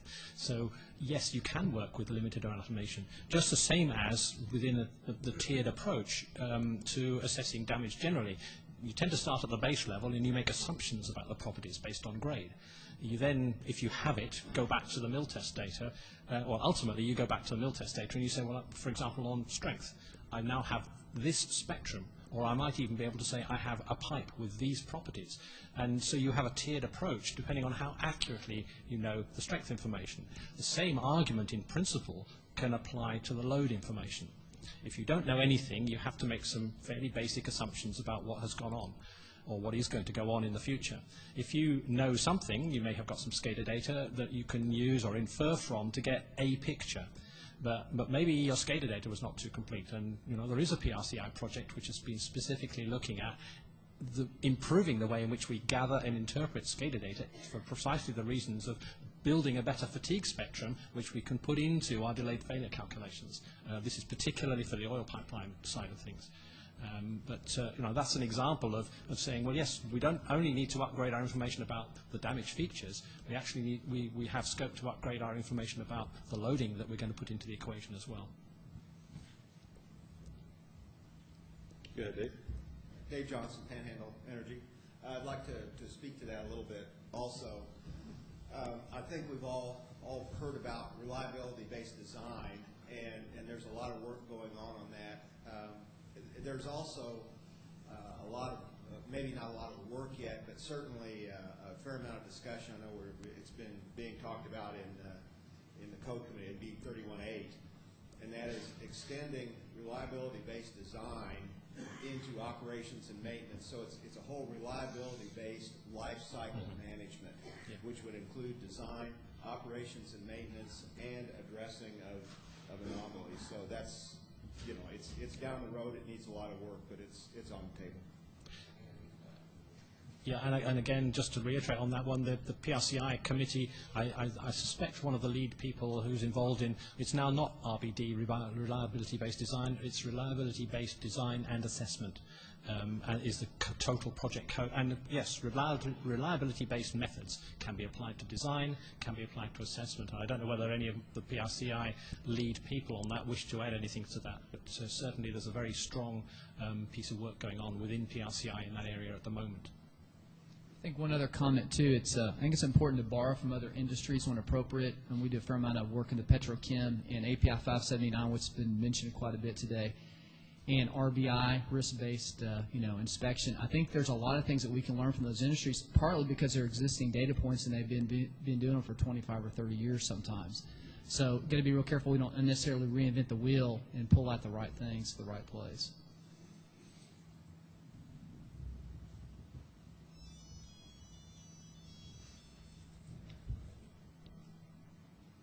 Is there a question?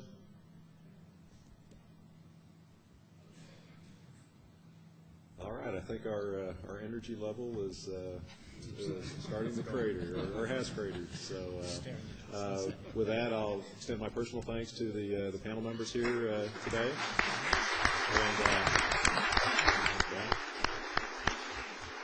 And I know our hosts from PHMSA have some wrap-up comments that they need to make before we put a close on the session. So, Bob, I believe you're up.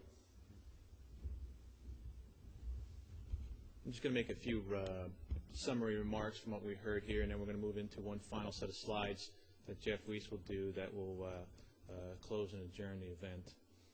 But once again, like yesterday, we had a good transition of ideas from this morning's session into this afternoon's session.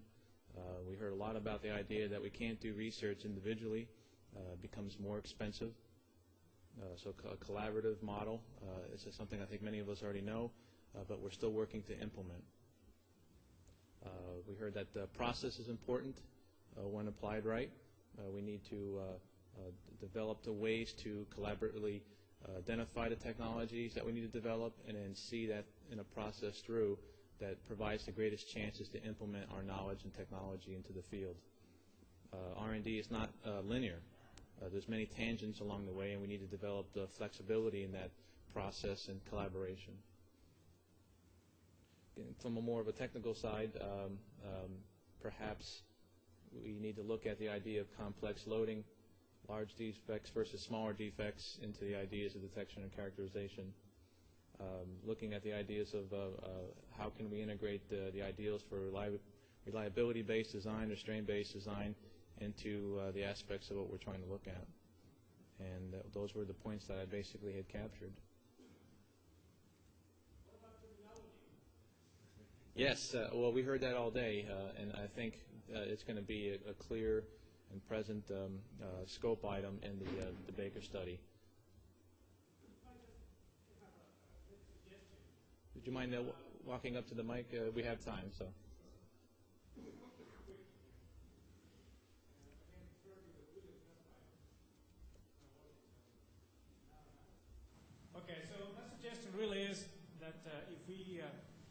if Baker or you guys can put up a terminology list or vocabulary, right, just before sending a draft report, and to all of us and all those who would like to comment on it, and start from that, and hopefully we'll reduce a lot of misunderstandings. It looks like for these 2 days we have some different definitions, starting from mechanical damage to, well, many things. Issue help from prevention to the ILI, people developing the tools, to us, the operators, and to the ones developing technology. So we can all, I would say Baker's in better position to put up a list up and send it out via email, and we can comment on it and back to you before having a draft. So it's just a suggestion that we probably have. Thank you. I think we all strongly agree, and there'll be some illustrations mentioned about how anybody here in the audience over the last couple of days and online will have opportunities to be involved with the study. But terminology, starting from the standpoint of how far do we look into mechanical damage and how we define it, is going to be a key scope item in the study. Any other final statements before I move on to our last set of slides? Okay, but thanks again for the panel. Chef Weiss? It's already set up. Just hit down. Okay, well, knowing that we're ahead of schedule and no one's interested in getting ahead of the traffic or going out to 80-degree weather outside, particularly those of us who live in the cold environments, I'll make this short.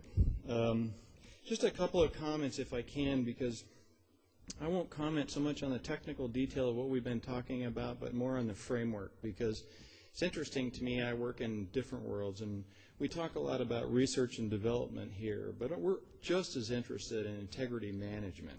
So what we're really talking about, the study that we've been talking about, is useful for a lot of purposes, but it's particularly useful for the ideas of developing a common understanding. So, your suggestion, I can barely see it from here, but your suggestion about the common dialect, is very important. So I think that's something that we can do. I will say this, that PHMSA is keenly aware that this is critical infrastructure. And we're talking about minutia now, and we're talking amongst, people who are in this dialogue. We end up talking with a lot of people who are outside of the industry who don't recognize that. We also recognize that it's a safe industry, and we say that wherever we go. That said, we still have challenges before us, and we've had legitimate debate about where we ought to allocate our time and our effort. Some of what we're talking about, and really the purpose of this study, is trying to foster that common level of understanding. So I know somebody asked me the other question about what are the disconnects, and I didn't feel like I answered that very well. And it's probably in your world you may not see it, but when we're talking with lots of different people, as you saw, none of us are defining the problem exactly the same way. So we have different perceptions of the problem and what ought to be done to address it. So we're hoping that, the workshop that we've had today is really, and yesterday, have done a couple of things. One is they've enhanced that dialogue. They kind of float up some of the issues that are easily resolved, and hopefully we can clear up that miscommunication. I think it's important to PHMSA, and hopefully we've demonstrated to you, that we have a public debate about these issues. We put it out for people to understand, and that we sort of expand the circle of collaboration. We have a very collaborative model. I know we revert back easily to talking about prescriptive regulation, but that said, a lot of those people in this room, and I know they would say that, is that we collaborate with a lot of people before we ever move into regulation. Our regulatory development process is very extensive. So I'm very pleased to see the international participation in particular. I think that's critically important to us. There's a phrase that some people talk about, left field engineering, and I think somebody mentioned that just down the way a little while ago. It's always been sort of an interest of ours to try to figure out how do we bring people in from totally different environments and say, here's our problems. How would you approach that? You don't win with left field engineering except for 1 out of 10 times, but 1 out of 10 times somebody's going to come forward. So at any rate, that said, I think, as I said in my presentation yesterday, I thought that our focus was blurred. Hopefully this dialogue And the study that we're about to undertake will help. And so I remind you that the purpose of our workshop was really just to do that, get the dialogue started, get the juices flowing for the DOT study that Baker's going to be leading for us. You know, I really just want to close with a couple of quick comments, but mostly to thank you for your interest, you know, and for showing up, you know, but I would also be asking for your continued support in this. So assuming that I go through Bob's slides correctly. As I tell Bob, this is a long website URL. And for those of you who want to write it down, you can. But I'll tell you the easier one for me to remember is OPS.DOT.gov. When you go there, R&D is in the bottom left. You can click on it and you'll easily get to this stuff. In our meetings link, you'll be able to see all the presentations. I know Bob said early next week, so I've asked him to do it by Monday. So hopefully by Monday, those will be there. You know, and many of you may remember this registration page, so you'll have links there as well. So, again, the knowledge that we develop here and the continuing dialogue that we'll have with you, many of you in the industry and others, will be extremely important to the success of this project. We need your input. I would like to say that when we request registration information from you, we do it for a number of purposes. And I want to open it up so anyone can talk to Bob or myself or Jim. If you have concerns about us communicating with you, using that information, tell us. You know, I don't want to get into a position where it's Privacy Act violation. But that said, having registered, we have most of your emails. And so as someone had suggested, we can use that to disseminate information to you about the study, what's going on, maybe solicit your input. If you have concerns, let us know. So I know Keith said that he was anxious to beat 12 months to get a draft out, so we'll see what we can do about that. And then we'd be really remiss in not thanking. I wish I could do this, and I did. Bob and I were talking about this. I wish I could list all the people up here and their names, but obviously all the panel members here, all the people who have been on this morning and yesterday, keenly involved, but there's a key group of people who helped bring this together. This is, as you can see, as I was trying to tell you, we have a very collaborative model. All these people are involved in doing this. We're trying to make sure we don't go off on a straight tangent being regulators. We did want to give some special thanks to Christina. She's already left, so they're getting no credit for having done this, but we kind of caught Christina by surprise. That'll teach her to have dinner with us again. And she helped us out in a pinch doing some moderation. Blaine Keener and the Cats have been back here most of the time taking the questions from the webcast. We want to thank those. And Juan Carlos Martinez is very quiet, but he takes care of most of these things so that they work pretty seamlessly, so I'd want to make sure to thank him. And so with that, just with a final, I'd ask you to join me in thanking everybody for here, and thank you for participating.